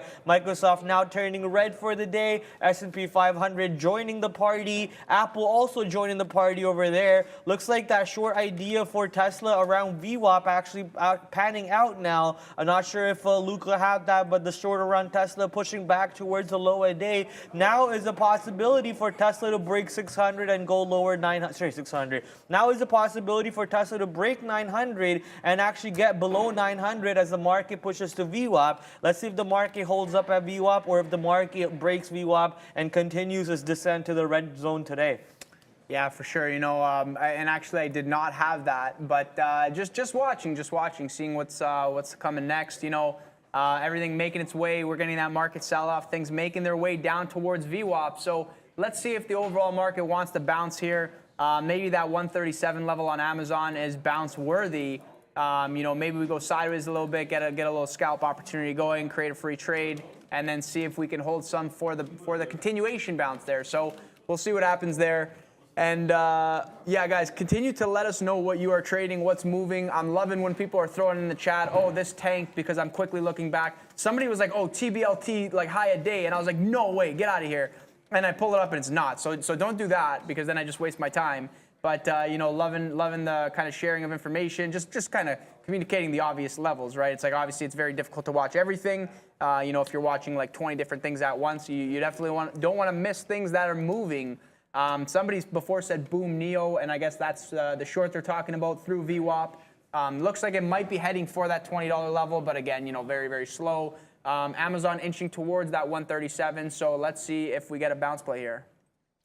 Viewer asking me over here, where's the question again? I can't answer that question, honestly. It's a very... I can't answer that question. It's like almost asking me to predict the future. You're basically asking where is on track, which is OTRK, I believe, OTRK on NASDAQ.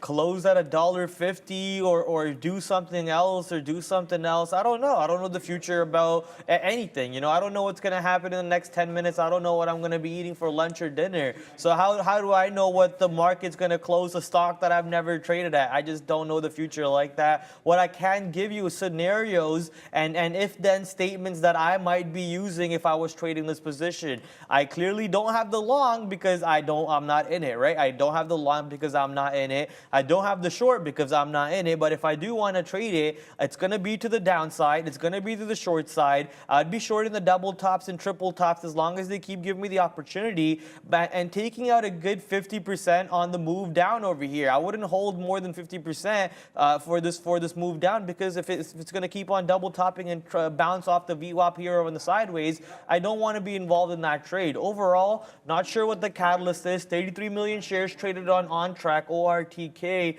Let's go see what that is on the relative volume side. ORTK on track, 256 times relative volume. So why would I even be thinking about shorting a stock up 103% with 256 relative volume coming into play? The direction is to the long side. I missed out on the direction. Now I just leave the stock alone, let it do what it wants to do. And as to where it's going to close at 4 o'clock, it's anyone's guess. That's anyone's guess. And somebody asking, what position size do you guys use on a day trade for an $80 stock? So it's very subjective, right? Day trading is scalable, you know, give or take all the way up, all the way back down. just keep in mind, if you're new to trading, so if you're asking that question, I'm going to assume that you're new to trading because, veteran traders understand that that doesn't matter at all. So, if you're new to trading, I would say just trade very, very small and trade a lot. Trade very actively, assuming that your commissions are not high. The reason I say this is because you want to get a lot of reps in. You want to see a lot of different number of occurrences. You want to see things play themselves out. You want to understand, okay, what is the expected bounce on a, for example, like an Amazon 137 bounce, which, by the way, I missed the fill there, and that was actually sick, a 50-cent bounce. But here's the thing, right? If you're going for the quick short-term scalpable bounce, you can expect 50-cent move, but you cannot expect a $2 move on something like Amazon. It just doesn't make any sense, 12, 1 o'clock in the afternoon. But yeah, just keep in mind that, the size that you take, you want to make sure that you are taking size relative to your account size and relative to your experience with the setup that you're trading.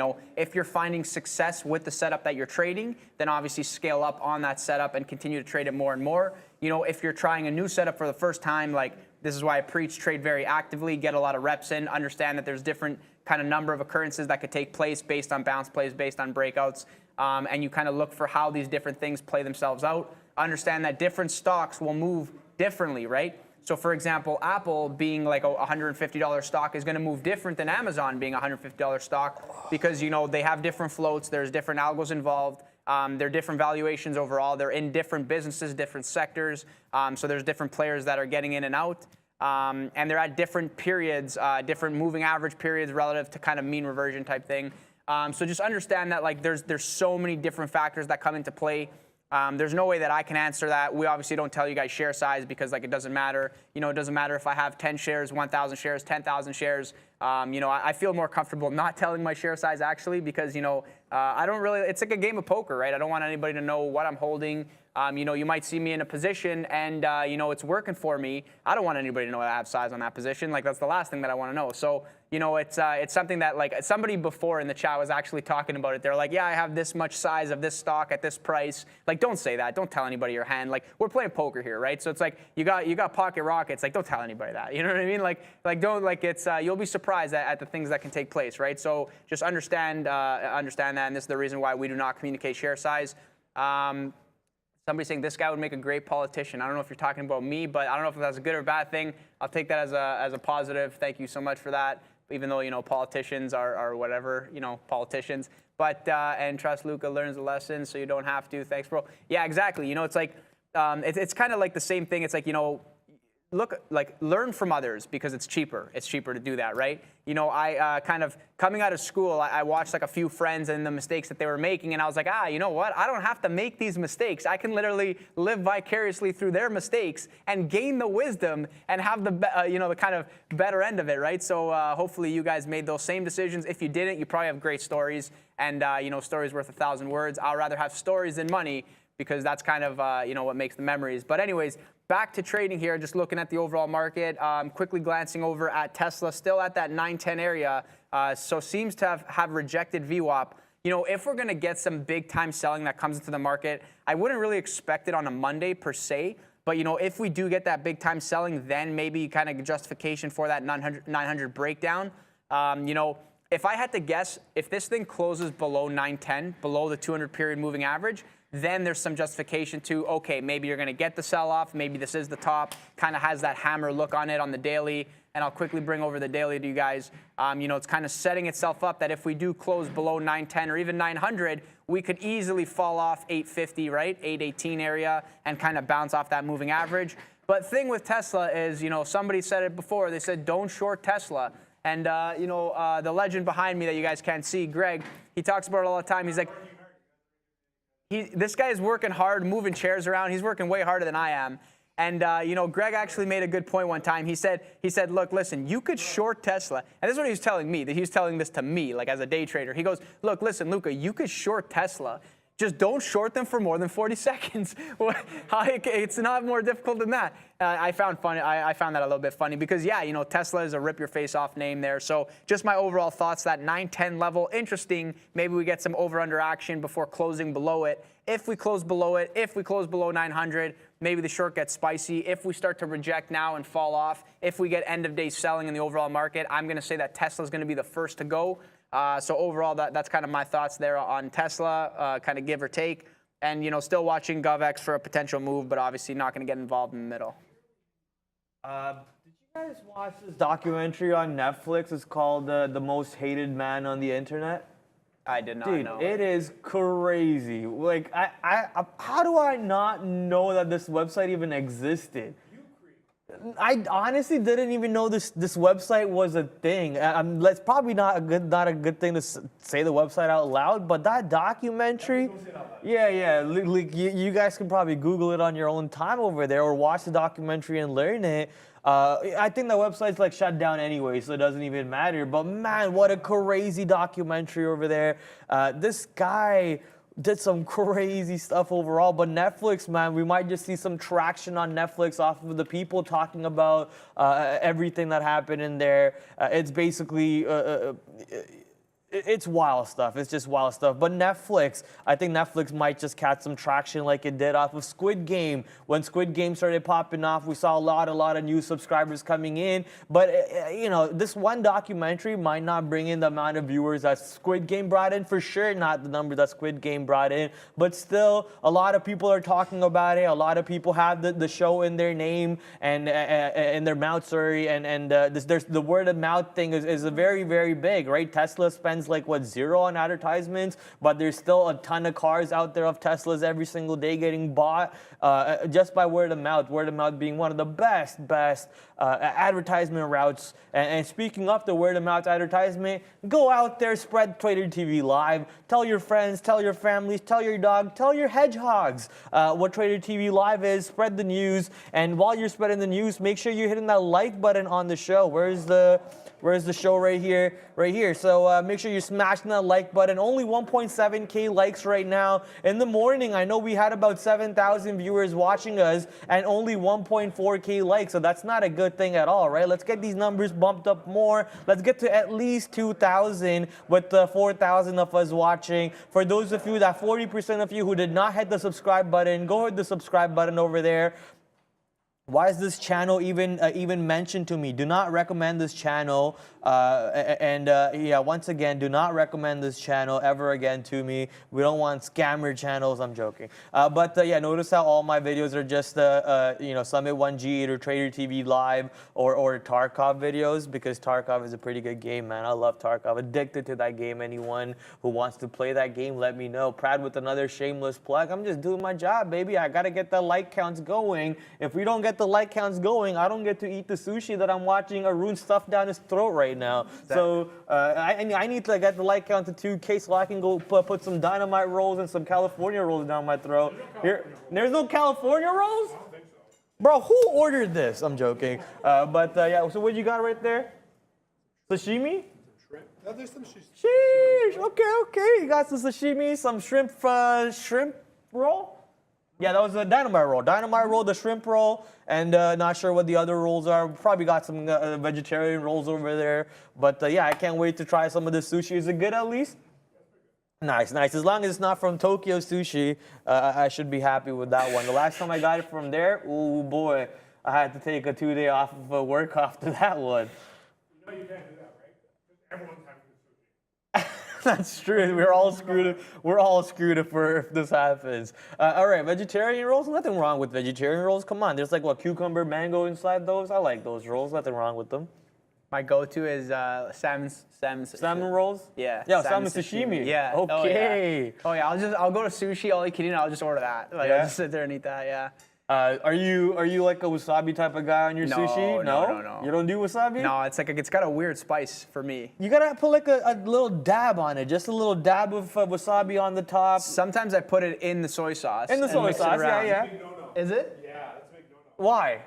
I do that sometimes. No, he just says well, no. you take a dab and put it in the wasabi, in the soy sauce, and you mix it up, and then you put your sushi in there.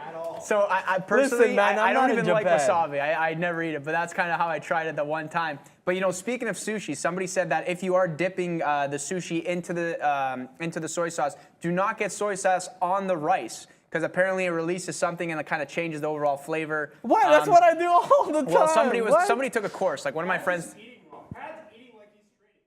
Yo, chill. Yeah, no, this is somebody took a course one time and they told me, And yeah, you know, so if you like that soy sauce action, just make sure it gets on the fish, not on the white rice, or it changes everything.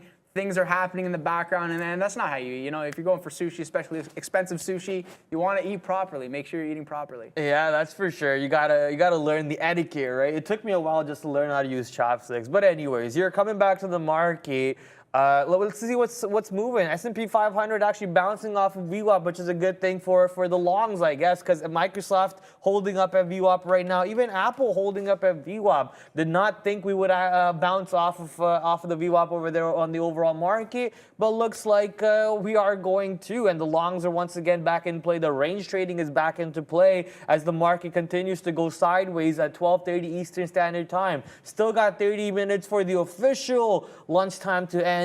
Still got another hour and 30 minutes for the unofficial lunchtime to end, because I don't think we're going to see volume all the way up to 2 o'clock. Very muted, very sideways action coming in, but beautiful ranges for us to take advantage of. So speaking of that, let's try pushing along over here on Apple around VWAP, around the 100-period EMA, as they did push the downside over there. NASDAQ 13K holding is the only key factor for me right now for the longs. If NASDAQ breaks 13K to the downside, I don't see it coming back up, so I'm probably going to exit off my longs also, making sure I hold on to my money and not give it back in this range that I believe we're going to hold on to. Already 3 pennies in the money on the long, so looks like we might just be able to get a little bit of a move, a little bit of a pump towards 163, get a nice little 50-cent scalp on Apple.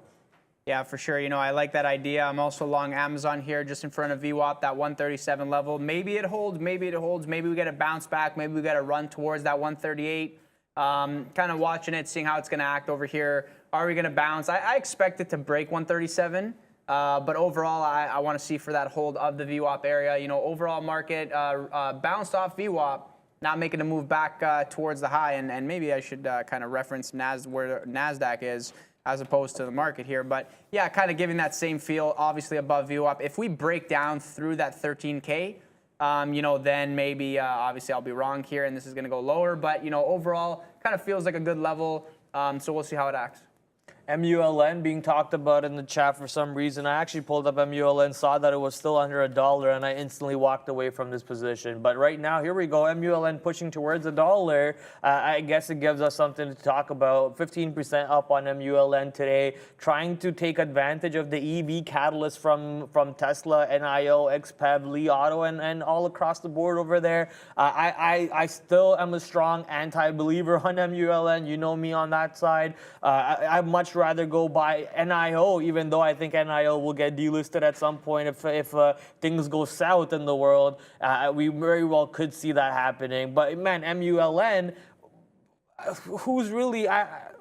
I don't know. I can't see people buying MULN cars just yet, because I'm seeing more NIOs and Teslas and even Polestars, like even more Polestar cars out there than I've ever seen an MULN car. But, you know, good move coming into MULN today, heading towards the $1. We'll most likely see the stock above $1 for a little period and then immediately die back down under $1. So just be very careful on that side. Don't get trapped on positions like these. Do not get trapped on MULN, as it is a very, very whippy stock near a penny with the float of about, I believe they did have a float increase not too long ago. Yeah, 303 million shares on the float, 16% of it is shorted. So a good setup over here is the short squeeze play that people were playing not too long ago. I think that play is somewhat dead. Maybe if it's not dead, it's still got an opportunity to push back to $5. There's a good risk-reward play for you to take advantage of. Make sure you're taking profits, though, when it does pop. If it pops up and you're not taking profits and you watch it come back under $1, then I don't know what to say about that. Yeah, I understand that you want to pay yourself. You know, nobody ever went broke taking profits. And so just make sure that, you know, everything's accordingly. So I added back to this Amazon long here. I was waiting for the break of 137. You know, had a little bit of size there and kind of just gave me the feel that, like, we're for sure going to take that. And this is what you want to see from a VWAP bounce. Obviously, you know, we had an initial bounce over here. This is more of like a long-term, not long-term, but maybe not so much for the next 3 minutes. But what you want to see is a break of the level and a quick reclaim and no real selling below it. So, if overall the market wants to kind of stay here or even kind of make a little bit of a move higher, then, the Amazon long will bounce and I'll create a free trade for myself and see if we can hold the rest. If it's going to roll over and kind of, break VWAP and now this is kind of the top-ish area and now we're going back down, then, is what it is, right? But obviously I'm going to let this thing breathe just a little bit and see how it wants to react at the 137 to 137.80 area. VRAX hitting 13 is crazy. Let's go check out VRAX on NASDAQ. Hitting 1330. It says my high a day for VRX is 143.80, so ignore that number. VRX clearly trying to push towards $14 for the most part. Still at the high days over here, up 142% on the day. Still doing decent volume. Keep in mind, this is lunchtime. You expect volume to decrease by a drastic amount, but we're actually around the opening volume candles. We got a little bit of a volume spike over here during the midday from 11 o'clock to 11:30 or so, but the volume going back down as the market, or at least as the stock is pushing back towards higher day. Let's see if we can get a volume rise like right here. Notice how the volume is now spiking up, getting elevated as we are pushing towards the higher day, most likely indicating that the stock did not come this far to come this far. So basically did not come to 14 to not break 14. Guys, let me just quickly ask everybody, please hit the like button because I saw this go from 1,600 to 1,900 and then it just stopped. And I was like, no way it's going to stop. Like, it's going to hit 2K. And I'm like, do I literally have to like ask for it? Because, how is that even possible? Like, I love seeing 2K. Haven't seen 3K in a while, so, hit that like button for sure, coming at you with fire every single day. I mean, look at this, right? Look at this Amazon bounce. Like, this thing's going back to 3K is when someone manufactured it. When someone got all the viewers to go on 5 different accounts and smash the like. No, it wasn't manufactured. The viewers wanted to see it happen. Manufactured it. Listen, man, I ain't trying to get knocked out, so yes, I agree with you, but manufactured it. They wanted to see you with platinum blonde hair. Fair enough. Fair enough. Fair enough. There we go. 2K has been hit. I'm happy. Happy camper. Now all I need is this Amazon bounce to come in to play, run to 38. It's going to dance around for a while, so like I expect it. But I mean, look at this dip, right? Like just looking at my chart very quickly here. Like obviously, VWAP 137. You have the kind of prior high 137 breaking through 137, then having the bounce at 137, right? So it's like the kind of rejection, then the break, then the bounce. Now turn to support. Now it's at VWAP. So it feels really good. Feels really good. Just kind of gut feeling, just being very discretionary here. We did break through. We broke down over here. Then we quickly reclaimed. So my expectations is that we're going to try to dance around. And, obviously we're in algo hour type thing. So these algos, they want the long too. So what are they going to do? They are going to slam this down as much as they can to make everybody sell to them so that they can scoop up these shares for cheap just under VWAP. And then as soon as this kind of gets away from VWAP to the upside, if it does, then we're going to go, right? Then we're going to get that pop. So I'm going to see if we can get a 50-cent move to the upside, kind of take some out over there, and then see if we get a move towards that 138 level. Not really super inclined to hold this through 138. I mean, maybe we go higher from there, but overall, I just want to see this bounce, kind of come back up to this area over here, 50 cents higher, see how it reacts. And then, if we continue higher, like hold the next piece. But, overall, feels good. Feels like every time we jam lower, we just kind of quickly bounce back up. I mean, the overall market's trying to decide where are we going, lower, higher, lower, higher. It just feels like, like we're above VWAP on the day. We're not down on the day.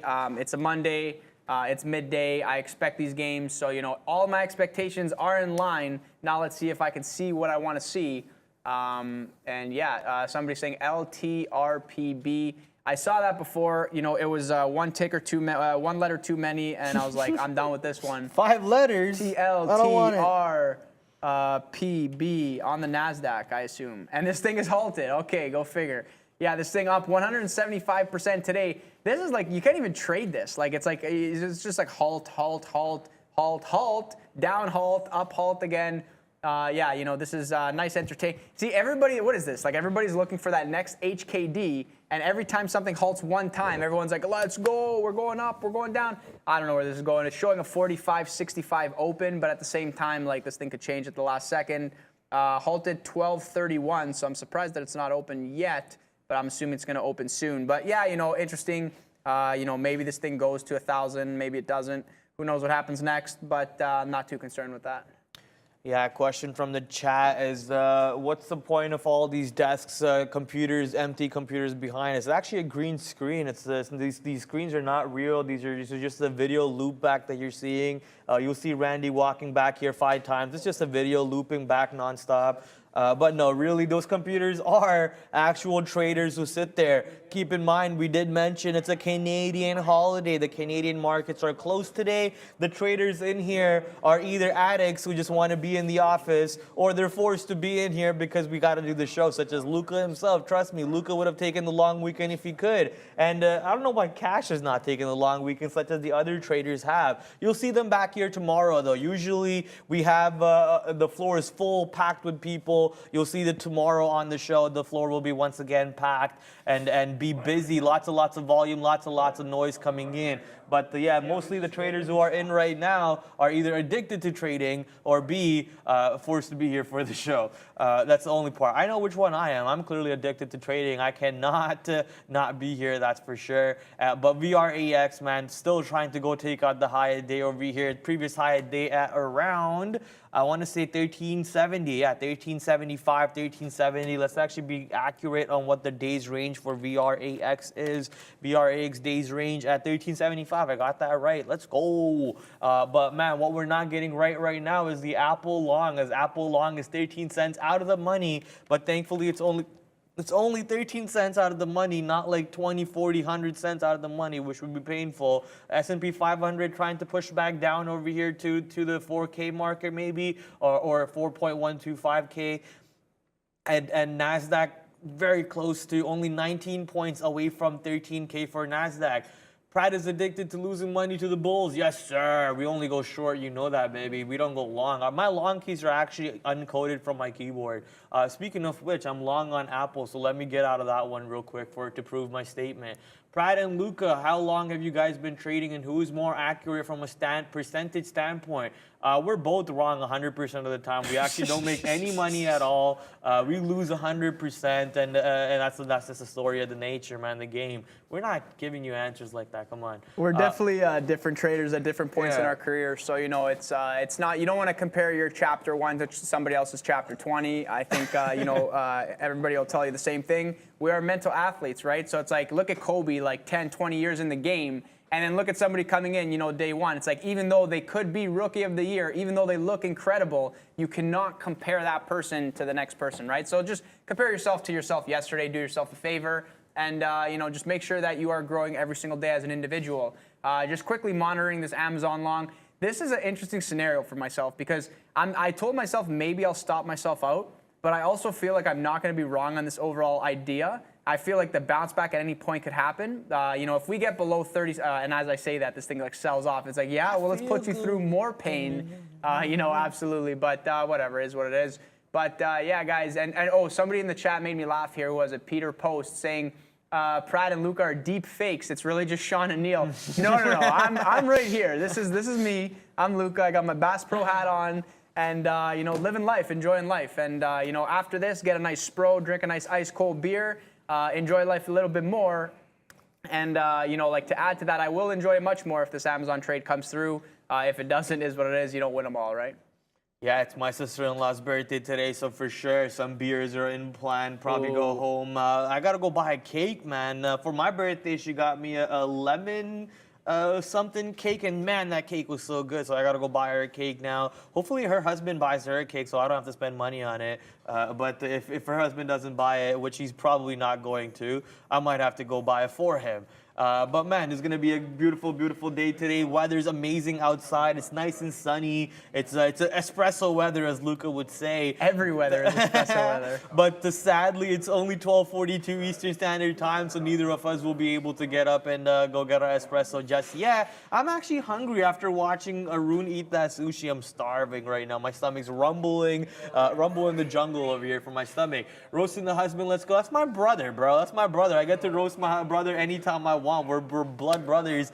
We get to make fun of each other. I mean, listen, he spent years and years beating me up for fun. I get to at least make fun of him on a show a little bit, right? Just a little bit.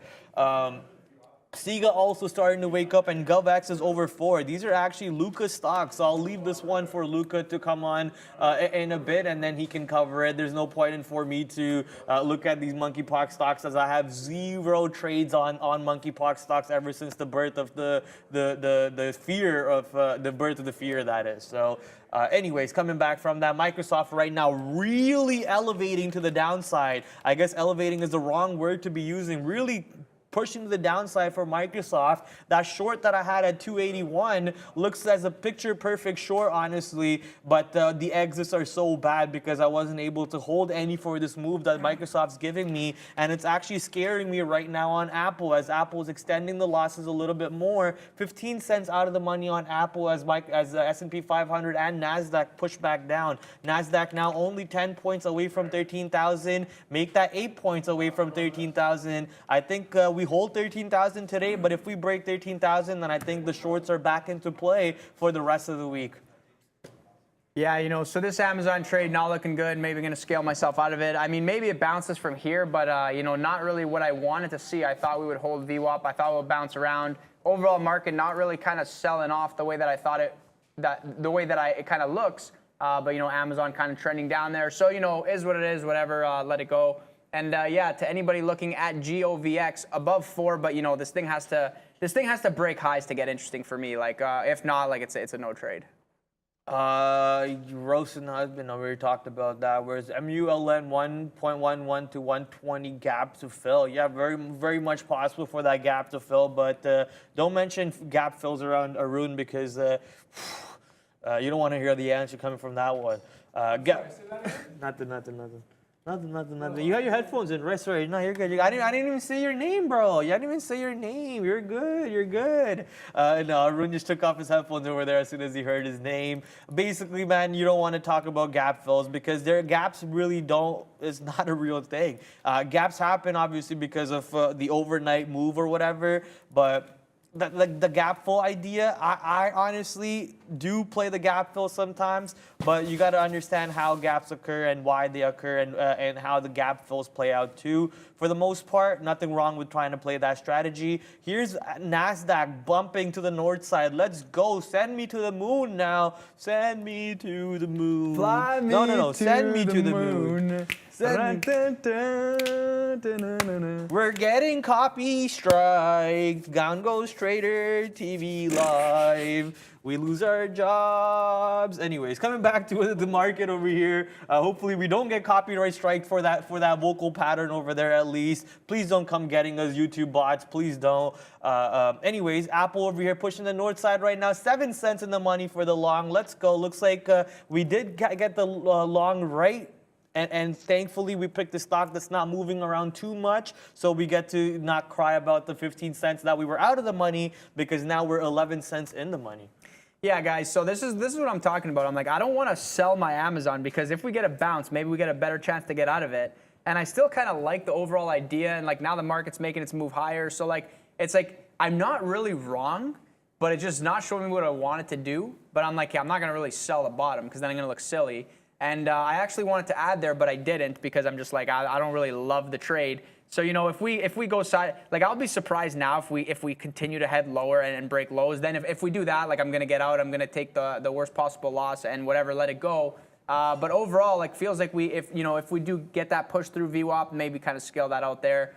So just kind of watching it here, deciding like what I'm going to do with this one. Not really too sure, but whatever is what it is. And Frank Jones, nice bounce on Oracle after the layoff news. Yeah, let's have a look here at the Oracle. I actually never took a look at this yet. It's on New York here. Yeah, it's kind of the common theme, like, companies either saying that they're slowing hiring or overall just kind of laying people off here. And I'm assuming that's what this kind of flush down is. You had the flush and the reclaim. That's pretty savage, actually. It's kind of interesting, right? It's like you're getting these moves, but then they quickly reclaim themselves, right? It's like, is that an indication that like overall everything is baked in and there's no real kind of follow through afterwards? Definitely an interesting take there. Man, I don't know what this market is gonna walk into. Like we have so many negative catalysts coming out.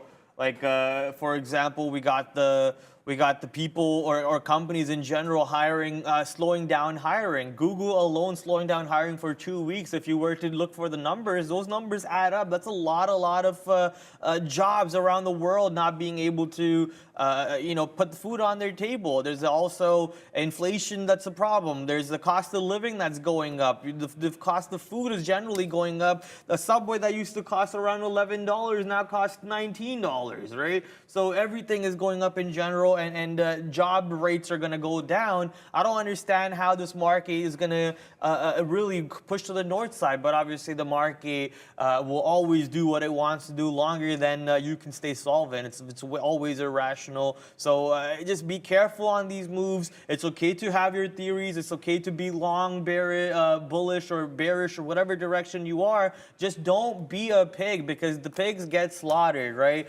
Whatever direction you're in, make sure you're using stops. Make sure you're able to take profits in your direction when those directions show up for you. Don't be trying to work the trades a little bit more just because you feel like, oh, this trade's going to work out for you. But obviously, when you're at Sean or Luca's level, you have that gut feeling where, like, oh, I know this trade is a good trade. You have that gut feeling like, I have this. I know I have this. So you might hold it for a little bit more than you wanted to. Nothing wrong with that, but always make sure you have that final line in the sand where you're like, this is my out. I'm out after this. I'm not extending my losses on the stock. Something that I'm thinking right now out loud on Apple. Apple 24 cents out of the money, which we thought was going to work out, sadly looks to be a little bit more painful and a little bit more scary on this position on the long side, but thankfully we can just let this position play out for us, as NASDAQ has yet to break 13K. If NASDAQ breaks 13K to the downside, I am done with the long on Apple. I give back some money on Apple, but thankfully still end positive. For sure, definitely have your defined out. And for me, I'm done with this Amazon trade. It should have bounced where I thought it could have bounced. It didn't. I'm out. This is a loser. No big deal. Whatever. Small size, sized accordingly. This is going back to the saying: do not diddle in the middle. Like put the odds in your favor and kind of get involved in interesting ranges. As opposed to random areas. And somebody's saying TBLT at VWAP. Let's let's look here. Yeah, still kind of hovering around that VWAP area. Yeah, I mean, if this goes to 10, then there's a trade there. I'll be honest. If not, then you're in the middle here. It's at VWAP. Like if you're playing I think it's going to 10 game, you're trying to predict.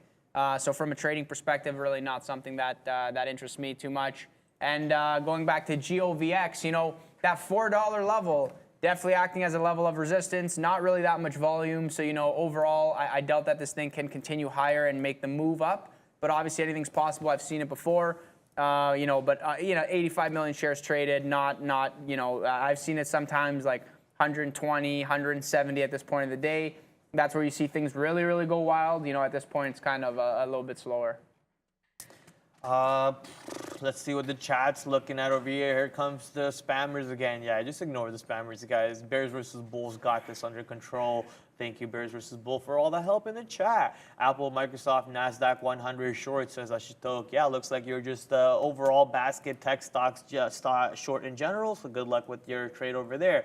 Do you guys trade options? No, we do not. We trade equities and contracts for futures. Well, we being Arun, not most of us, but some of us over here do trade futures and are trying to build that skill level for us over here at Day Trade the World. If you want to learn more about Day Trade the World, head over to daytradetheworld.com or DTTW.com and find out how you can open up your own office in your country as long as you're not in America. Anywhere but America, I believe. NVIDIA moving sideways for 40 minutes. I mean, that's the market, right? The market's been sideways for ever since 11 o'clock. We got those big bumps up to the north side on the market at 9:30 till 11 o'clock, and ever since 11, it's just been pretty muted sideways action. Here's NVIDIA, here's AMD, here's Microsoft, here's Apple. So most of them are just in ranges, which is actually not doing a whole lot of fun activity for us. Looks like most of the fun was on the opening drive itself. Shopify.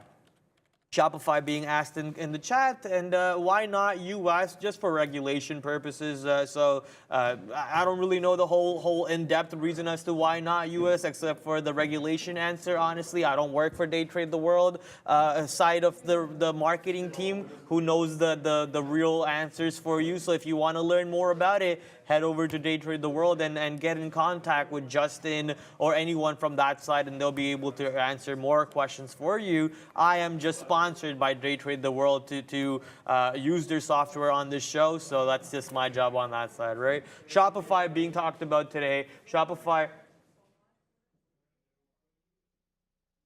Yo, these guys are a bunch of princesses, eh? These guys are a bunch of princesses ordering their own separate food. If Sean was here, Sean would be like, okay, Swiss Chalet or nothing. Shut up, you're not getting food. Apparently, Fahad got his own separate food. This guy got his own separate food. This guy got his own separate food. Everyone but me got their own separate food. See, you guys say I'm the guy who complains about food all the time. I'm the one who was like the least complaining. I'm the one who was just like chilling. I'm like, yo, I'll eat anything. I don't care. You guys do whatever. This guy says tomahawk steak. That guy says 8-ounce ribeye. This guy says I want like a salmon and a whole enchilada with it. Like, these guys are pickies, and you guys are like always getting angry at me. At me, come on, man. I'm like the nicest guy in this office. Look, this guy actually got a nice tomahawk steak or something. It's not tomahawk, but it's a steak. Look at these guys, bro. These guys are crushing it. This guy had sushi. This guy had steak. Bunch of princesses in this floor, that's for sure. Getting their own custom-made foods and whatnot. Man, I'm telling you, if Sean was here, it'd only be Swiss Chalet. What, did you get something custom too, boy? No, we didn't even get menus. See? I said a banana. I'm joking. A banana, nice. Yeah, banana, baby. Let's go. Man, when was the last time I had a banana? I think a long time ago. Wait, you don't eat bananas every day? No. No? No. I find that I always thought everybody eats bananas all the time. No. I love bananas. They're awesome. They're pretty good. I do like banana. Banana smoothies are my favorite. All right, come back to the market. Prad left with prison food. Yeah, I think that's what it is. They're just having me, they have prison food for me probably somewhere on the side separately while they're eating all these amazing ribeye steaks and tomahawks and whatnot. Anyways, coming back to the market, you guys want to take a look at Shopify. Shopify near $37 now, only a 42-cent break above 37 for Shopify, but coming back under 37 right now. Let's see if we can see some selling, pushing it to $36, at which point I think we could see some support coming in around $35 for Shopify. Keep in mind, this is the new split prices. Look at these $500 prices, and now 27 looks to be the low. Is it low? Let's go check it out real quick. What is the low of Shopify ever since the split? Looks like around $29. Yeah, I think it might be like $29.75-ish. Market is yo-yo indeed. It is indeed very much a yo-yo market, mate. Microsoft, please, Prad. Not sure what you want from me on Microsoft, but yeah, here's Microsoft. I missed out my short opportunity. I had a short trade. It's now pushing a little bit more short than the price that I already have, so we're gonna not be able to trade this. Currently, Apple long is what I have, 34 cents out of the money on Apple, waiting patiently for NASDAQ to break 13K to the downside. If NASDAQ breaks 13K and starts trading under VWAP, that's when I'm closing my Apple long for a loser, but until then, I'm just holding on to it. I believe NASDAQ will keep on bouncing 13K a little bit longer, and then we see it probably destruct to the downside and then probably go test the 12,500 later on in the day. I'm expecting the market to turn red going into close, but let's see if that's the story. Since Arun is here, we actually get to pick his brain. Do you think market turns red going into the closing? I don't know, he says, so there you go, man. You heard it there first, folks. There His you heard answer it. was, I don't know. That's literally my approach to every single trade. I'm like, I don't know. Okay, let's see where this goes. That's right. Market pushing down though. There we go. 13K breaking about a minute ago. I'm just watching it carefully to see if we whip right back above VWAP over here. 100 period EMA also coming into play very soon for the NASDAQ. Currently 40 cents out of the money on Apple. That's fine with me, but it's a little bit past my line in the sand already on Apple, but I'm just waiting to see how the market behaves over here as we're under 13K and a little bit of a volume spike comes in because we break a good even dollar number where a lot of stops are usually around these even dollar prices. So I'm guessing some stops getting burnt, some longs are probably trying to pile in, some shorts are probably trying to cover, and also vice versa. Some longs are probably trying to cover and some shorts are probably trying to re-enter, making that 13K level very important to watch. And once here we go, we're getting back above 13K, some volume coming into the market. If we start filtering the contracts for one contract or more, so we can actually see good volume coming in. Here we go, some contracts above one or more. So I only want to see 2 contracts being traded if I want to see it or I don't want to see it. Coming in, we're seeing some longs, some mixed basket of trades so far. Nothing really that's indicating a long push to me just yet, but I'm happy seeing 13K on the bids again. Somebody's saying I remind them from Seabass from Dumb and Dumber because my outfit. So let's quickly have a look here at Seabass. I watched this from back in the day. And, oh, there we go, Seabass. Yeah, this guy from the guy who... Dynam? Because of vest? Because I got a vest? Oh, and the hat, too. I get it. Yeah. What does the hat say? What, this guy's hat? Yeah. I have no idea. Oh, Winem Dynam 69. Oh, my goodness. Winem Dynam 69. Yeah. No, that's pretty funny. Yeah, you know, like vest will do that to you. I'm just missing the plaid shirt. I'm not actually sure I own a plaid shirt like that. I probably don't. Not really my style too much, but yeah, it's kind of funny. Made me laugh there. You know, that's why I love you guys. You know, in the chat, you guys make me laugh. Keep them coming. Yeah. And you know what? Boot Burner. I was like, yeah, I love bananas. And then I'm just like, you know what? Someone's gonna say something. Someone's gonna say something there. But no, you know, they got that potassium. They're, you know, definitely solid. You know, so what is this? Yeah, you know, it's good for overall health here. I'm just quickly glancing over at GovX. There's some selling going into 392 area. Seems like an iceberg, but again, it's like midday though, so I should actually stay out of that. And I'm quickly looking at Ubers. Wow, that smells amazing. I know, fries do smell amazing. They look a little over fried though. They look a little over fried. I feel like there's an iceberg. Oh no, that's gone iceberg too. order where? No, I was just like, I'm watching like Uber because now it's over 24, but I don't like love it per se. I'm just waiting for something to move. I'm waiting for something to move. And somebody's saying even better, cold bananas. Really? Cold bananas. Well, I guess like, I mean, that's kind of... My buddy takes these old bananas and he squishes them, and then he mixes it with like egg, I believe, and then he like fries them. I'm not sure what they're called. Bro, so good. That actually sounds amazing. So good. It's like you take bananas and you let them like get old a little bit. Like let them like darken like up. Ripe. Get them right. Bananas. You let them darken out a little bit, and then you squish them, and then you put them in egg, and then you make like this batter, and then you fry it. Ooh, so good, so good. Anyways, I'm just getting hungry right now. Yeah, guys, the last thing I'll say there is you gotta try. This is the best combination. Okay, best combination. You get challah bread, triple toasted challah bread, like nice toasted, peanut butter, ripe banana, and espresso or coffee. That's an amazing breakfast. I absolutely love it. Don't knock it till you try it. It's absolutely amazing. Yeah, this show has gone from being Trader TV to Food TV. Food Network is, I guess, the second part of the show over here is what you're noticing. When the market's just like absolutely flat sleeping. Here, you know? Yeah, when the market's sleeping and everyone's over here eating food in front of us, except for us, it's kind of hard for us to not talk about food. So I apologize, chat. We do apologize. Let's get back to the market over here. Your main man, Brendo, is currently miking up, so get ready to go to the big screen very soon for Volume Leaderboard. Hey guys, yeah, let's talk about what is moving around this afternoon as far as U.S. listings are concerned. A lot of volume to deal with once again. 11,178 issues on this board. 5,355 in positive territory. There's about 4,650. I'll be fine. In negative territory, 1,170 basically break even on the day. 1,000 new lows versus about 100 and change new highs on the day. Top of the volume list today, the TQs, up to 90 million shares traded so far on the TQs. That tells you a story right off the bat. The SQs, number 3 there, 71. So the market itself showing a lot of volatility, a lot of movement so far today. GOVX, number 2 today. It was number 1, I believe, on Friday. $4 we're up to on GovX, about 90 million traded. Ford is on here. Remember, they unveiled that new version of their smaller SUV this morning in the pre-market. Pretty positive once again today for Ford. There's AMD, Mullen, MF, OTRK, and Amazon, bottom of the list there. 45 million shares traded on Amazon today. LTRBP, no idea what that is. It's up 200%. VRAX, QRTEB. On the performance side of things, guys, brand new month, still tons of volume. Back to you.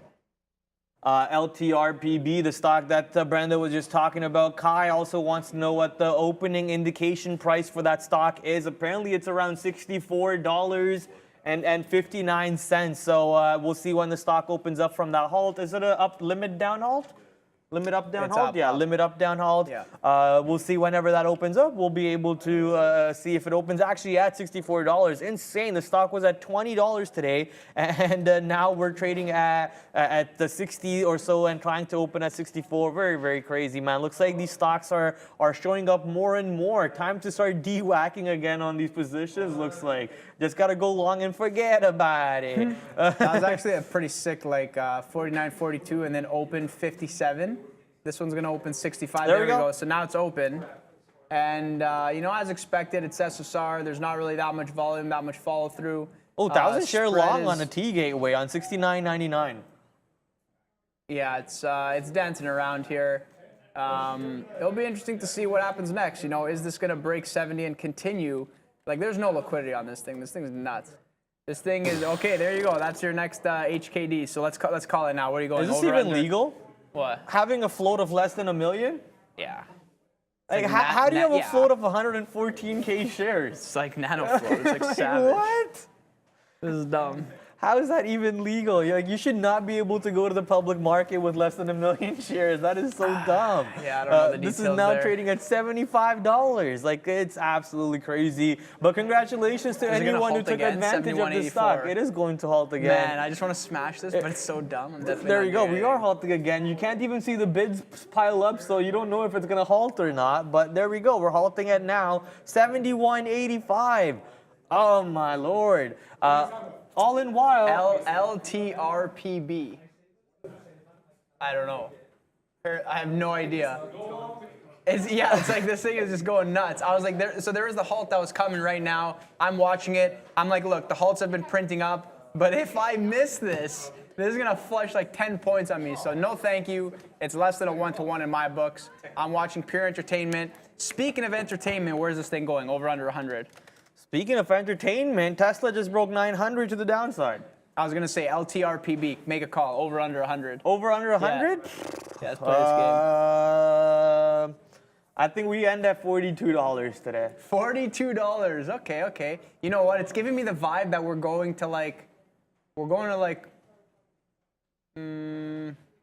I'm going to say over 100. Over 100? Yeah. We will trade over 100. Well, I can't say 420. It's so going I to went with 175. The top on this thing will be 175. That's my call. Yeah, Feels like a good spot. NASDAQ market now turning red for the day. Here we go. NASDAQ going into the red zone. Way to the danger zone. So clearly danger zone for the S&P 500 and for the NASDAQ market as we are turning red. So that long on Apple, we had to punch out of that one. We took the loss we were okay with taking. You know, honestly gave back a little bit more than I wanted to on Apple, but that's fine. We're still get to be okay on this trade, but looks like we're going to miss out a good chunk of money on Microsoft as is now pushing towards the low a day for MSFT. The whole market turning red and Tesla turning also to maybe Tesla's still positive. It's not red, but Tesla breaking 900 over here, which should start dragging down on the rest of the market overall. Let's go check out AMD and Nvidia. AMD now bouncing off of the VWAP over here. Sorry, that's AMC. Here's AMD, still up 1.7% on the day. Nvidia probably doing the same thing. Intel also somewhat similar on that side, and Micron, I'm guessing. Yep, these chip stocks all pretty much doing the same thing over here. Let's go to a different basket of stocks other than your tech stocks that we've been looking at all day, let's go to bank stocks. XLE. How is your XLE's energy? Sorry, XLF on Amex. How is your financial sector doing today? Very sideways. Keep in mind that with the Canadian banks being offline, you can expect that a lot more. Canadian banks do have a big stake in American banks recently. I know a lot of Canadian banks have been buying out some of the smaller American banks and actually helping them with their infrastructure and so on. So with American banks or with Canadian banks offline, I do expect American banks to just be trading sideways, and that's what the ETF is telling us. Let's head over to the XLE ETF. This is your energy ETF. How is energy sector doing overall? And it's in the red side, down about 3%, and now consolidating at the lows for the whole energy sector overall. And last but not least, I like to go take a look at your Jets ETF. This is your airlines ETF. Airlines ETF today also sideways for the most part, as the markets have been sideways, but at least to the positive side. So it looks like the airlines might be trying to take some advantage over here for the move that might come in tomorrow, if the moves that are long tomorrow. UVXY up 2.33 today, currently trading above VWAP for UVXY. This is your volatility ETF, trading above VWAP with 2.4% on the green side. NASDAQ getting right back to green as we're talking about the market here, and S&P 500 still under VWAP and in the red zone. Last but not least, cryptocurrencies mostly in the red. Cryptocurrencies mostly in the red. What else is new? And yeah, you know, somebody asking from before, do we trade crypto here? We do not. We do not trade crypto. I do not trade crypto. But, you know, sometimes looking at sympathy plays, looking at Mara, looking at Coin, overall, you know, taking that kind of short approach to Coinbase for myself. But again, you know, this thing IPO'd, you know, last year in April, and it like nuked right off IPO day. And it was like such a good day, and there was such an amazing trade to have. You could have had, like, you know, like there was like 20 amazing trades on that day. And, you know, fast forward, here we are, like Coinbase is SSR. How many days is it SSR? It's got a spread of like 6 to 10 cents. You know, it's not a name that you know, really interests me to trade unless it gets to like these very interesting levels, you know, so that being kind of like, you know, 65 to 66. You know, but right now it's kind of in the middle, so really no trade there. If you don't trade crypto, don't say it's normal for crypto to be in the red. Is that what you said? No, I just said crypto in the red. What a surprise. Just because it's just been like down. Like every time I look at it, I'm like, lower. Like in general, from like a 6-month perspective, that's kind of where crypto's in sync with the market. Please don't kick it unless you're educated on it.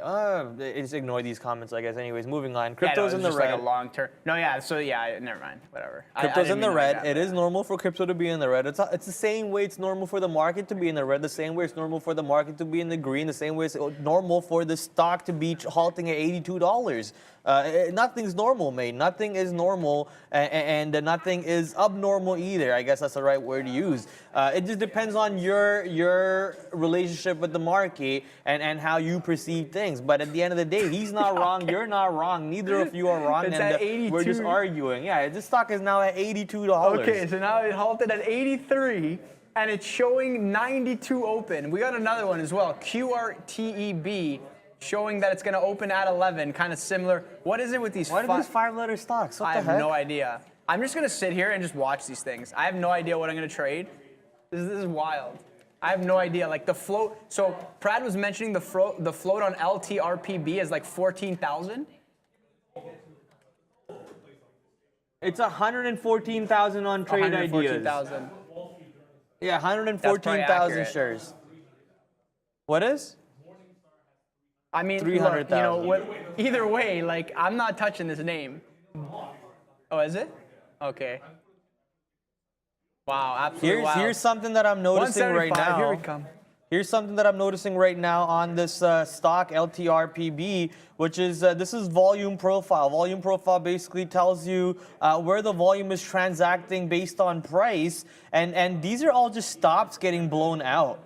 These are all just stops getting blown out. This is not real longs punching in. It's whoever was short over here getting blown out, getting blown out. We need to see a backfill coming in, and you'll see that backfill when the downside action comes in, and that's where you'll see where the supply is coming into play and where the supply gets shut off. So once the stock opens back up and we see a little bit of a candle, you'll see supply coming into the market from the market makers, and then they're just trapping everybody else to the upside over here and just squeezing the shorts to the upside. So be very careful if you're trying to short this. Clearly, there's some games playing on the stocks, man. I just don't like these stocks. There's a reason why I don't trade these low float stocks. I don't want to get trapped on these at all. So I would urge you guys to be careful. Nothing wrong with entering into a position, but then be ready for either side. Be ready to make $1 million or to lose $1 million. That's what it will take for the stock to in a second. It will do that in a second. Yeah, sorry, go ahead. No, I was just going to say things are wild. Understand what you're trading. These things are going to go wild. They're going to move, very aggressively. Was Fries any good? This is not really like a trade for me. And the reason I say it's not a trade for me is because it's just halting, right? It's just halting. So it's like it opens and then you have 5 seconds to make a decision, and then it's halting again. So it's I guess don't fight the trend. It is moving up. But for myself, from a trading perspective, it's I don't really know what I'm doing here. It feels so much like a gamble. And imagine it just halted down $30 randomly and I'm just long. That's not something that I'm comfortable with. So, that's why it's just pure entertainment for me, for sure. So usually whenever I buy Super Chicken, it's a tradition that I share my fries with Neil. So Neil over here, handing over some fries to the boys. Feel free to try some. Let's give a live taste test. Okay, so it's not Super Chicken fries, that's for sure, right? It's a little extra battered, but it's not bad at all. It's pretty good. It's pretty good. It's not bad. I don't even know where it's from. Nobody knows. Not even he knows where the food's from. He's eating it. That's always good. He's eating it. But yeah, that's Arun for you. Getty ABCD pattern on D. I'm guessing that's the Elliott wave pattern, right? ABCD pattern? Could be. Yeah, that's the Elliott wave pattern. Don't really use it, but the stock you're talking about, I believe, is Getty, G-E-T-Y, on Amex? On New York? On New York, indeed, yeah. $32 stock, 3 million shares traded so far. And can I get my chart, please? Can I get a chart to get an idea of exactly what's going on Getty? Getty trying to Getty to the upside, boy. Look at it, 23% coming into play. $33 might just break very soon as the S&P 500 got back above VWAP and the NASDAQ is trying to push towards 13K marker. So GETY, let's see if we can get a $33 break. It says it's on SSR day 1. I don't believe it is. Yeah, I don't believe it's on SSR, so my platform is probably just glitched over there. Let's see if we can get that $33 break or not. How you think PayPal earnings are going to go? Well, keep in mind, PayPal got dumped by eBay. Peloton, not Peloton, that's Affirm. Peloton and Affirm had a deal going.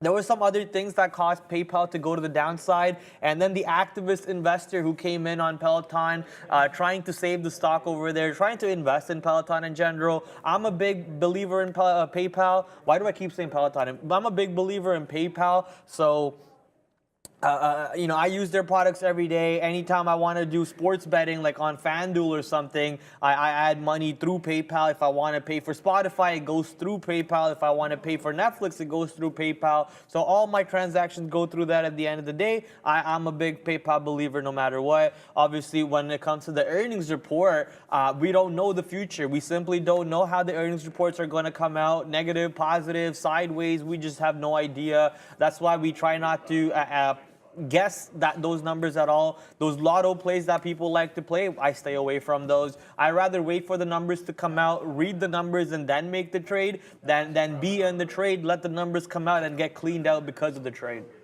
Yeah, for sure. QRTEB is now open. This thing opened at 1150-ish and now making more highs. It's probably going to halt again.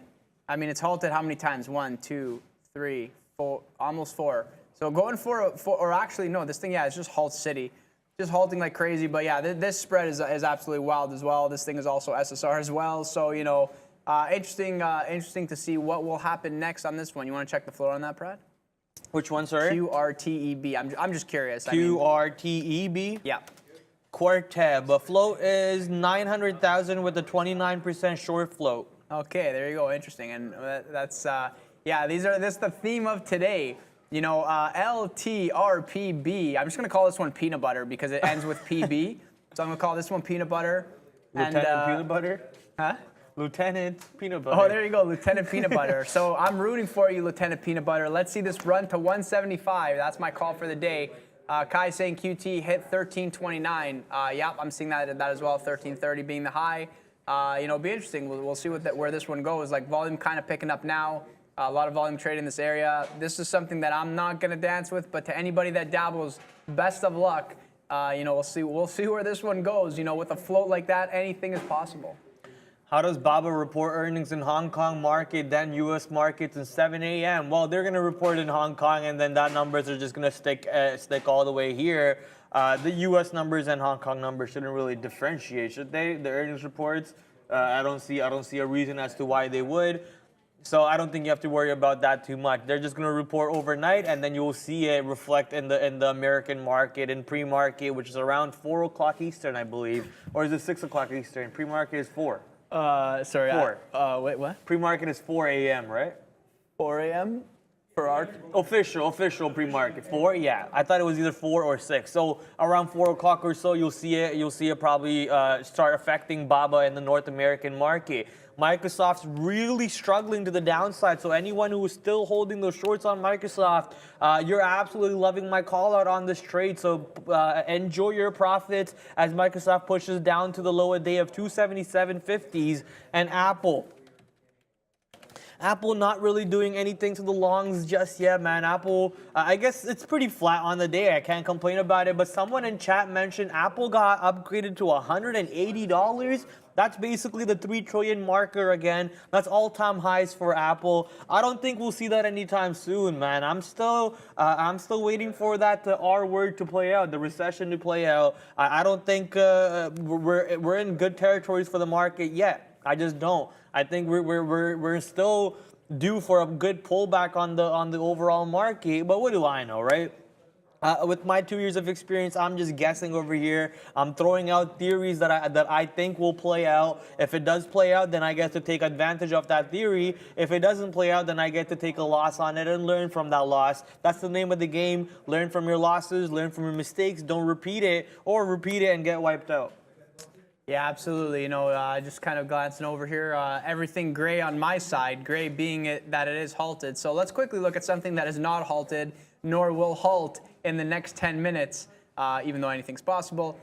Tesla, below 900, you know, broke through that 900 area. If you had the 900 breakdown, surprisingly not that bad, but obviously, you know, like you got like maybe 3 points from that, or it actually did flush. Decent volume on the flush too. The flush like 5 points from here. And now cannot reclaim back towards that 905 area. Tesla, you know, I said this before, it's interesting on the daily because it's setting up. It's got a sort of a hammer there, you know, for anybody that kind of loves seeing those kind of patterns, those chart pattern setups. So let's quickly pull up the daily here. This wick is not real, so I apologize for this one, but let's zoom in and quickly look at this. So we actually had the very strong run up, and let's take a step back here because this is where things get interesting. So you had earnings, right? Earnings obviously, you know, around over here. You had the break. So we were in the channel. When we finally broke to the upside, you know, you had that strength. So here's the strength, right? Here's the, and I'm just looking here, LT or peanut butter to the downside halt. And now it's showing 55 open, halted at 75. Yeah, this thing's going to go wild. Imagine it just goes down from here. But so Tesla, you know, you had the earnings, you had the catalyst, you had the run up, you had the move towards 900, the gap above 900 today, the run up to like 936, the slam down. Look at this. Every trader is looking at the same thing, and this does not look good for the bulls. It just does not. If we close below 900, like tomorrow, especially if tomorrow is like a red day and everything kind of sells off because everything's been so strong overall, like this is the top. And then we're going lower, and we could easily test 850 tomorrow. So I would love for nothing more than Tesla to close right at 900 and then open at 900 tomorrow. break above 900, come back below 900, and then flush towards 850. That'll give a solid opportunity for the shorts. I think everybody's looking at this level. I think you have swing traders looking at the 910 area, saying to themselves, I love the short here. You have day traders who are saying, okay, if this 900 level is in play, I'm going to smash this. And look how much upside there is to the downside. Upside for your profits, but downside overall for the stock price. You know, Tesla definitely interesting now that it's below 900. I just don't know if today is the day that I want to really get involved and get super aggressive. Definitely not at this hour, but, you know, maybe towards the end of the day, see how it kind of holds up if it sets up nicely. But, you know, for tomorrow, extra exciting for tomorrow. So, you know, we'll see what happens. Are we going to close below 910? I would say yes. Are we going to close below 900? I don't know. Time will tell. But overall speaking, you know, something like this is extra interesting for day traders and swing traders. So, you know, everyone's placing their bets now and tomorrow, and then we're going to see if we get some follow through. Yeah, place your bets, lock your bets. Final bets over here, and looks like I was right on the direction of the move, at least the meat of the move. Just sad that I wasn't able to capitalize on the shorts. I literally had the top tick short on Microsoft today, so when sucks to be me to take that 50-cent scalp on it instead of holding it for that $3 move that we're watching and coming into play as Microsoft takes out the lower day from the opening drive itself and creates a new lower day off the opening market hours. Is this 9:30? Well, I guess not new lower day then, because we're about to just get to lower day. But overall, S&P 500 crumbling to the downside, and NASDAQ also turning once again to the red. Looks like NASDAQ went up to 13K. Here's your NASDAQ chart. NASDAQ went up to 13K, tried to stay above 13K for the second time around, but did not work out. Now 13K being a resistance, acting as a barrier, pushing the market right back to the downside, taking the overall tech sector with it. Here's your Apple stock. Apple also pushing a little bit lower than from where we thought a long was a decent idea. So very happy with taking the loss on it, because it would have probably been an even bigger loss if we didn't get out of it in a good enough right amount of time. 62,000 for ES, short from 41.40 on 5 contracts. Let's go. Way. Peanut butter showing 36 indicated open, guys. You're seeing it here. It halted. 74.68 is the last traded price. The thing is, SSR day 2, it halted to the downside. There's a 10-minute. Wait a second. Where is it? It's not even on here because I'm not having this on my watch list. That's for sure. But let's quickly pull it up. PB on this side, and showing the 1 minute essentially is where I wanted to get to. Okay, yeah, so look at this, right? We halted all the way up. Is this thing going to open at 38, which will be down here? Oh, my God. Yeah, okay. That'll be savage. This is why I don't trade these things. Anything's possible. Obviously, still got a few minutes before it does open, so, you know, that indicated open can go higher. But best believe that if this thing does open below 50, everybody who traded it around here is underwater, and this thing is going to go right into another halt for sure. But obviously it's SSR, so it makes the trade really hard, so it's not even worth considering, you know, and I think it's blocked on our end, actually. I mean, you got 100,000, 200,000 shares floating around. It's like, yeah, good luck trying to find locates on that one. Yeah, no way our broker allows us to trade the stock. They're gonna most likely keep it blocked. But since Neil asked for the unblock, maybe they unblock it. Who knows? Palantir, man, being called out in the chat. Henry Z calling out Palantir, reloading, incoming bangs on Palantir. Yeah, man, good luck. You know, I'm still holding this stock for my long-term account. We still believe in it, even though they're helping out Ferrari. We still believe in the company. We hold on to the shares over here. Still down a good 90% on this portfolio, but we'll see if this market can turn green, as some of you are expecting. Some of you are expecting a push to all-time highs and stop being so bearish. Brad, that was actually a message on my tweet. You know, when I tweeted, you know, this market still has a lot of pullback in it, and then the tweets come in and they're like, Brad, you got to stop being so bearish. Brad, you got to learn how to go long. And it's like, I don't need to learn anything, okay? I need to do what makes me money and stick to that. And that for me is not going long. So just staying away from longs for me, and I believe in the short side, so sticking to my shorts. Yeah, guys, you know, today's an interesting day. Today's an interesting afternoon for me because, you know, I'm not obviously really trading anything for anybody continuously watching me. But I'm entertained. Like not every day do you see things where it's like halt, halt, halt, halt. So across my board, I'm watching these halts, pure entertainment. If you guys are trading, best of luck. Like that's amazing. Like my hats off to you. because it's incredible. We're seeing peanut butter 47.81 indicated open. We're seeing QRTEB 10.02 indicated open. These will probably open in the next couple minutes, if I had to guess. And you know what? I would say that this is going to go right into a down halt if it does open down here, because anybody who is trading it over here, right? Maybe people are getting squeezed, so they're trying to get themselves out. I have no idea who was like trading the stock from before. But overall, it's like, anybody who got involved from 50 all the way to 84 on LTRPB, if this opens now at 50, you got to imagine this could easily nuke, because these people are underwater and they're going to dump, right? Because they're super offside.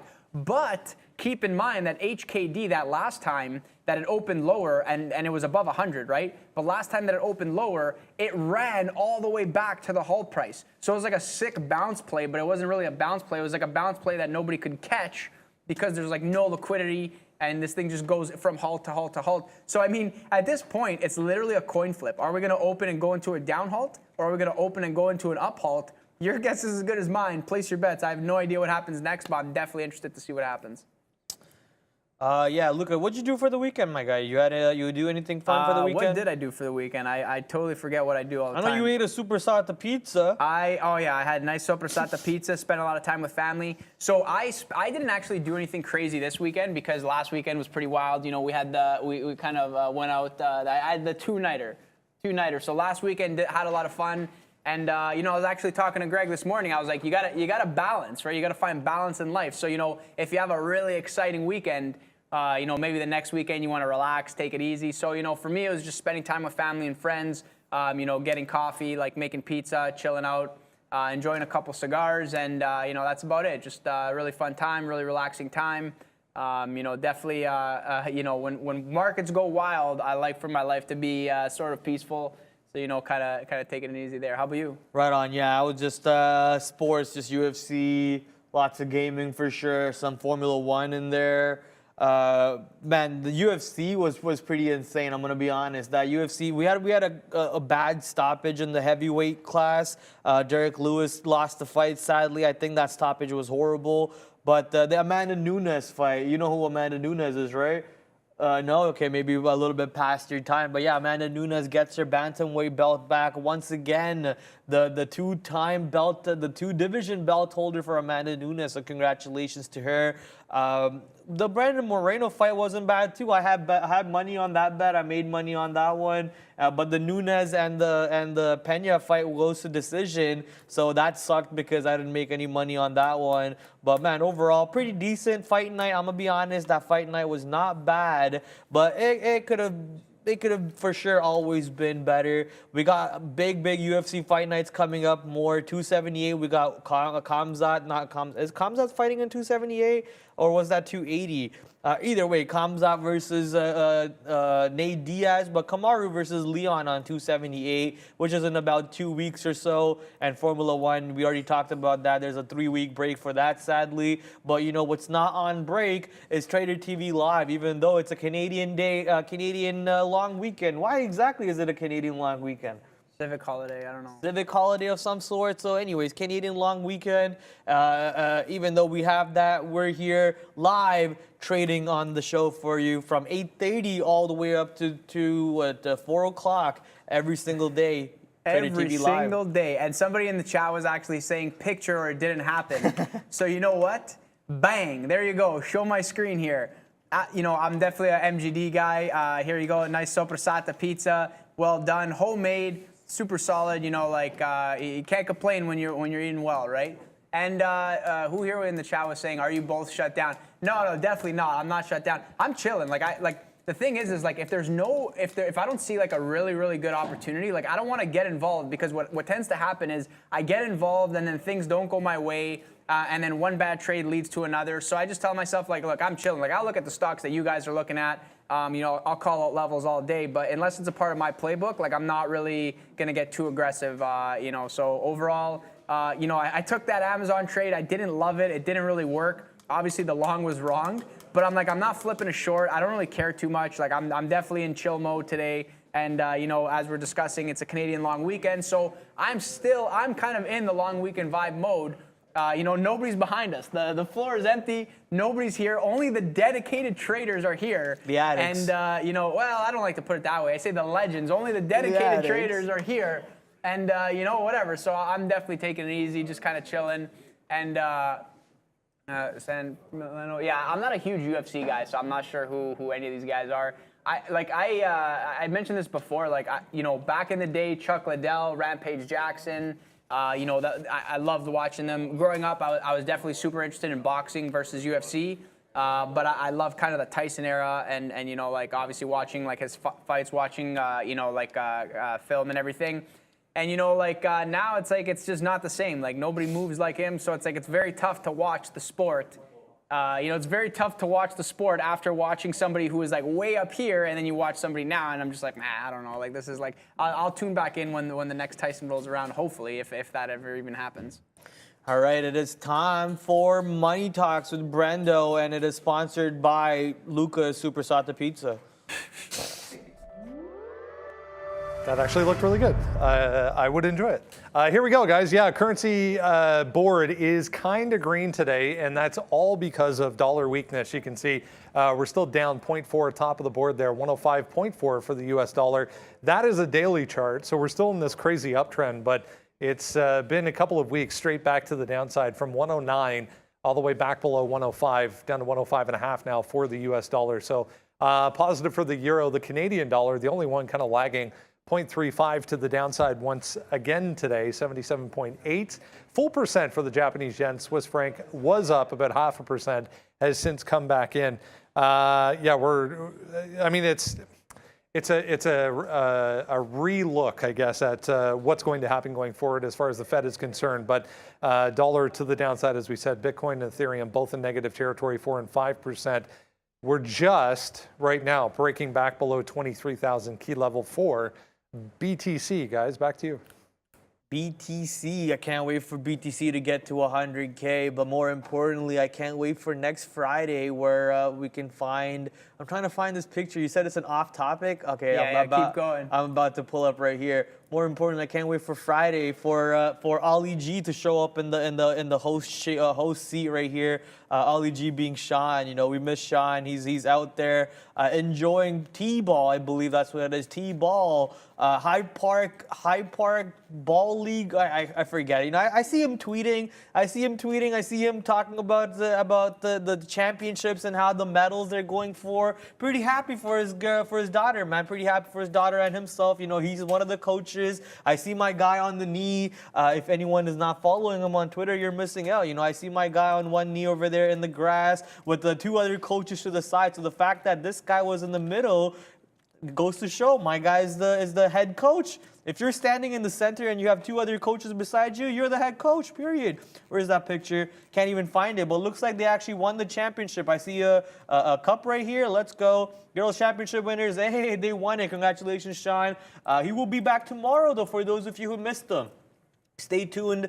Don't go anywhere. Make sure you're hitting the subscribe button. Make sure you're hitting that like button. Make sure you ring that notification bell. And for those of you who want to go the extra step in order to support us over here at Trader TV Live, you can do so by sending super chats and also by becoming a member. You see this little blue button right here? It's probably a different color for you because I have the dark mode theme on. So whatever color is for you, hit that join button and join us by becoming a member of the family. Join the green side. Last but not least, there's a beautiful store right here which needs to be revamped a little bit. Honestly, I gotta go talk to Lizzie. I gotta go find out what's going on over here because Valeria helped us make this account. Clearly, she's no longer with us. Sadly, she's now. I think she's still in Canada, hopefully, but she's not working with us. But yeah, she helped us with this. We need to help figure out the merch store more. For those of you who's interested in buying a hat, you can go buy a hat.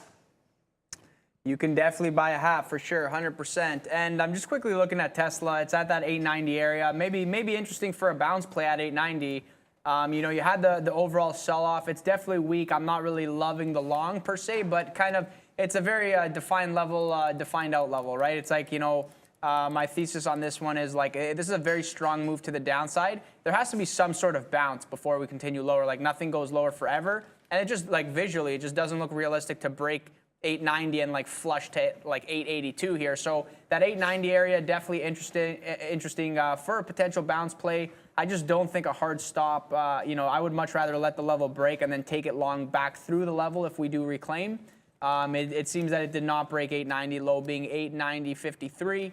And let's quickly look at LTRPB once again. Yeah, I just want to quickly look at this one LTRPB. Wait, LTRPB.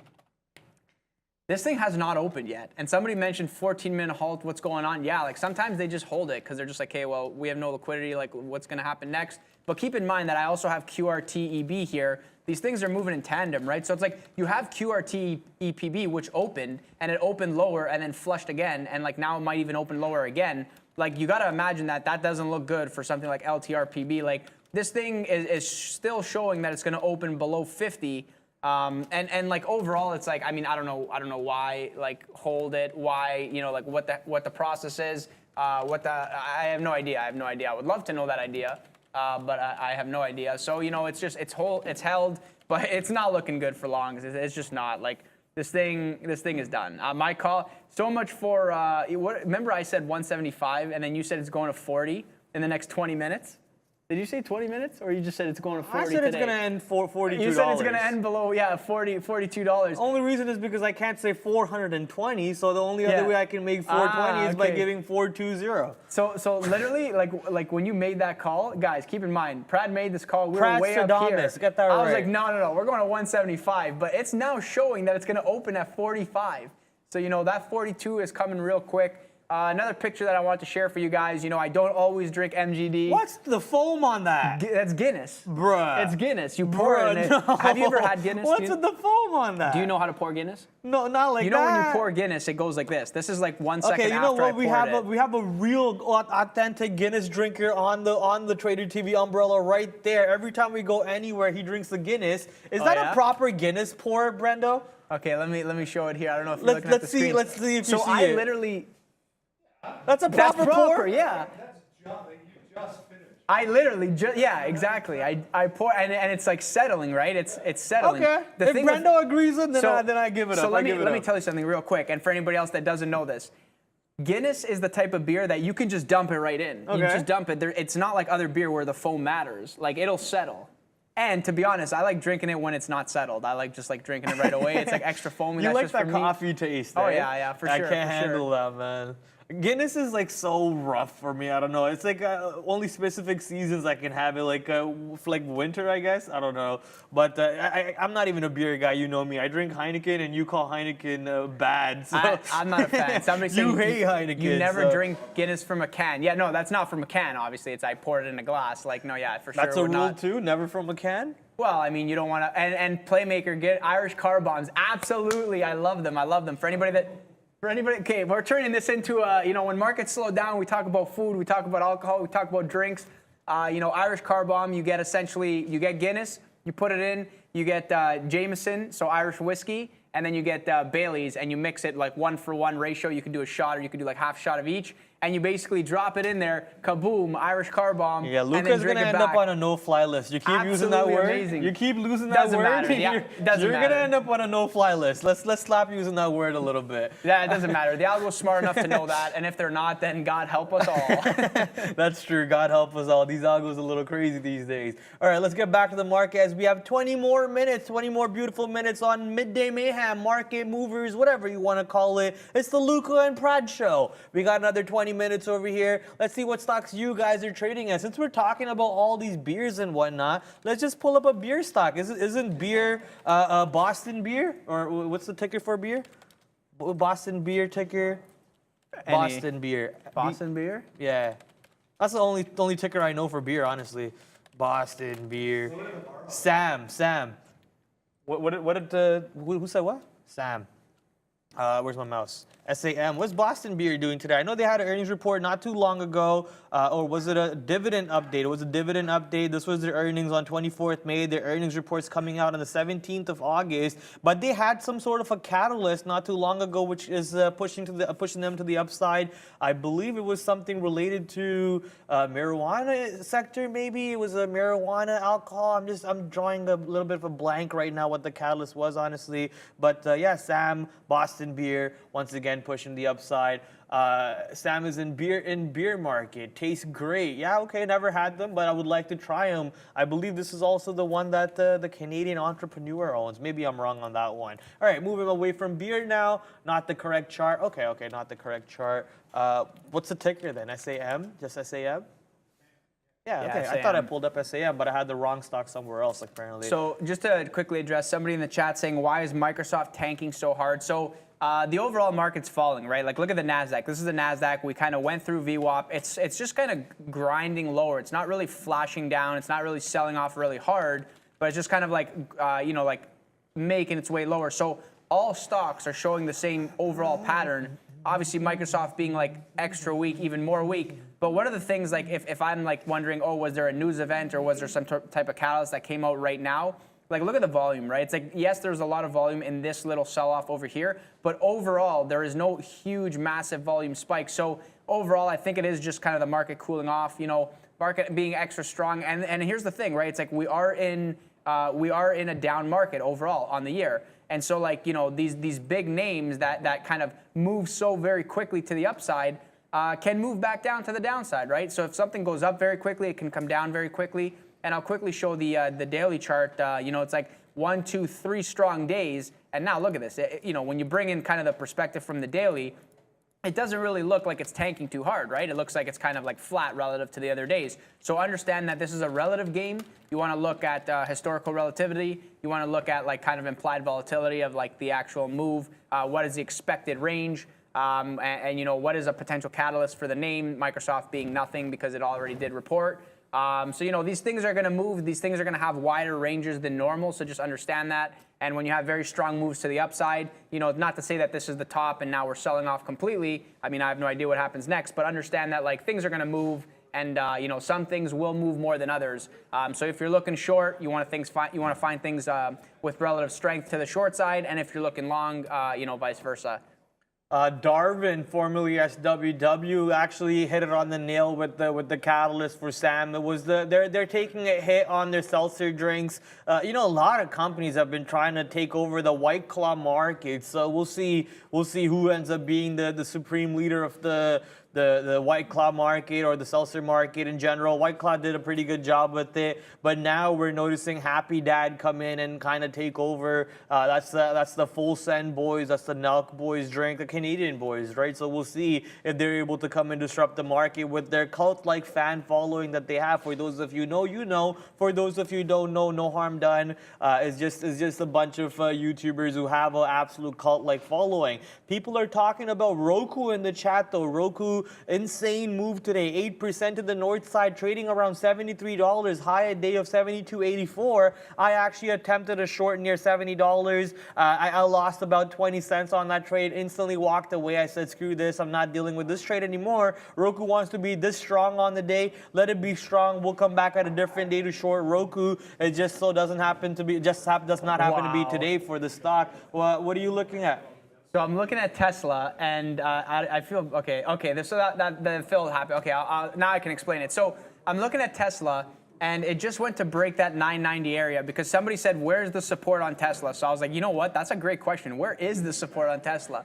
And this is what I was talking about, that 990 level. So we're obviously flushing here. If you took the short, it's really good. The long kind of gave you like 2-3 points. Didn't really work out. Not really the long that anybody's looking for. But, breaks down at the 890 level. As soon as we broke that level, 275 lots bid. And that's not really like an extreme amount of size, but it's like somebody who had to cover, somebody who wanted to cover probably, because who's taking a long right there, stepping in front of a train, somebody who's short had to cover. And this was not breaking 890. So they're like, if I bid now, this thing's going to run away from me. That was the smartest cover ever. That was a day trading type cover. They waited for 890 to break. They instantly bid 275 lots, and they got the full fill. That was absolutely insane. If you're watching the show, you're probably not because you're moving 275 lots at once. But if you are, Congratulations, that was solid. That was A+. Love to see it. That was an awesome move there. You know, and kind of speaking towards kind of why that happens, you need the liquidity, you need the volume, right? So boom, breaks the level, you're getting the selling follow through. They're using that to cover their short because before the break, they're not covering that short. They're not getting the fill. They're going to get front run because there's just no volume there. So that was A+ move, A1 move. Congratulations on that one. Yeah, I have a feeling that person's not watching me. LTRPB is now open, and this thing opened above VWAP, 52.91, but now kind of making its way down, 47.70. Is this a halt level? I have no idea. I think it is. Yep, we're about to halt again, 47.70. And there we go. There's the halt, 47.70, showing indicator open of 36, 31, maybe 28. 28. Okay, yeah, this is wild. This is absolutely wild. You know, this is mind-boggling to me. Like, look at this. Holding it the whole time. And this is the thing, right? Everybody knows this is coming. It's like halt all the way to the upside. And like, guys, keep in mind, look at these upside halts. They're not even good. It's like, and what I mean by upside halts is look where it closes before it halts, and then look where it opens. So it closes, and then it opens flat. It closes, and then it opens flat. It closes, opens flat. So same common theme the whole way up. Maybe this one, you get like a little bit of a better kind of like upward halt. This one, a little bit of a better, okay, whatever. But now look at this. Boom, death. Close at 75, open at 52, close at 47. It's probably going to open at like 35 if I had to guess. And then it's going to halt again, and it's going to go down. And we're going to be below 20 before the end of the day. Oh, well, below 42, that's for sure. Yeah, below 42. Oh, yeah, for sure. Right now, look, 33. Hey, let's go. At 33. least we got something right on the day today. Revlon, whoa. Brendo, not sure if you see anything going on about Revlon over there. Revlon popping up with big volume candles coming into play, launching through $5, $5.25, $5.36. Look at the longs coming in, piling in, pushing Revlon all the way up. So we gotta love these longs over here. As the market's going down, Revlon squeezing to the upside. Keep in mind, Revlon has a pretty decent short flow number, 60% short flow for Revlon, 7 million flow overall. Currently traded in 1.9 million shares according to Trade Ideas. I see 1.7 over here. Relative volume still on the lower end a little bit, but tons of volume coming in right now as we're talking about it. So lots of moves coming in. So much sushi still. You and Luca should eat a lot later. So, is that, huh? Maggie messaged us and said there's a lot of sushi in the back we should eat later. Okay, sick. You know, speaking of, so, okay, you know, like I'm gonna butcher this. It's called Ichimoku Cloud. Ichimoku Cloud. Ichimoku Cloud. Is it like it's a trading thing? You want to see it? Dude, yeah. You will lose your mind watching this. Because somebody was like, who was it? Laser One. I hope I'm saying that right. You will lose your L4, mind watching this. They're saying Tesla 886 Ichimoku Cloud, and then there's a picture of a cloud emoji. All right. Here we go. Now, this is not me saying anything towards that, but these things make me die. I Yes. see like Ichimoku Cloud, like there's like a cloud on the chart, it's doing something. There's no other indicators active. This is the only indicator. It's called Ichimoku. Do you even see the chart, bro? Where's the chart? I don't see my candles anywhere. Is it the yellow? Is the candle? Those are the yellow and the blue are Pull the up candles. Tesla. Let's see the Tesla Ichimoku. But this is the problem with these indicators. Like, what am I looking at? You definitely gotta. What am I looking at? You definitely gotta understand what you're looking at, and I don't discredit any of these indicators. They're essentially all showing you like some type of data, but it's hilarious kind of where we could go with these indicators. You know, like the sky's the limit for sure. Now, I for sure have a problem with all of these indicators, man. Overcomplication is a big problem that a lot of traders have. They start drawing all these trend lines and all these astrologies like they're about to find me a arranged marriage or something. Like, no, it's not going to work out. You're not finding me an arranged marriage. You're not finding me a wife from India. Stop trying to be my mom and just trade the stock. The market that's giving you opportunities. Like, everyone's over here just trying to get me an arranged marriage, bro. Drawing astrologies on charts and stuff. I hate... What's that? Nobody can find me. That's what I want to hear. Listen, I'm trying to stay single, bro. I'm going out of my way to stay single. I'm trying real hard over here, okay? Stop trying to get me hooked up, my guy. This guy, he's just trying to give me numbers over here. You're chill or ruined. Guys, Revlon is going pretty wild right now. This thing is pumping higher. It's at 580. Look at this move. It was at 480 not too long ago, not even an hour ago, not even 20 minutes ago, actually. This thing is moving wild. It's doing a lot of volume right now. It's not SSR. I have no idea if there's a catalyst with this one, but obviously, you know, Revlon being something where probably a lot of people are shorting this, and when it gets going, anything is possible. I'm eyeing that $6 level as like a kind of level of somewhat of interest. But yeah, this thing is definitely interesting here. Not really like a hard level of interest, just kind of feels like that like wick off top. If this gets above like 660 area, then things maybe start to get really, really exciting because it kind of feels like at that point we can go 7, 8, 9, 10. Anything's obviously possible with this one, but let's see how it kind of reacts around here. Is volume going to die or is it going to continue? Yeah, only time to look at Ichimoku clouds. I mean, nothing wrong with it, honestly. I have people who use it and they make good money. They make decent money, actually, using those clouds and whatever indicators. The end of the day, what Luca said is the main thing. Have a setup that makes sense to you. Sorry? No, somebody's saying Revlon court approved for $1.4 billion bankruptcy loan. Oh, they got approved for bankruptcy loan. That's sick. So Revlon actually in a less of a fear for a bankruptcy now. 1.4 billion bankruptcy loan. Not sure from who though. We also do know we're waiting for the Indian Ambani, I forget what his first name is, but Ambani brothers, one of the Ambani brothers who owns Reliance, is thinking about bringing Revlon to India. So that's also another catalyst that we're waiting to see if that'll end up playing out that way. They are bankrupt, but yeah, they're getting a bankruptcy loan of 1.4 billion, which should keep him. Mukesh, thank you, Blind Jedi. Mukesh Ambani. I forget what the other brother's name is too, honestly. I just know them as the Ambani brothers. But we'll see if Revlon gets moved over to India with the Reliance as their head parent company. Still losing a ton of money though. I know they had a deal with Robin Fenty, who's Rihanna, that probably went sour a little bit too. A bunch of reasons. I mean, I would never want to be in the makeup industry, man. There's so much products for that. It's almost like as bad as clothing. Like amount of inventory you go with SKU numbers and the amount of different shades, it's just an absolute logistic headache. So anyone who deals with makeup products as a full-time business, hats off to you, because that's something that I would never be able to do.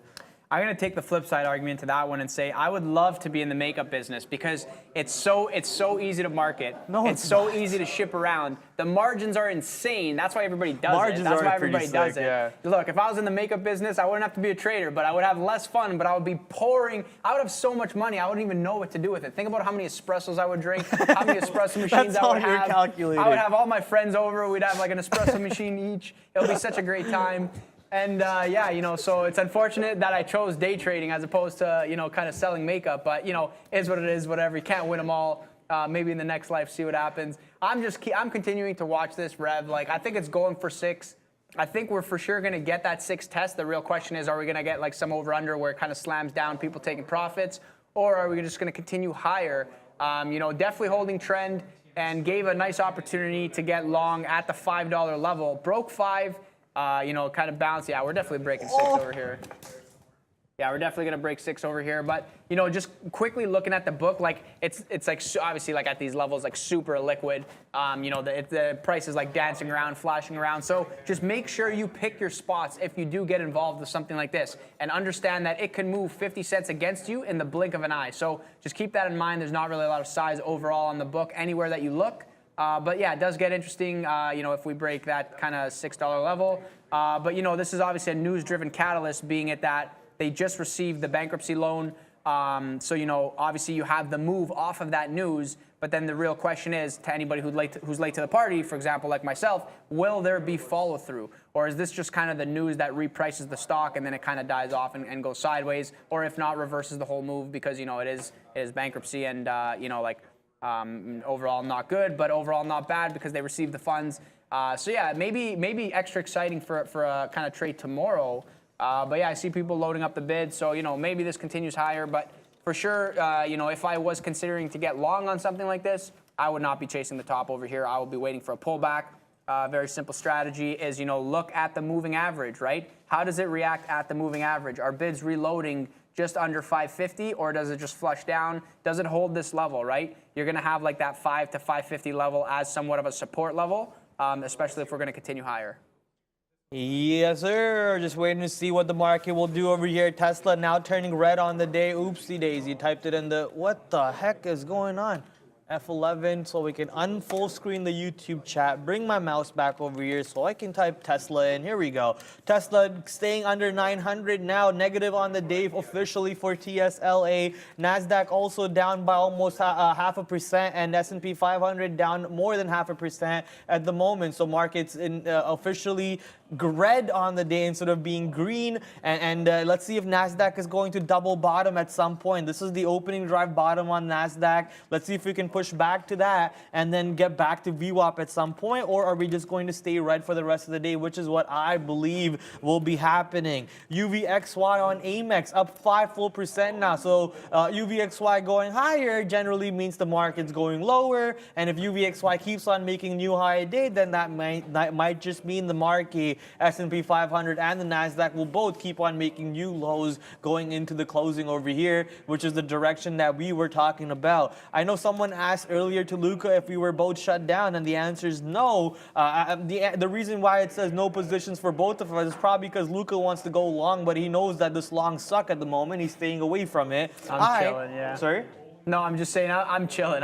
Yeah, he's chilling, protecting the money he's already made from the opening drive. And for as to me, why you see no positions on the board at the moment, it's because I was already short. I had $281 short, and I'm out at $279. So I've already made my profit on it. Obviously, missing out on the bigger move, which is the move I would like to be part of. But I didn't believe the move was there in the market today. I thought we're just gonna go sideways a lot. I guessed. I didn't participate. I anticipated, and my anticipation cost me some profits to the downside. Oh well, next time we learn to do better than that. But overall, I'm not going to diddle in the middle in the ranges over here and take a trade when I don't see a trade there. So I missed out on a bigger swing. That's all it is.